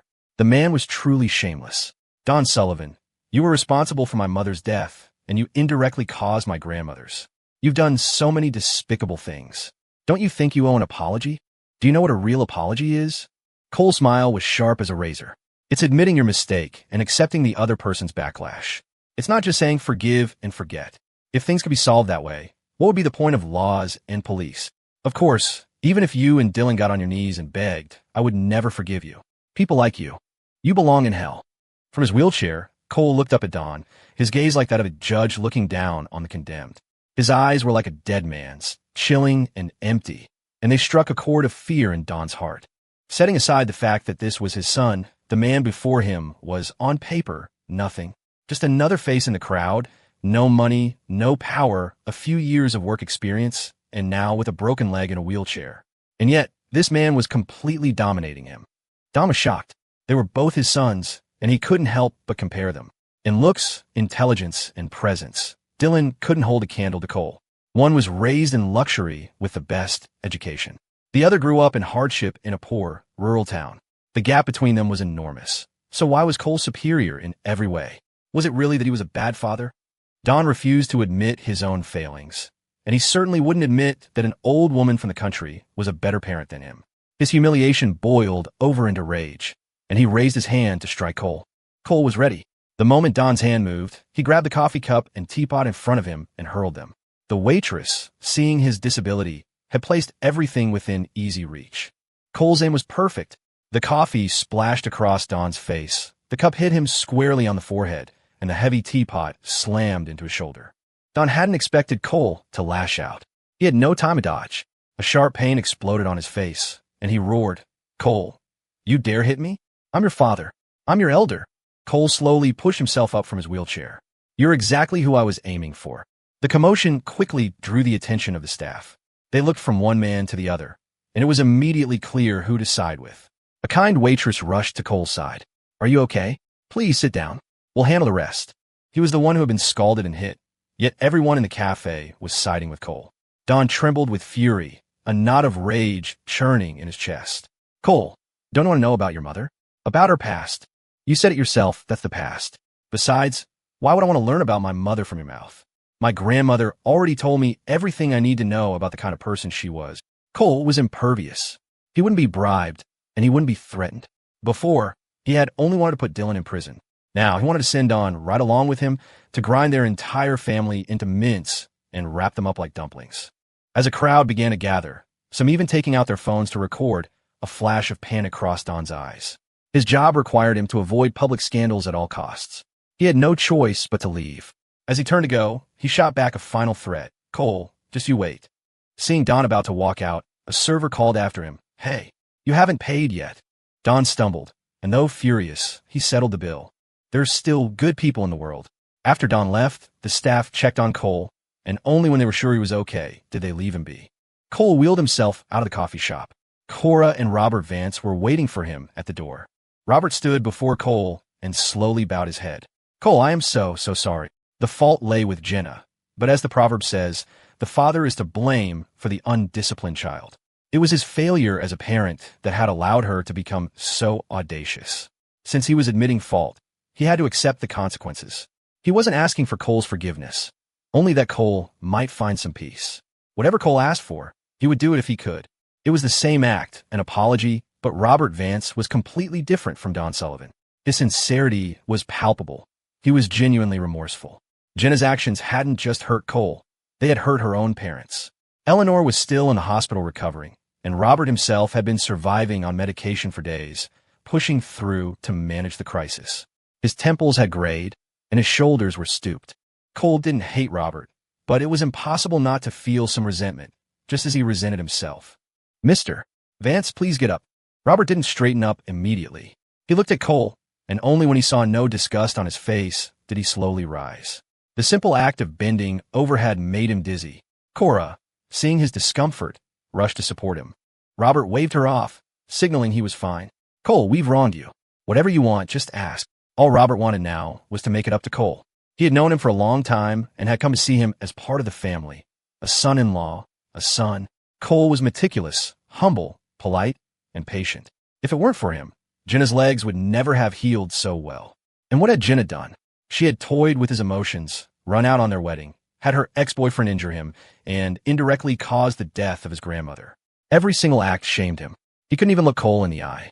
Robert's own eyes were red with guilt. He felt like he wanted the ground to swallow him whole. Cole noticed Robert's hands were shaking. He was speechless for a long moment before finally saying, "I want to see Jenna. She's locked up right now. If you want to see her, I'll take you." Whatever Cole asked, Robert agreed without a second thought. He helped Cole into the car, and they drove to the Vance estate. Robert and Eleanor had been too lenient with Jenna, which was how she had become so spoiled and arrogant. Cole had assumed locked up meant she was confined to her bedroom. He never expected they had actually put her in the basement. For the past few days, Jenna had been living on bread and water. Her phone had been confiscated. She spent her days either sleeping or staring into space. On the first day, she threw tantrums, shouting threats and refusing to eat. On the second, she broke down, crying and begging to be let out. By the third day, she was dizzy with hunger. Realizing her parents were serious, she fell silent, drinking the water and eating the bread they gave her. Now, Jenna was on the verge of a complete breakdown. When she heard a noise outside, she initially thought it was the housekeeper bringing her food and didn't move from her corner. But then the door opened. She looked toward the light. Was she hallucinating? Why was she seeing Cole? She pinched herself to make sure it was real. Besides Cole, Cora and her father were also there. But her attention was entirely on Cole. She took in his appearance, and when her eyes landed on the cast on his right leg, it was like being stabbed with a needle. Her father hadn't been lying. Cole's leg was really broken. She had broken her leg before. She could tell how severe his injury was. It was near the knee. A small mistake there could lead to a lifelong disability or even amputation. Jenna's lips trembled. She looked up into Cole's eyes, trying to read them. They were heavy, severe, his dark gaze an invisible weight, filled with an extreme, visceral disgust. Cole had never looked at her like that before. As Jenna was looking at him, Cole was looking at her. He didn't know how long she had been locked up, but she was a shadow of her former self, thinner than she had been a week ago. Her once flawless skin was sallow and dull, her hair a tangled mess. She clearly hadn't washed in days. She looked dirty. The heiress was gone, replaced by someone you wouldn't look at twice in a crowd. Under Cole's scrutiny, Jenna shrank, curling into a ball, trying to hide from his gaze, not wanting him to see her in such a pathetic state. Cole, let's break up. They spoke at the same time. Cole had always been one to see things through. He believed in clean beginnings and clean endings. If they were together, they were together. If they were breaking up, it had to be official. Break up first, then get revenge. Keep the hatred pure. Jenna hadn't expected his first words to be about breaking up, though she had seen it coming. But hearing the words themselves, she didn't feel as indifferent as she'd imagined. Instead, a sharp pain like a fishbone lodged in her throat made it hard to breathe. Jenna fought back the dull ache and explained in a hoarse voice, I didn't expect the person Dylan called to actually crash into you. I'm sorry. I didn't know the call you made was a call for help. Cole's gaze didn't waver as he listened to her shift the blame. A corner of his mouth twitched. Dylan wouldn't have had the guts to pay a driver to hit me. In the end, weren't you the one who gave him the courage? We were strangers. He liked you. You strung him along, and you gave him your silent approval to hurt me. The fault lies with you. It was you who played both sides, who couldn't manage your own feelings, and who lacked the basic decency to be faithful. That's what caused all of this. Cole's glacial stare chilled Jenna to the bone. She scrambled for words, her defense a tangled mess. How can you blame everything on me? I swear I didn't know what was going to happen that day. I was wrong, okay? I shouldn't have run out on the wedding. But that's all I did wrong. It was a moral failing, not a crime. Jenna found a sliver of courage in her own specious argument. She was at fault, but it wasn't a capital offense. To put it bluntly, she hadn't been the one to drive the car that hit him.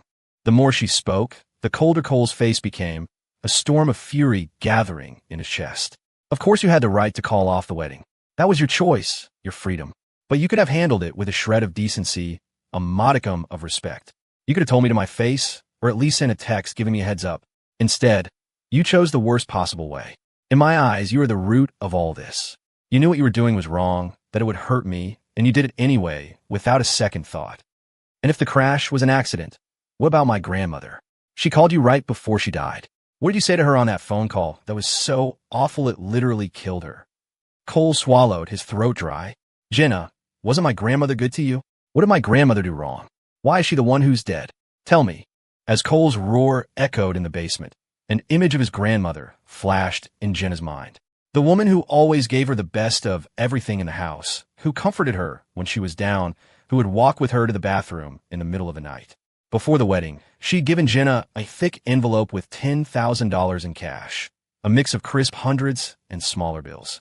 To Jenna, $10,000 was a few nice dinners. But for an old woman in a small town, it was a year's worth of scrimping and saving. Jenna's shoulders began to tremble. I don't know. All you can say is you don't know. You think a simple, I don't know, washes away all the sins you've committed? Jenna, you're truly shameless. He suspected that when her father had slapped her, he'd torn the skin from her left cheek and grafted it onto her right. Otherwise, how could she be so two-faced? One side shameless, the other just thick-skinned. Jenna scrambled to her feet and lurched toward Cole. Cole, listen to me. I thought about leaving, but I never wanted to hurt anyone. After I left the hotel, my phone was with Sean the whole time. I never even knew your grandmother called me. I only found out about your accident after I came back. You can ask my dad if you don't believe me. You can go ask Sean. She explained desperately, like a death row inmate making a final appeal. Cole, I was wrong, but I don't deserve to die for this. Please, give me a chance to make it right. I'll make it up to you. I'll compensate you. Anything I can do, I'll do it. We can get married, have another wedding. Even murderers get a chance to argue for a lighter sentence in court. Don't just condemn me like this." Cole laughed, a sound devoid of all humor. It was the most pathetic joke he'd ever heard. Get married again? The person who had a hand in killing his grandmother actually thought she could marry him? How did Jenna even have the nerve to say it? Maybe being locked up had actually driven her insane, made her spew such shameless nonsense. Jenna's words didn't just infuriate Cole. They enraged Cora, who had been standing silently by. Cora glanced at the veins bulging on the back of Cole's hands. She took 2 steps forward, and just as Jenna reached for Cole, Cora slapped her across the face. Weakened and frail from her confinement, Jenna's body crumpled to the floor with the force of the blow. Before she could even register what had happened, Cora was on top of her, one hand clamping around her neck, the other delivering a rapid succession of slaps to her face. The quiet basement echoed with sounds like firecrackers going off. No one had expected Cora to be the one to strike. In their minds, Cora was aloof. She might lose her temper, but she was above physical violence. With a stone-cold expression, Cora easily pinned the struggling Jenna. When she tired of slapping, she switched to her fists. Cora's own hands were turning red, but Jenna's face was a disaster. Already sallow, it was now a mottled canvas of red and purple, like a painter's palette. Finally, Jenna spat out a mouthful of blood. She tried to curse, but Cora's fist met her mouth, silencing her. Humiliation burned through her. She glared at Cora with pure hatred, and when she saw Cora raise her hand again, she squeezed her eyes shut in terror. Throughout the assault, no one intervened. "Mr." Vance raised a hand as if to stop it, then let it fall. Compared to him, Cora was far more ruthless. Beating someone was exhausting work. It wasn't long before Cora was slick with sweat, her heart pounding, her breathing ragged. She slowly stood up and kicked Jen aside. You know why the death penalty exists? Because some people are beyond rehabilitation. Just like toxic waste isn't worth recycling. You still want to remarry Cole? Do you think marrying you is something to be proud of? You would only drag him down, lower his quality of life. From beginning to end, you were never good enough for him. You're a useless, overgrown infant. Cora kicked her again, treating her less like a person and more like a free punching bag. Speak up. You were so talkative a minute ago. What's wrong? Cut out your tongue. Jenna spat another mouthful of blood and lifted her swollen eyes to glare at Cora. This is between me and Cole. What right do you have to lay a hand on me? I need a right to hit you? Should I have gotten a license first? Cora planted her foot on Jenna's heaving chest, the toe of her shoe tilting her sister's face up. The gesture was light, but the insult was crushing. She stood over her, looking down from on high. In that moment, Jenna hated her with every fiber of her being. If she could move, if she were stronger than Cora, she would repay this pain 100 times over, peel the skin from Cora's bones, dismember her, subject her to a death by 1,000 cuts. What's with that look? You don't like it. Cora met Jenna's hateful gaze without flinching. You said you want to compensate Cole. In my opinion, real compensation is making you suffer just as much as he has. With that, Cora looked back at Cole. Cole, do you think I'm right? As Jenna watched in horror, Cole nodded.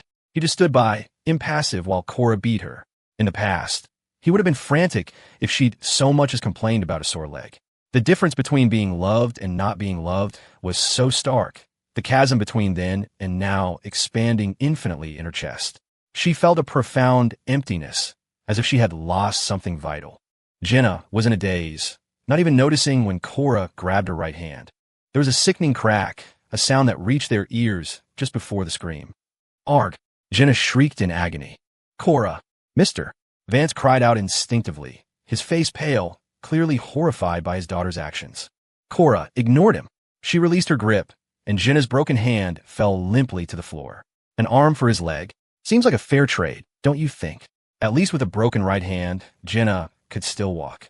Cora turned to her father, a smile on her face. Dad, I should get credit for not breaking her leg directly. If you want to let her off the hook, I might have to go find a baseball bat. She glanced coolly at Jenna's legs. A broken bone in her arm can heal. A leg, that's not so certain. Mister. Vance opened his mouth, but no words came out. He finally looked helplessly at Cole, hoping this had been enough to appease him. Cole wheeled himself over to Jenna. He was seated. She was sprawled on the ground. Whether from pain or fear, Jenna was covered in a cold sweat, her consciousness fading. She forced herself to look at Cole, feeling as though he were a spectator in the audience of her personal tragedy. I used to think choices weren't right or wrong, just things you were willing to live with. That regretting a decision was a shameful thing. But now I truly regret it. Being with you was the worst decision I ever made. Jenna listened to the words tumbling from Cole's mouth, each one a blow that brought her closer to blacking out. This was so far from her script. In her version of the story, Cole was easy to handle. He came from a poor background, and his grandmother had raised him to be kind, gentle, grateful, and empathetic. A little bit of kindness was all it took for him to remember you forever. In the months they were together, she had perfected her technique. Never be too nice, lest he become a clingy leech, but never be too cruel, lest he get fed up and bolt. As if seeing straight through Jenna's false exterior to her manipulative core, Cole edged the wheelchair forward. A wheel rolled onto the fingers of her left hand, pressing down, grinding back and forth. The jolt of pain ripped Jenna from her fantasy. She let out a choked scream, tears, sweat, and saliva streaming down her face. Her right arm was useless, so she writhed her upper body, trying desperately to pull free. But no matter how much she struggled, Cole remained motionless. He was indifferent to her pain. If looks could kill, Jenna would have been run through with 1,000 knives. Jenna, in your script, was I just some weak-willed loser destined for a tragic end? Cole's expression was calm and resolute. Unfortunately for you, I wasn't broken by any of you. I didn't give up, I didn't drown in despair, and I certainly didn't start hating myself. I'm living my life with composure and dignity. Now and in the future, I won't let the damage you caused destroy me. I will love my life, and I will enjoy it. The greatest punishment, the ultimate revenge, was to make yourself better, to live a better life than your enemy, to become blind and deaf to their existence.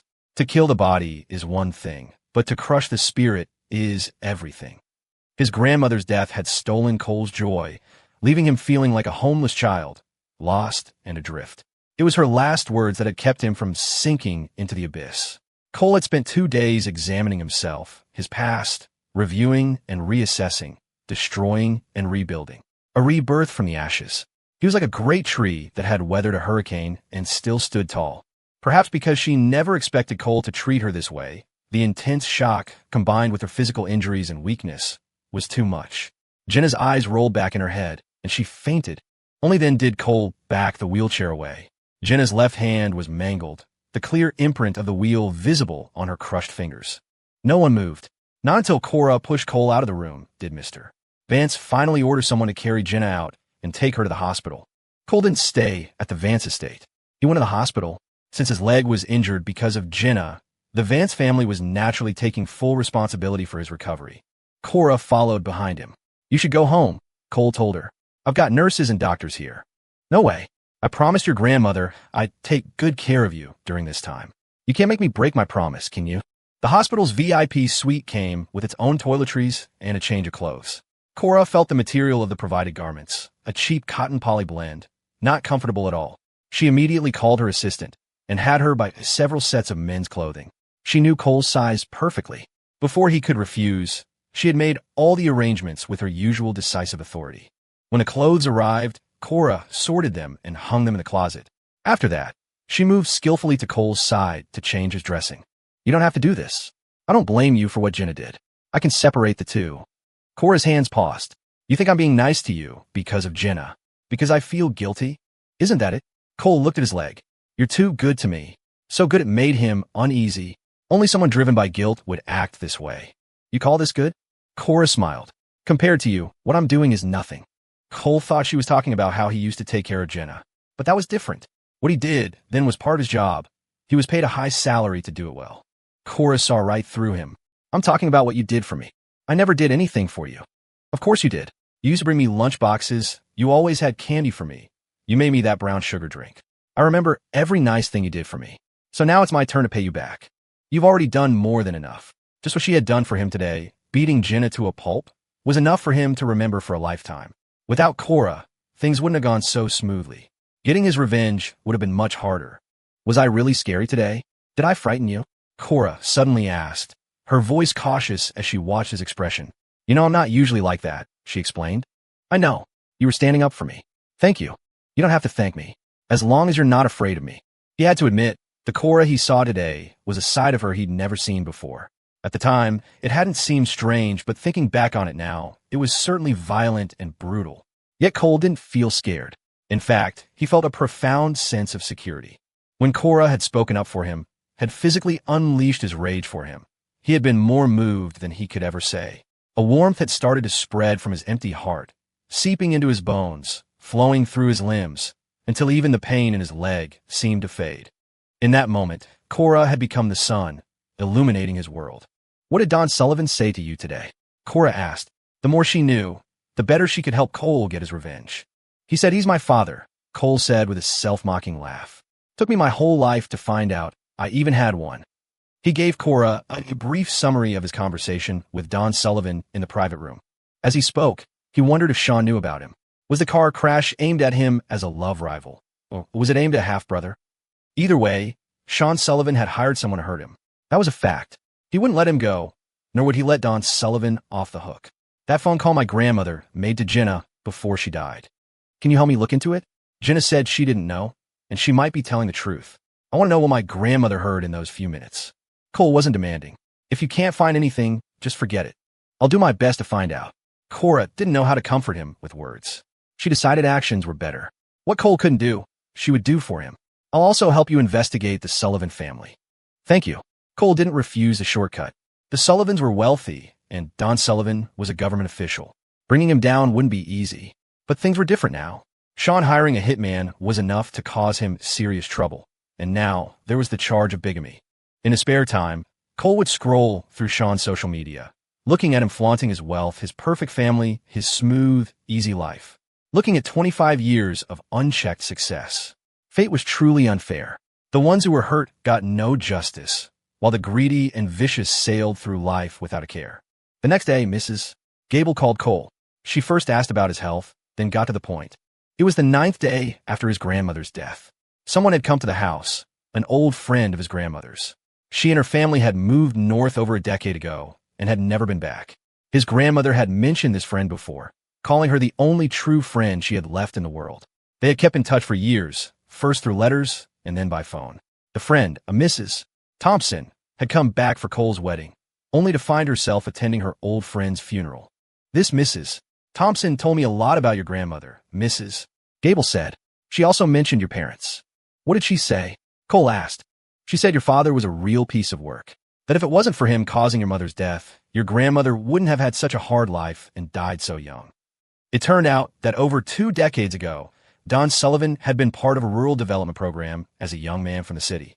In Havenwood, he met Cole's mother, sweet-talked her into marrying him, and used the marriage to secure a credential that allowed him to return to the city with better prospects. Back in Denver, he met Wendy through work. They began an affair. Just as Don Sullivan's career was taking off, Cole's mother died in an accident. Cole was 3 years old. That same year, when he gave birth to Sean. Soon after, Don Sullivan married her. Having lost his mother, Cole became a superfluous presence in the house. Ignored, abused, so malnourished his head looked too big for his body. If his grandmother hadn't taken him away, he likely would have died there. How did she get him away? She had knelt in the pouring rain, begging Don Sullivan to grant her custody. Don Sullivan and Wendy had also forced her to swear an oath. She was never to set foot in Denver for the rest of her life. She was to die in that rural town. If she broke the promise, her grandson would face a lifetime of hardship, illness, and disaster. His grandmother made that toxic promise, and she kept it. She never once left the town, never came to Denver. She didn't even attend Cole's wedding.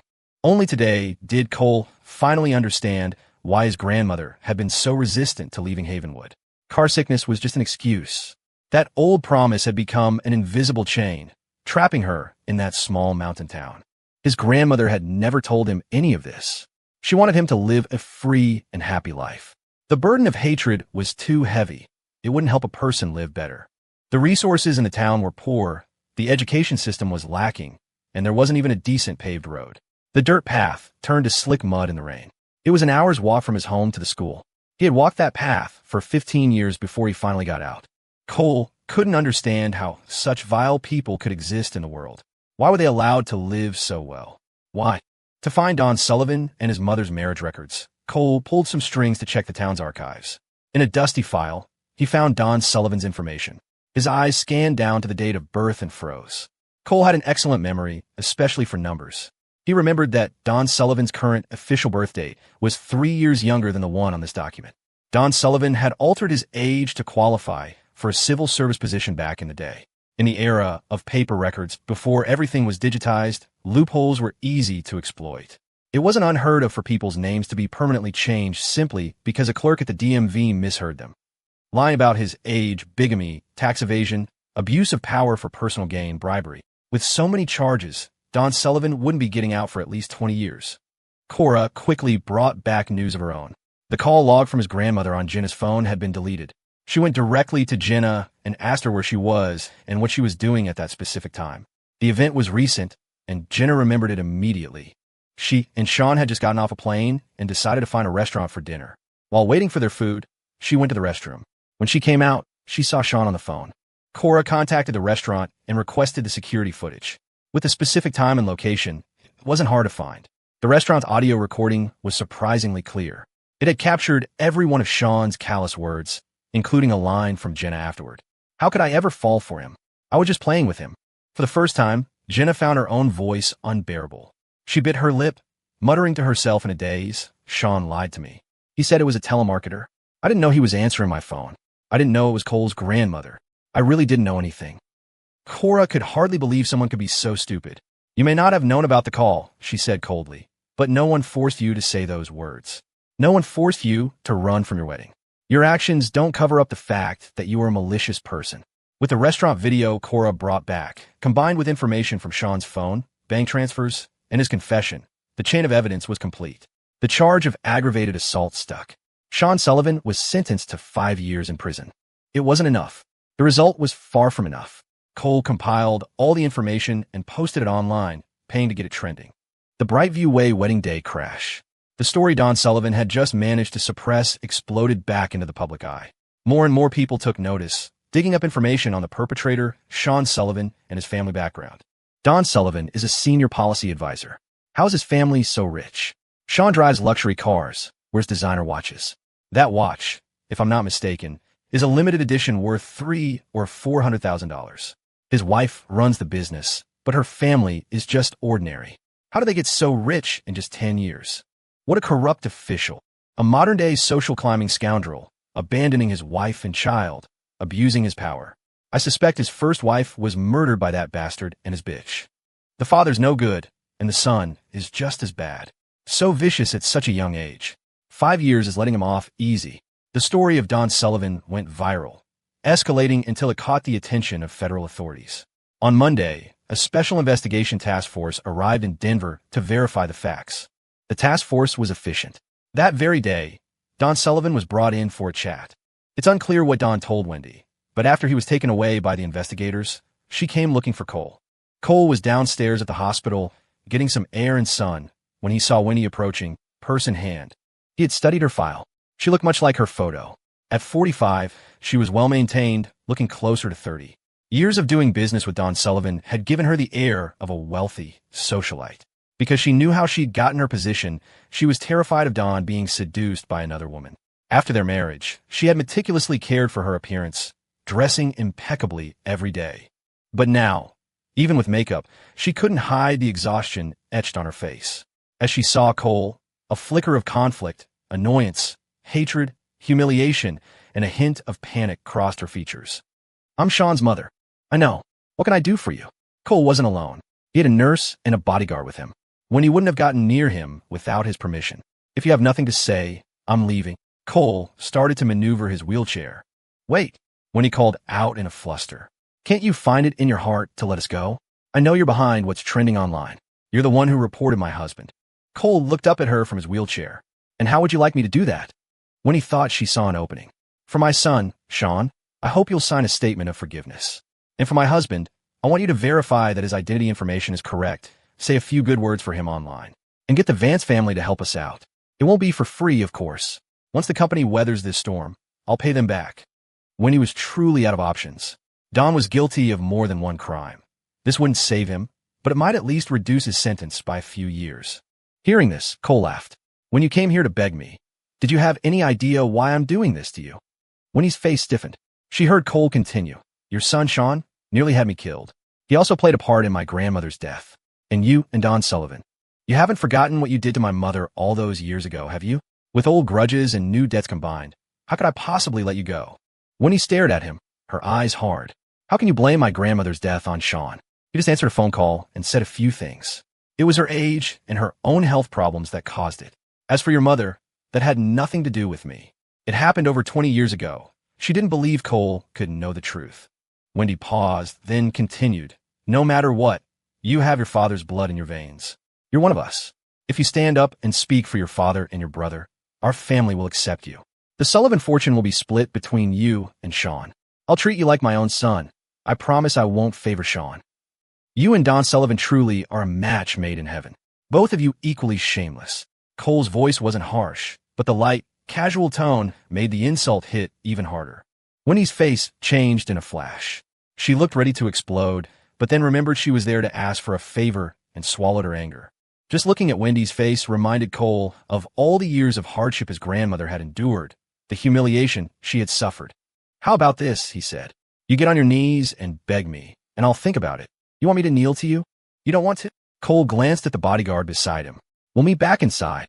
Wendy took a step forward, her fingers digging into the fabric of her skirt. If I kneel, you'll sign the forgiveness statement? You'll get the Vance family to help us. Cole didn't speak, just watched her with a meaningful gaze. Kneeling to someone so much younger was a profound humiliation for Wendy, but she had no other choice. She took a deep breath and stiffly lowered herself to her knees. Is this good enough? Seeing her reluctance, Cole sneered. Is it your attitude when you're begging for something? What more do you want?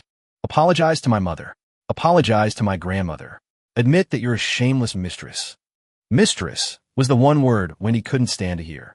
It was the stain on her life. She never admitted to being Don Sullivan's mistress. In her view, the one who isn't loved is the third wheel. Cole looked as if he was about to leave at any moment. Wendy was cornered. She lowered her head, her eyes red, and whispered, I'm sorry. I shouldn't have seduced Don Sullivan. I shouldn't have been a mistress. Louder. Did you not eat today? Wendy hadn't eaten. She had been running around for days, begging people to help Don and Sean. Anxiety and exhaustion had stolen her appetite. She gritted her teeth. I'm sorry. I shouldn't have been a mistress. As the words came out, tears streamed down her face. And Cole's face darkened, his expression terrifyingly serious.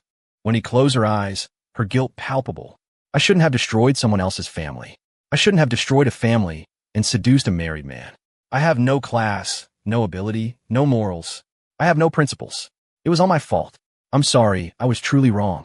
Was she really sorry? No. She just knew her family was finished, that her life of luxury was over. People like her were brazen and shameless. Even if she could go back in time, she would still be scheming how to seduce a man and climb her way to the top. Wendy's face was buried in her chest, her back bent. She clutched her skirt, anxiously awaiting Cole's answer. Cole, holding onto his wheelchair, suddenly laughed. He laughed loudly, laughed until tears streamed down his face. Both Don Sullivan and Winnie were nothing but paper tigers, all surface and no substance, not worth fearing. And yet, people like this had killed his mother, had caused his grandmother to lose her daughter and spend a lifetime trapped in the mountains. Hearing his laughter, Wendy looked up, bewildered. What are you laughing at? I've thought about it. I've decided you all deserve to die. Wendy's eyes widened in fury. You tricked me? Cole smiled. I only said I'd consider it.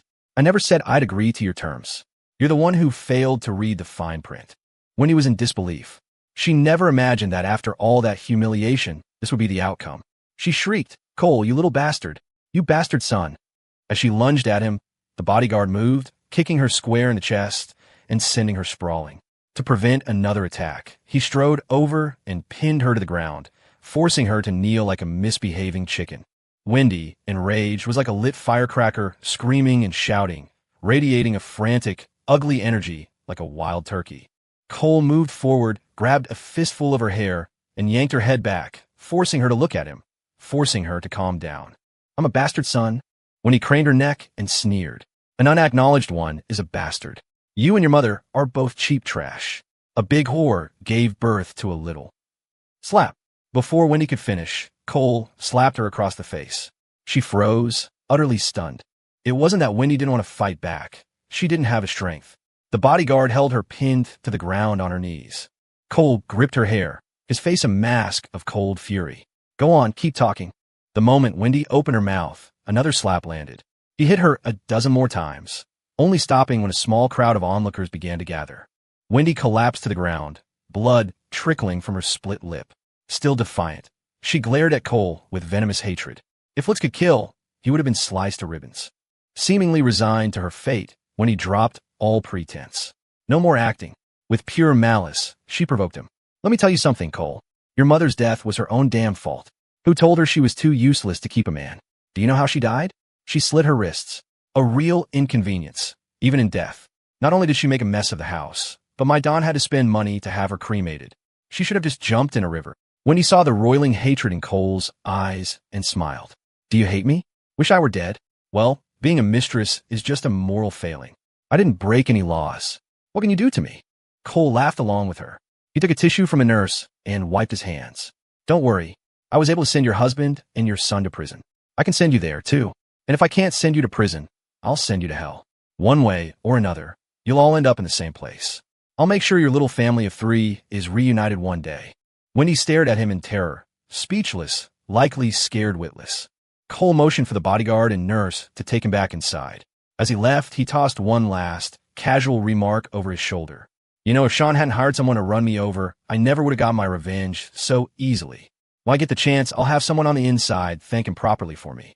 Cole glanced idly at the surrounding crowd, then leaned back in his wheelchair and closed his eyes. The Special Investigation Task Force quickly concluded its work and published the results online. Over the years, Don Sullivan had engaged in numerous illegal activities by abusing his power. It was like pulling up a turnip and getting all the mud with it. Everyone connected to him, including retired colleagues, was investigated. Anyone found guilty of disciplinary or legal violations was punished according to the law. Demotions, dismissals. In just 1 month, countless people were taken away, processed, and fired. The sky over Denver had completely changed. As for Don Sullivan, he was imprisoned for multiple crimes, including falsifying identity information, bigamy, tax evasion, embezzlement, and bribery. He was destined to spend his final years in prison. How could these people not understand? Power is granted by the people for the welfare of the people. It is not meant for exploitation, oppression, persecution, or contempt. Those who climb up by trampling on the interests of the people will one day be brought down by the people. Don Sullivan and Sean were sentenced at almost the same time. The former got 22 years, the latter 5. It took the Sullivan family 10 years to build their fortune. It took only 1 month for it all to collapse. The only one who escaped prison was Wendy. The company went bankrupt, drowning in debt. She was hounded by creditors, and it was rumored her face was disfigured during one of the confrontations. Good. If she didn't want her face, she might as well not have it. Cole's leg healed slowly, perhaps because he wasn't resting enough. The cast, which should have come off in about 6 weeks, stayed on for 10. The day it was removed, Mr. and Mrs. Vance and Cora all came to the hospital. Mr. Vance asked the doctor about precautions, whether the bone had set properly, the prognosis, and if there would be any long-term effects. Long-term effects were inevitable. An injury that, deep down to the bone, might heal on the surface, but a fracture line would always remain. He would experience pain in his leg during cold weather, the kind of chronic ache old people get. It could also lead to rheumatism. When the leg hurt, his gait might be affected, causing him to walk on his toes. He also wouldn't be able to do heavy labor, like lifting heavy objects. Strenuous exercise was out of the question. Cole used to love running, easily doing 10 kilometers at a time. Now, that was impossible. The more the couple listened, the guiltier and more remorseful they felt. They were at a loss for words. After a long pause, Mr. Vance finally spoke to Cole. We bear a great responsibility for your leg. If I could, I would trade my own leg for yours. Mr. Vance had thought it over and finally decided on a compensation plan. What do you think of this? I'll give you 2% of the Vance Corporation's shares, plus $60 million. Since you can't be my son-in-law, I'll take you as my godson. Dad! Cora's sharp cry made him jump. Mr. Vance turned to her. You don't agree? No, the first part is fine, but the second part, I think. What's wrong with the second part? I don't have a son, and Cole is so capable and talented. It's perfect for me to adopt him as my son. Cora frowned, annoyed and anxious. If her dad made Cole his godson, wouldn't that make them brother and sister? She shot her father a resentful glare. Mr. Vance didn't get it, but Mrs. Vance, who had been quiet, seemed to notice something. She gently tugged her husband's sleeve, signaling him to shut up. Mr.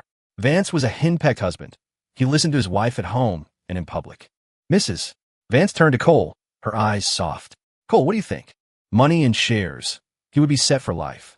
For a broken leg, it was a fortune most people would gladly get hit by a car for. There was almost nothing in the world money couldn't solve, except bringing the dead back to life. If Cole had a choice, he would have chosen his grandmother without hesitation. You're giving me too much. He knew he wasn't worth that much. Mrs. Vance's heart softened. She couldn't help but reach out and gently pat Cole's head. Don't say that. If we're giving it to you, it means you're worth it. Please accept it. If you don't, our consciences will bother us for the rest of our lives. While Mrs. Vance used a soft touch, Mr. Vance was more forceful. If you don't accept it, I'll send people to block your door every day. There were home invaders, but people forcing you to take their money was a rarity. So be it. Cole nodded. Okay. As he agreed, everyone breathed a sigh of relief. Mr. Vance immediately called his lawyer to prepare the contracts. After the cast was removed, Cole looked at the long, centipede-like scar on his calf. Steel pins were still inside, holding the shattered bone together. They could only be removed after the bone had fully healed. Cora presented him with a cane, custom-made to his height. His initials were engraved on the inside. She stood beside him, her voice warm and encouraging. Try it. If it's not right, we can get another one. Cole took the cane. It was lighter than he expected. The quality and feel were top tier. The cane Jenna had used was like this one, rumored to cost a 5-figure sum. As Cole used the cane to slowly stand up, Cora asked, How does it feel? It's a good fit, much more comfortable than the one the hospital had given him. Cora lowered her head and said quietly, Cole, can you please not let my dad adopt you as his godson? Don't worry, I won't. Even if Cora hadn't said anything, Cole would have refused Mr. Vance's offer. Considering everything that happened between him and Jenna, he could never become part of the Vance family. Letting go of his hatred was one thing. Forgiving Jenna was another. He couldn't imagine what he might do if they lived under the same roof. His grandmother's death was a permanent scar on his heart, just like the one on his right leg. It looked healed, but it would ache every time the weather turned damp, a constant, nagging torment. But his grandmother had been right about one thing. Hatred can keep a person alive, but can't help them become a better person. To become that better person, he would have to cut out everyone who had ever hurt him from his life. Thank you for the cane. I really like it. Don't like it too much, Cora joked. I'm waiting for you to recover so you can throw it away. Throwing away such an expensive cane would be a real waste. Cole smiled. I won't. I'll keep it and use it again when I'm old. As Cole practiced walking with the cane inside the room, Cora stayed right by his side, more focused than the professional nurse. Outside the door, Mr. Vance watched with astonishment. He had never seen Cora so attentive to a man before. Cora was 28. At that age, she should be getting married. Old man Henderson's daughter, for years younger than Cora, already had a child. Every time he saw Henderson post pictures of his grandson on social media, he felt a pang of envy so sharp it kept him up at night. Cora was her own person. Her parents could help her with her career, but when it came to marriage, not even her grandfather rising from the grave could change her mind. Sometimes Mr. Vance would drop hints, talking about children and family with the butler in her presence. It was useless. Hints, direct statements. It all went in one ear and out the other. He was starting to wonder if Cora's preferences lay elsewhere, if she preferred women to men. But he'd never seen her be close with any women either. To this day, Cora's orientation remained a mystery. So, seeing her now, watching Cole with such careful movements, such a gentle gaze, and speaking in such a soft tone, felt like a hallucination, like watching a crow whisper sweet nothings or an iron tree burst into bloom. Was this really his stern, unsmiling daughter who kept all men at a 10-foot pole? Maybe he was seeing things. Mr. Vance rubbed his eyes. He didn't dare think too deeply about it. Choosing to believe Cora was simply trying to compensate Cole for Jenna's mistakes. After reassuring himself for a moment, he let out a breath and glanced at his wife. She, too, was peeking into the room. Mr. Vance took her hand and led her aside. Honey, I'm serious about making Cole my godson. It's not just out of guilt. He's capable and responsible. I think he's got real potential, and I want to mentor him. It was rare for Mr. Vance to praise someone so highly, a testament to Cole's exceptional qualities. Mrs. Vance also admired Cole, but remembering Cora's reaction earlier, she said, maybe we shouldn't. Cora doesn't agree. Mr. Vance's brow furrowed. I can understand Jenna not agreeing, but why wouldn't Cora? Mrs. Vance shot him a look. What are you thinking? With what Jenna did, do you really think Cole would join our family and call you his godfather? Are you trying to tear our family apart? What's the big deal? If they can't be lovers, they can be siblings. As her older brother, Cole would have seniority over Jenna. That would be a kind of justice, wouldn't it? Mrs. Vance was speechless, half amused, half exasperated by his logic. So why doesn't Cora agree? Mr. Vance pressed on. You still haven't told me. Have you not noticed how different Cora is around Cole? Mr. Vance nodded. I have. It must be guilt. Mrs. Vance countered. What does she have to be guilty about? She wasn't the one who injured his leg. Because of Jenna, of course, Mr. Vance said, as if it were obvious. Jenna is her sister. When a younger sister does something wrong, it's normal for the older sister to feel guilty on her behalf. If it were that normal, she wouldn't have broken Jenna's arm and knocked out her teeth. She had spelled it out so clearly. If he still didn't get it, he was a fool. Mrs. Vance sighed. Cora has feelings for Cole. Mr. Vance's eyes went wide, his voice jumping an octave. Impossible. Inside the room, Cole and Cora both turned to look at the door. Before Mr. Vance could react, his wife yanked him away. Keep your voice down. Are you sure you're not overthinking this? How could Cora possibly like Cole? He was her brother-in-law. Former brother-in-law. Mrs. Vance corrected. That doesn't matter. If word got out, it would be a huge scandal. I don't approve. Although Mrs. Vance didn't say it, she felt the same way. She couldn't endorse this relationship. From a mother's perspective, she had to think of her daughter. Cole and Jenna almost got married, and the jilting incident had caused a massive public spectacle. If Cora and Cole got together now, what would people say? And then there was the matter of Cole's grandmother's death. Even if they did get together, that would always be a point of contention between them, something that could be dredged up during any argument. She hated to be cynical, but she had to consider the worst-case scenario. After all, dredging up the past was all too common in relationships. Mrs. Vance's brow furrowed, her heart tightening with worry. Her face grew pale. Mr. Vance comforted her. It's probably just you overthinking things. Mrs. Vance forced a smile. I hope so. Cole hadn't been walking long before he broke into a sweat.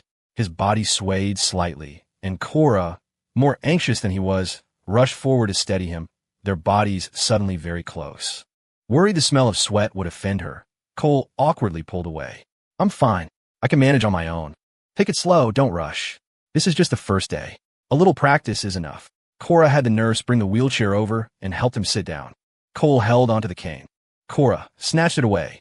Listen to the doctor. Your leg needs more rest right now. A little movement is all you need. I just want to go home. I'm tired of being in the hospital. Is it uncomfortable here? The VIP suite had the best of everything. It was spacious, fully equipped, more like a hotel room. But a hospital was still a hospital, not a home. No, I just don't like being in hospitals. So where will you stay when you're discharged? At home. Cole had bought a place in Denver in preparation for the wedding, but it hadn't been renovated yet. Now that he and Jenna were through, the house was no longer needed. He planned to sell it. Cora asked, and where is home? Cole gave her an address. It's a rental. The location was a bit remote, far from the office. If Cole went home to rest, she wouldn't be able to see him every day. Your leg isn't even healed yet, and you have trouble getting around. What if you fall at home? You'll be all alone. I'll hire a home care aide. Cole looked at her seriously. Boss, I'd like to resign. I'm planning to pack up and go back to my hometown. It was normal for Cole to want to resign. With 60 or 70 million in the bank, who would want to keep slaving away at a company? Besides, Cole had few material desires. That much money would last him a lifetime. But Cora had never imagined he would move away from Denver. If you leave, will you come back? I have to. Cora had barely had time to breathe a sigh of relief when Cole continued. My leg still needs follow-up appointments, and my lease isn't up until September. So I'm going back home to recover for now, and I'll come back to move out when the lease ends. And after you move, I'll live in my hometown permanently. I won't be coming back to Denver. Cora's mind was filled with a single thought. Cole isn't coming back. A painful knot formed in her chest. She wanted to ask him to stay, but didn't know how. Over the past few days, she had finally acknowledged her feelings. She liked Cole, but she didn't know how to tell him. The woman who was always so decisive had become hesitant and timid. She was afraid that if she spoke up, she and Cole wouldn't even be able to be friends. Too far, you grow apart. Too close, you become a burden. Too little, you fade away. Too much, you become annoying. In the presence of someone you love, the timid become brave, and the brave become cowards. She knew with certainty that her feelings for Cole weren't guilt or habit. She loved him. A crush fades with time, but love for a person grows through companionship. Cora forced herself to remain calm, to act as if it didn't matter that much. Don't get anxious over uncertainties. Patience is a virtue. Haste makes waste. In all things, stability is more important than speed. After a few seconds of silence, Cora forced a smile. How about this? I'll hold your position for you for 3 months. If you still want to resign after 3 months, I'll let you go. As for the hospital stay, I think we should ask the doctor first. What do you think? Ms. Vance, I'm serious about resigning. It's not a spur-of-the-moment decision. Cole explained his reasoning. I'm planning to go back and get the road in my town paved, improve the conditions there. I also want to open a flower shop. Cora was taken aback. Why a flower shop? As a businesswoman, her mind instinctively started calculating profit margins, market analysis, future returns. It didn't seem like a sound venture. Farmers didn't have a lot of money. Most of what they earned went to food and necessities. Who had the disposable income for flowers? They cared more about subsistence than romance. Cole explained, my grandmother loved flowers. She always wanted to open a flower shop, sell flowers along with some other things. If the prices are low, I think people will buy them. So you should give my position to someone else. I'm really not coming back. But Cora was insistent. Let's stick to my plan for now. If you still feel the same way in 3 months, I won't force you to stay. Also, when you're ready to move, let me know. I'll arrange for people to help you. Cole knew Cora's personality. Once she made a decision, she wouldn't easily change it. So he didn't argue further. He was genuinely grateful for her kindness, for her care and companionship over the past weeks. Cora had already helped him more than he could say. Without her, he would probably still be tangled up with the Sullivans. He didn't want to trouble her anymore. When it was time to move, he could just call a moving service. Cora stayed for dinner. The cook had made a bone broth with ginseng, which gave it a slightly medicinal taste. Knowing Cora disliked that kind of soup, Cole pushed the plate of shrimp in front of him toward her.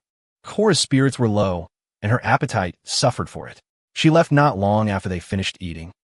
That evening at home, her parents were both there. Cora decided to tell them straight. With Cole, she could afford to wait. With her parents, she couldn't delay another moment. In the matter of loving Cole, she knew her parents were the biggest hurdle. She had to get their approval before she could pursue him without reservation. Dad, Mom, I need to tell you something. Her serious expression startled her father. Recalling his wife's words from earlier, he swallowed and asked cautiously, what do you want to tell us? Cora saw their uneasy expressions and reconsidered. Never mind. Let's eat first. Her father muttered, why stop now? It wasn't that she didn't want to say it. She was worried that if she did, they would lose their appetites. The stomach is an emotional organ. A good, satisfying meal can improve one's mood. She needed to tell them when they were in a good mood to increase her chances of success. The chef had prepared a table of delicious, comforting dishes. Without Jenna, it was just the 3 of them. The meal was eaten in a state of distraction. Mr. Vance barely ate a few bites before asking the housekeeper to clear the table. After her mother finished, Cora also put down her bowl. Are you 2 done? Yes. Then I'll get to the point. The more formal Cora was, the more serious the issue. Mr. Vance didn't want to hear it, but to maintain his dignity as a father, he sat down. Go on. I'm in love with Cole. Crash. The water glass slipped from Mrs. Vance's hand and shattered on the floor. Even though she had suspected it that day, hearing Cora admit it out loud still made her heart skip a beat. Are you okay? Mr.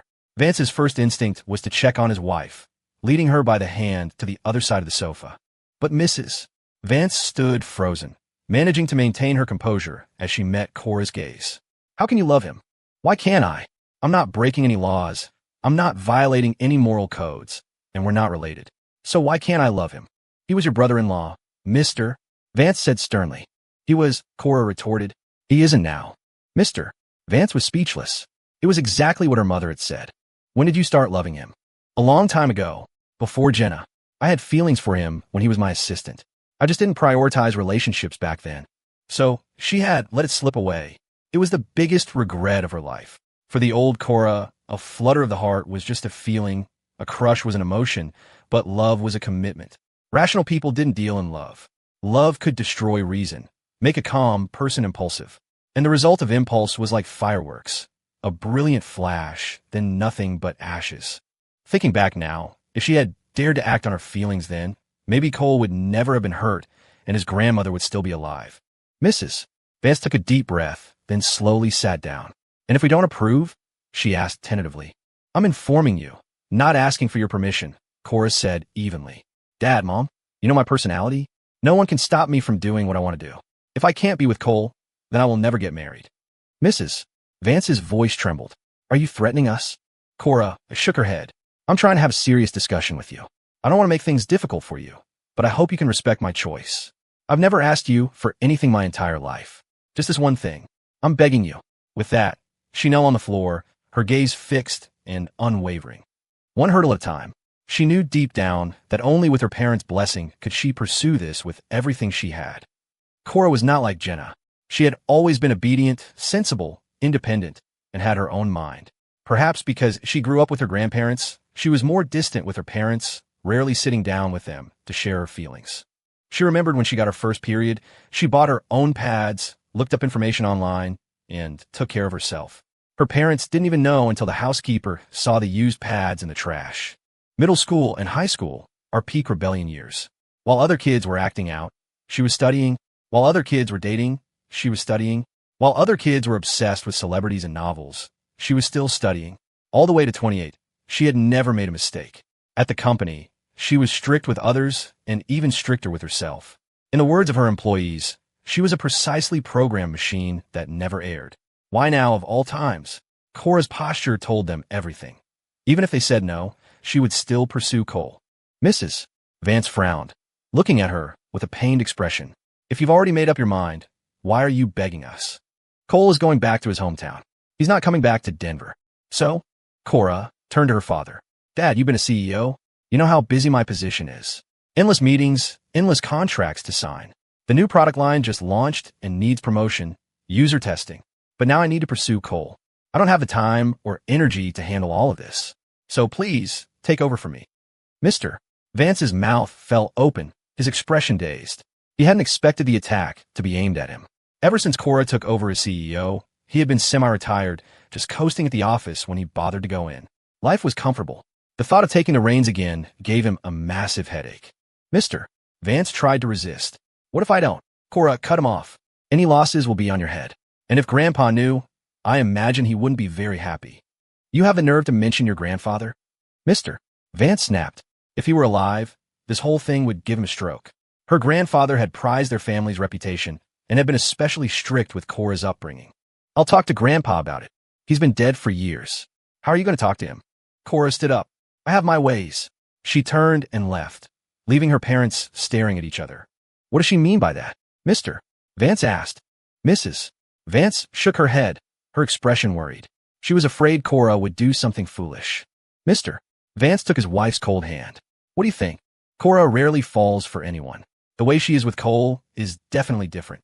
For him, she had broken Jenna's arm, abandoned her work, and even knelt before them. They had been too slow to notice how special Cole was to her. I don't have a good feeling about them, Mrs. Vance said. It's not that Cole isn't a good person. I'm just worried they'll be hurt by outside judgment. Mr. Vance understood immediately. Well, we can't stop her from doing what she wants. But think about it.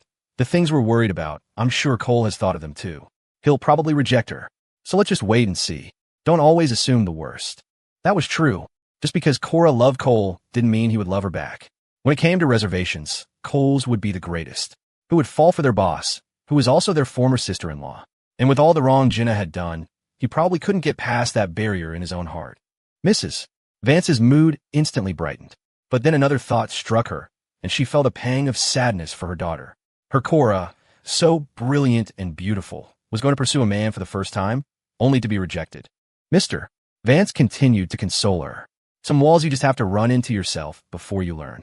But what if she gets her heart broken over this and really never marries? Mrs. Vance asked. Mr. Vance patted her hand. Then what? It's not like she can't support herself. She's rich and capable. She could do whatever she wants. Why does she have to get married? If she wants a child, she can adopt or go abroad for IVF and have one on her own. We're too old to worry so much. Instead of worrying about Cora, we should be focusing on disciplining Jenna. Mr. Vance was open-minded, thinking with his heart but analyzing with his head. His words were like a revelation to his wife. Mrs. Vance looked out at the dark night. Where did Cora go? I'm a little worried. Mr. Vance took her hand and stood up. Let's go find her. Mrs. Vance gave him a sidelong glance. Do you even know where she is? Of course I do.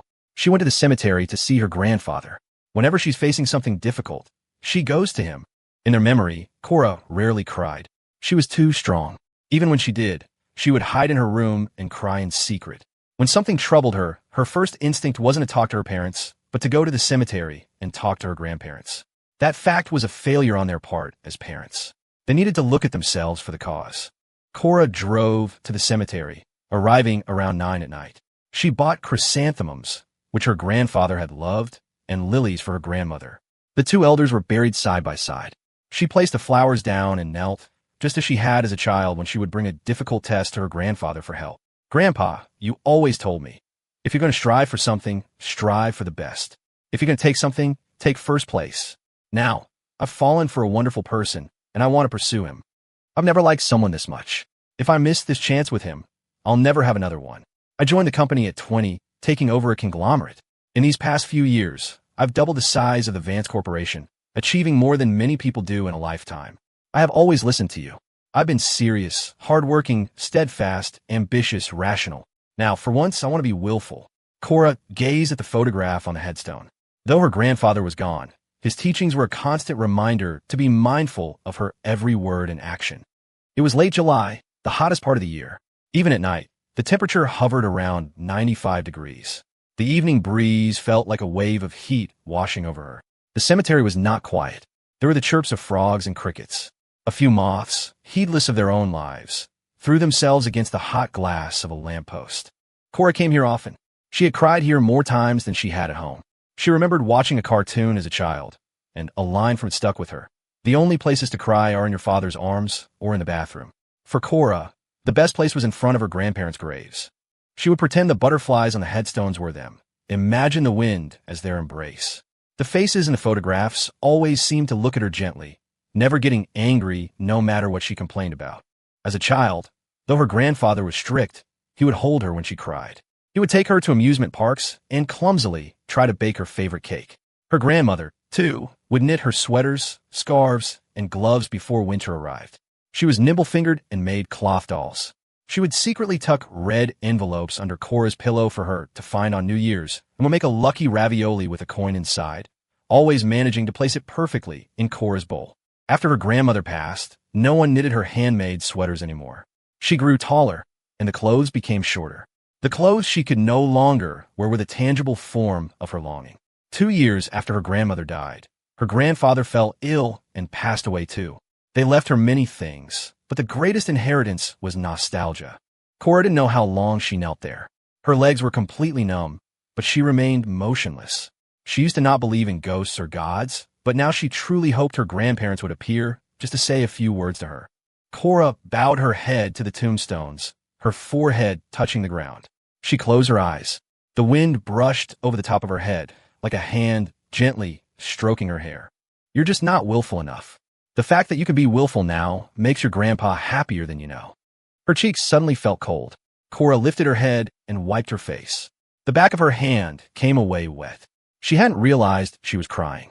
Once the tears started, they couldn't be stopped, falling one after another. A bright light shone on her, and footsteps crunched on the gravel behind her. Cora turned to see her parents hurrying toward her, both out of breath, as if they'd been running. "Dad, Mom, what are you doing here?" "Mrs." Vance reached her and pulled her into a tight embrace. "We agree.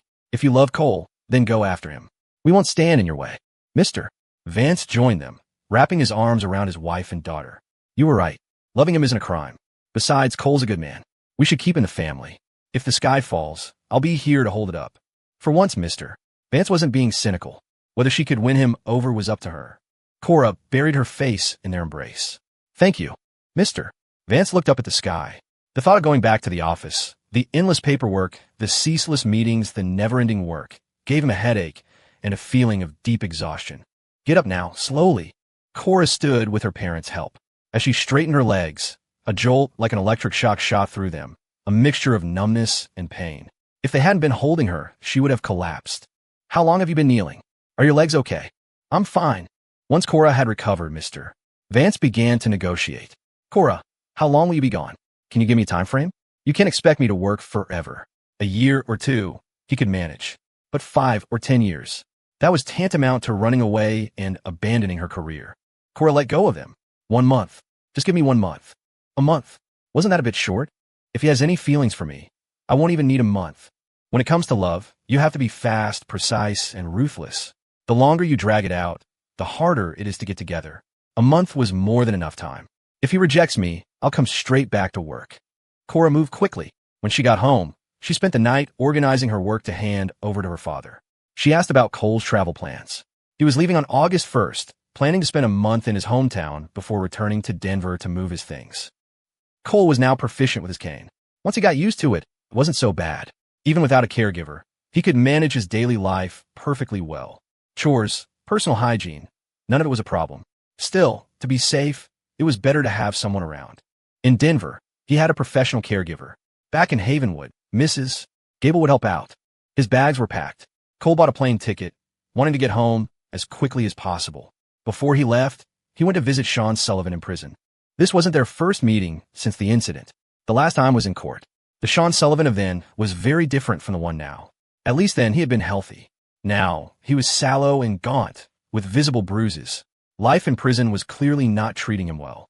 When Sean saw Cole standing on the other side of the glass, his eyes widened with hatred, and he lunged forward as if to attack, only to be barked at by the guard behind him.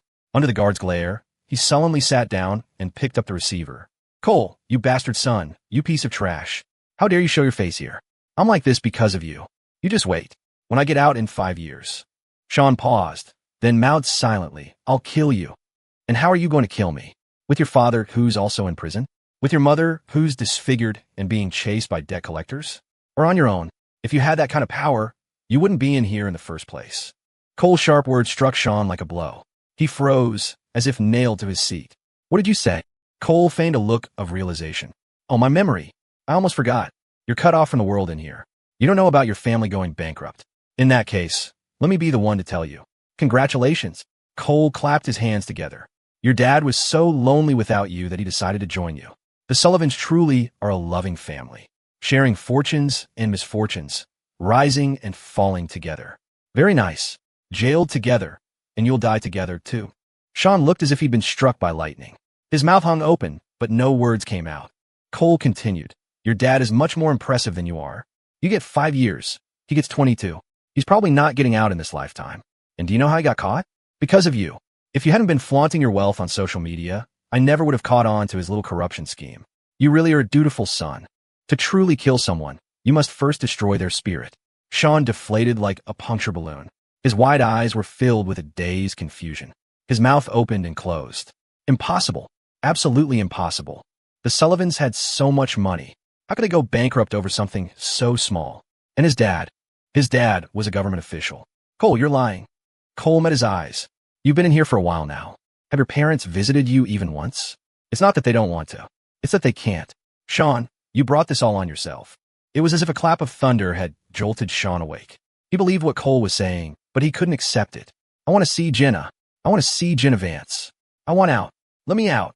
He went berserk, pounding his fists against the glass partition like a wild dog trapped in a cage, baring his teeth and screaming. A guard grabbed him, and the baton in his hand came down hard on Sean's back. "Settle down." Sean grunted in pain, but his eyes, still fixed on Cole, were just as vicious, as if he could tear through the glass to get to him. "If she wanted to see you, she would have come already." Cole paused, a thought occurring to him. "Sean, did you really crash the wedding because you loved Jenna?" "I don't think so. If you really loved her, why would you have broken up with her when she broke her leg? You just like the feeling of winning, of constantly competing. You see women as trophies, and it was a convenient way to put me down and elevate yourself. The moment you took Jenna from the wedding, you thought you were a real badass, didn't you? But really, it was just a sign of your own low self-esteem. It proves you have very little self-worth, that deep down, you despise yourself. You have to resort to these pathetic games just to feel a sense of existence. You really should see a therapist." Cole's few casual sentences completely dismantled Sean, leaving him exposed and defenseless. Sean felt as if he'd been slapped several times. He broke, shouting, "Cole, fuck you. Who the hell are you to talk? I stole your wife. You're the one who should feel worthless, you pathetic cuck. Whatever happens to me, I'm still better than you. Look at your life. What do you have left? No parents, and now your grandmother's dead too. Your mom couldn't beat my mom, and you can't beat me. How does it feel to lose your girlfriend? It's a shame that car didn't kill you, and your grandmother deserved it too. People who don't know their place and try to climb too high are destined for a bad end. Cole, my today is your tomorrow. I'll be waiting." All Sean could do now was spew empty threats to console himself. Cole just smiled, unfazed. If being the other woman is the only thing that gives your mother emotional fulfillment, then by all means. As for my tomorrow, I have to ask, do you even have a tomorrow? In the harsh light, Cole's eyes were as deep and dark as ever. If you looked closely, you could see the glint of murder in their depths. My greatest virtue is my kindness. Don't worry, I'll make sure someone takes good care of you on the inside. When the time was up, Cole put down the receiver, picked up his cane, and turned to leave. Behind him, Sean threw himself against the glass. Cole, I hope you die a horrible death. When I get out, I'll kill you. I swear I'll kill you. His only answer was the guard's baton and a 48-hour stay in solitary confinement. Making threats like that in front of guard was bound to earn him a serious lesson. The glass was soundproof. Cole heard nothing. Outside, the sun was bright. The sky was a brilliant blue dotted with white clouds. A breeze blew past him. It was a beautiful day. With Sean in prison, why hadn't Jenna gone to visit him? Cole didn't know if she wanted to, but her situation wasn't good. Her right hand had been broken by Cora, and her left fingers had been crushed by Cole. With both hands useless, she was completely dependent on others. After recovering for a while in the hospital, Mr. Vance had taken her home and put her under house arrest. He had reportedly enrolled her in an intensive disciplinary program, hiring a private tutor to teach her morals and ethics. It was practically brainwashing. If she didn't listen, she was beaten. Could such methods change a person's fundamental nature? Unlikely. Mr. Vance's real goal was probably just to keep Jenna occupied, to leave her no time to think about anything else. August 1 SD. Cole packed his bags and returned to Havenwood. Because of his leg, people were kind and helpful throughout his journey. After landing, he took a taxi home. As soon as he entered the town, he saw Daisy. Just like before, she was waiting for him at the entrance to the road. Mrs. Gable knew he was coming back today. She had cleaned his room ahead of time and prepared a full meal. Compared to the noisy city, the countryside was peaceful. The air smelled of fresh grass and damp earth. It was quiet at night, the chirping of summer crickets a form of white noise that helped him sleep. August was the peak of cicada season. They hid in the trees and shrieked with all their might. When Mrs. Gable saw Cole, she rushed out to meet him, her eyes on his cane. Is your leg still not better? Not completely. I need the cane to take some of the weight. Mrs. Gable knew his injury had been severe, but she hadn't realized just how bad. It had been over 2 months, and he still wasn't healed. She took his backpack from him. Why didn't you have someone come back with you? If you had fallen on the way, it would have been a disaster. It was okay. A lot of kind people helped me out along the way. Mrs. Gable had made 3 dishes and a soup, with both steamed buns and rice. The buns tasted just like his grandmother's. Cole ate until he was full. After resting for a while under the eaves, he called out to Mrs. Gable, who was busy inside. Annie, I'm going up the mountain to see my grandma. Wait a minute. Let me finish sweeping, and I'll go with you. With your leg like that, I don't feel right letting you go up alone. It's okay, I can manage. Before, it would have been impossible, but the path up the mountain was now paved with concrete. It was smooth and not slippery. He could make his way up slowly. Leaning on his cane, Cole took his time getting up the mountain. He walked behind, while Daisy trotted ahead, carrying a small bundle of incense and paper offerings. Weeds had started to grow on the grave. Cole pulled them out, lit the incense, and burned the paper money.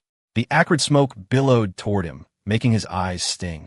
Grandma, I brought you good news. He took out the Sullivans' sentencing documents and read them to her, word for word. The verdict is that Don Sullivan has been sentenced to 22 years in prison for bribery and other crimes. The Sullivan family is finished in Denver. They're bankrupt. I'll send them all down, one by one, to kneel before you and apologize. The woman in the photograph looked at him gently. Cole tossed the papers into the fire, the smoke curling around him like an embrace from his grandmother.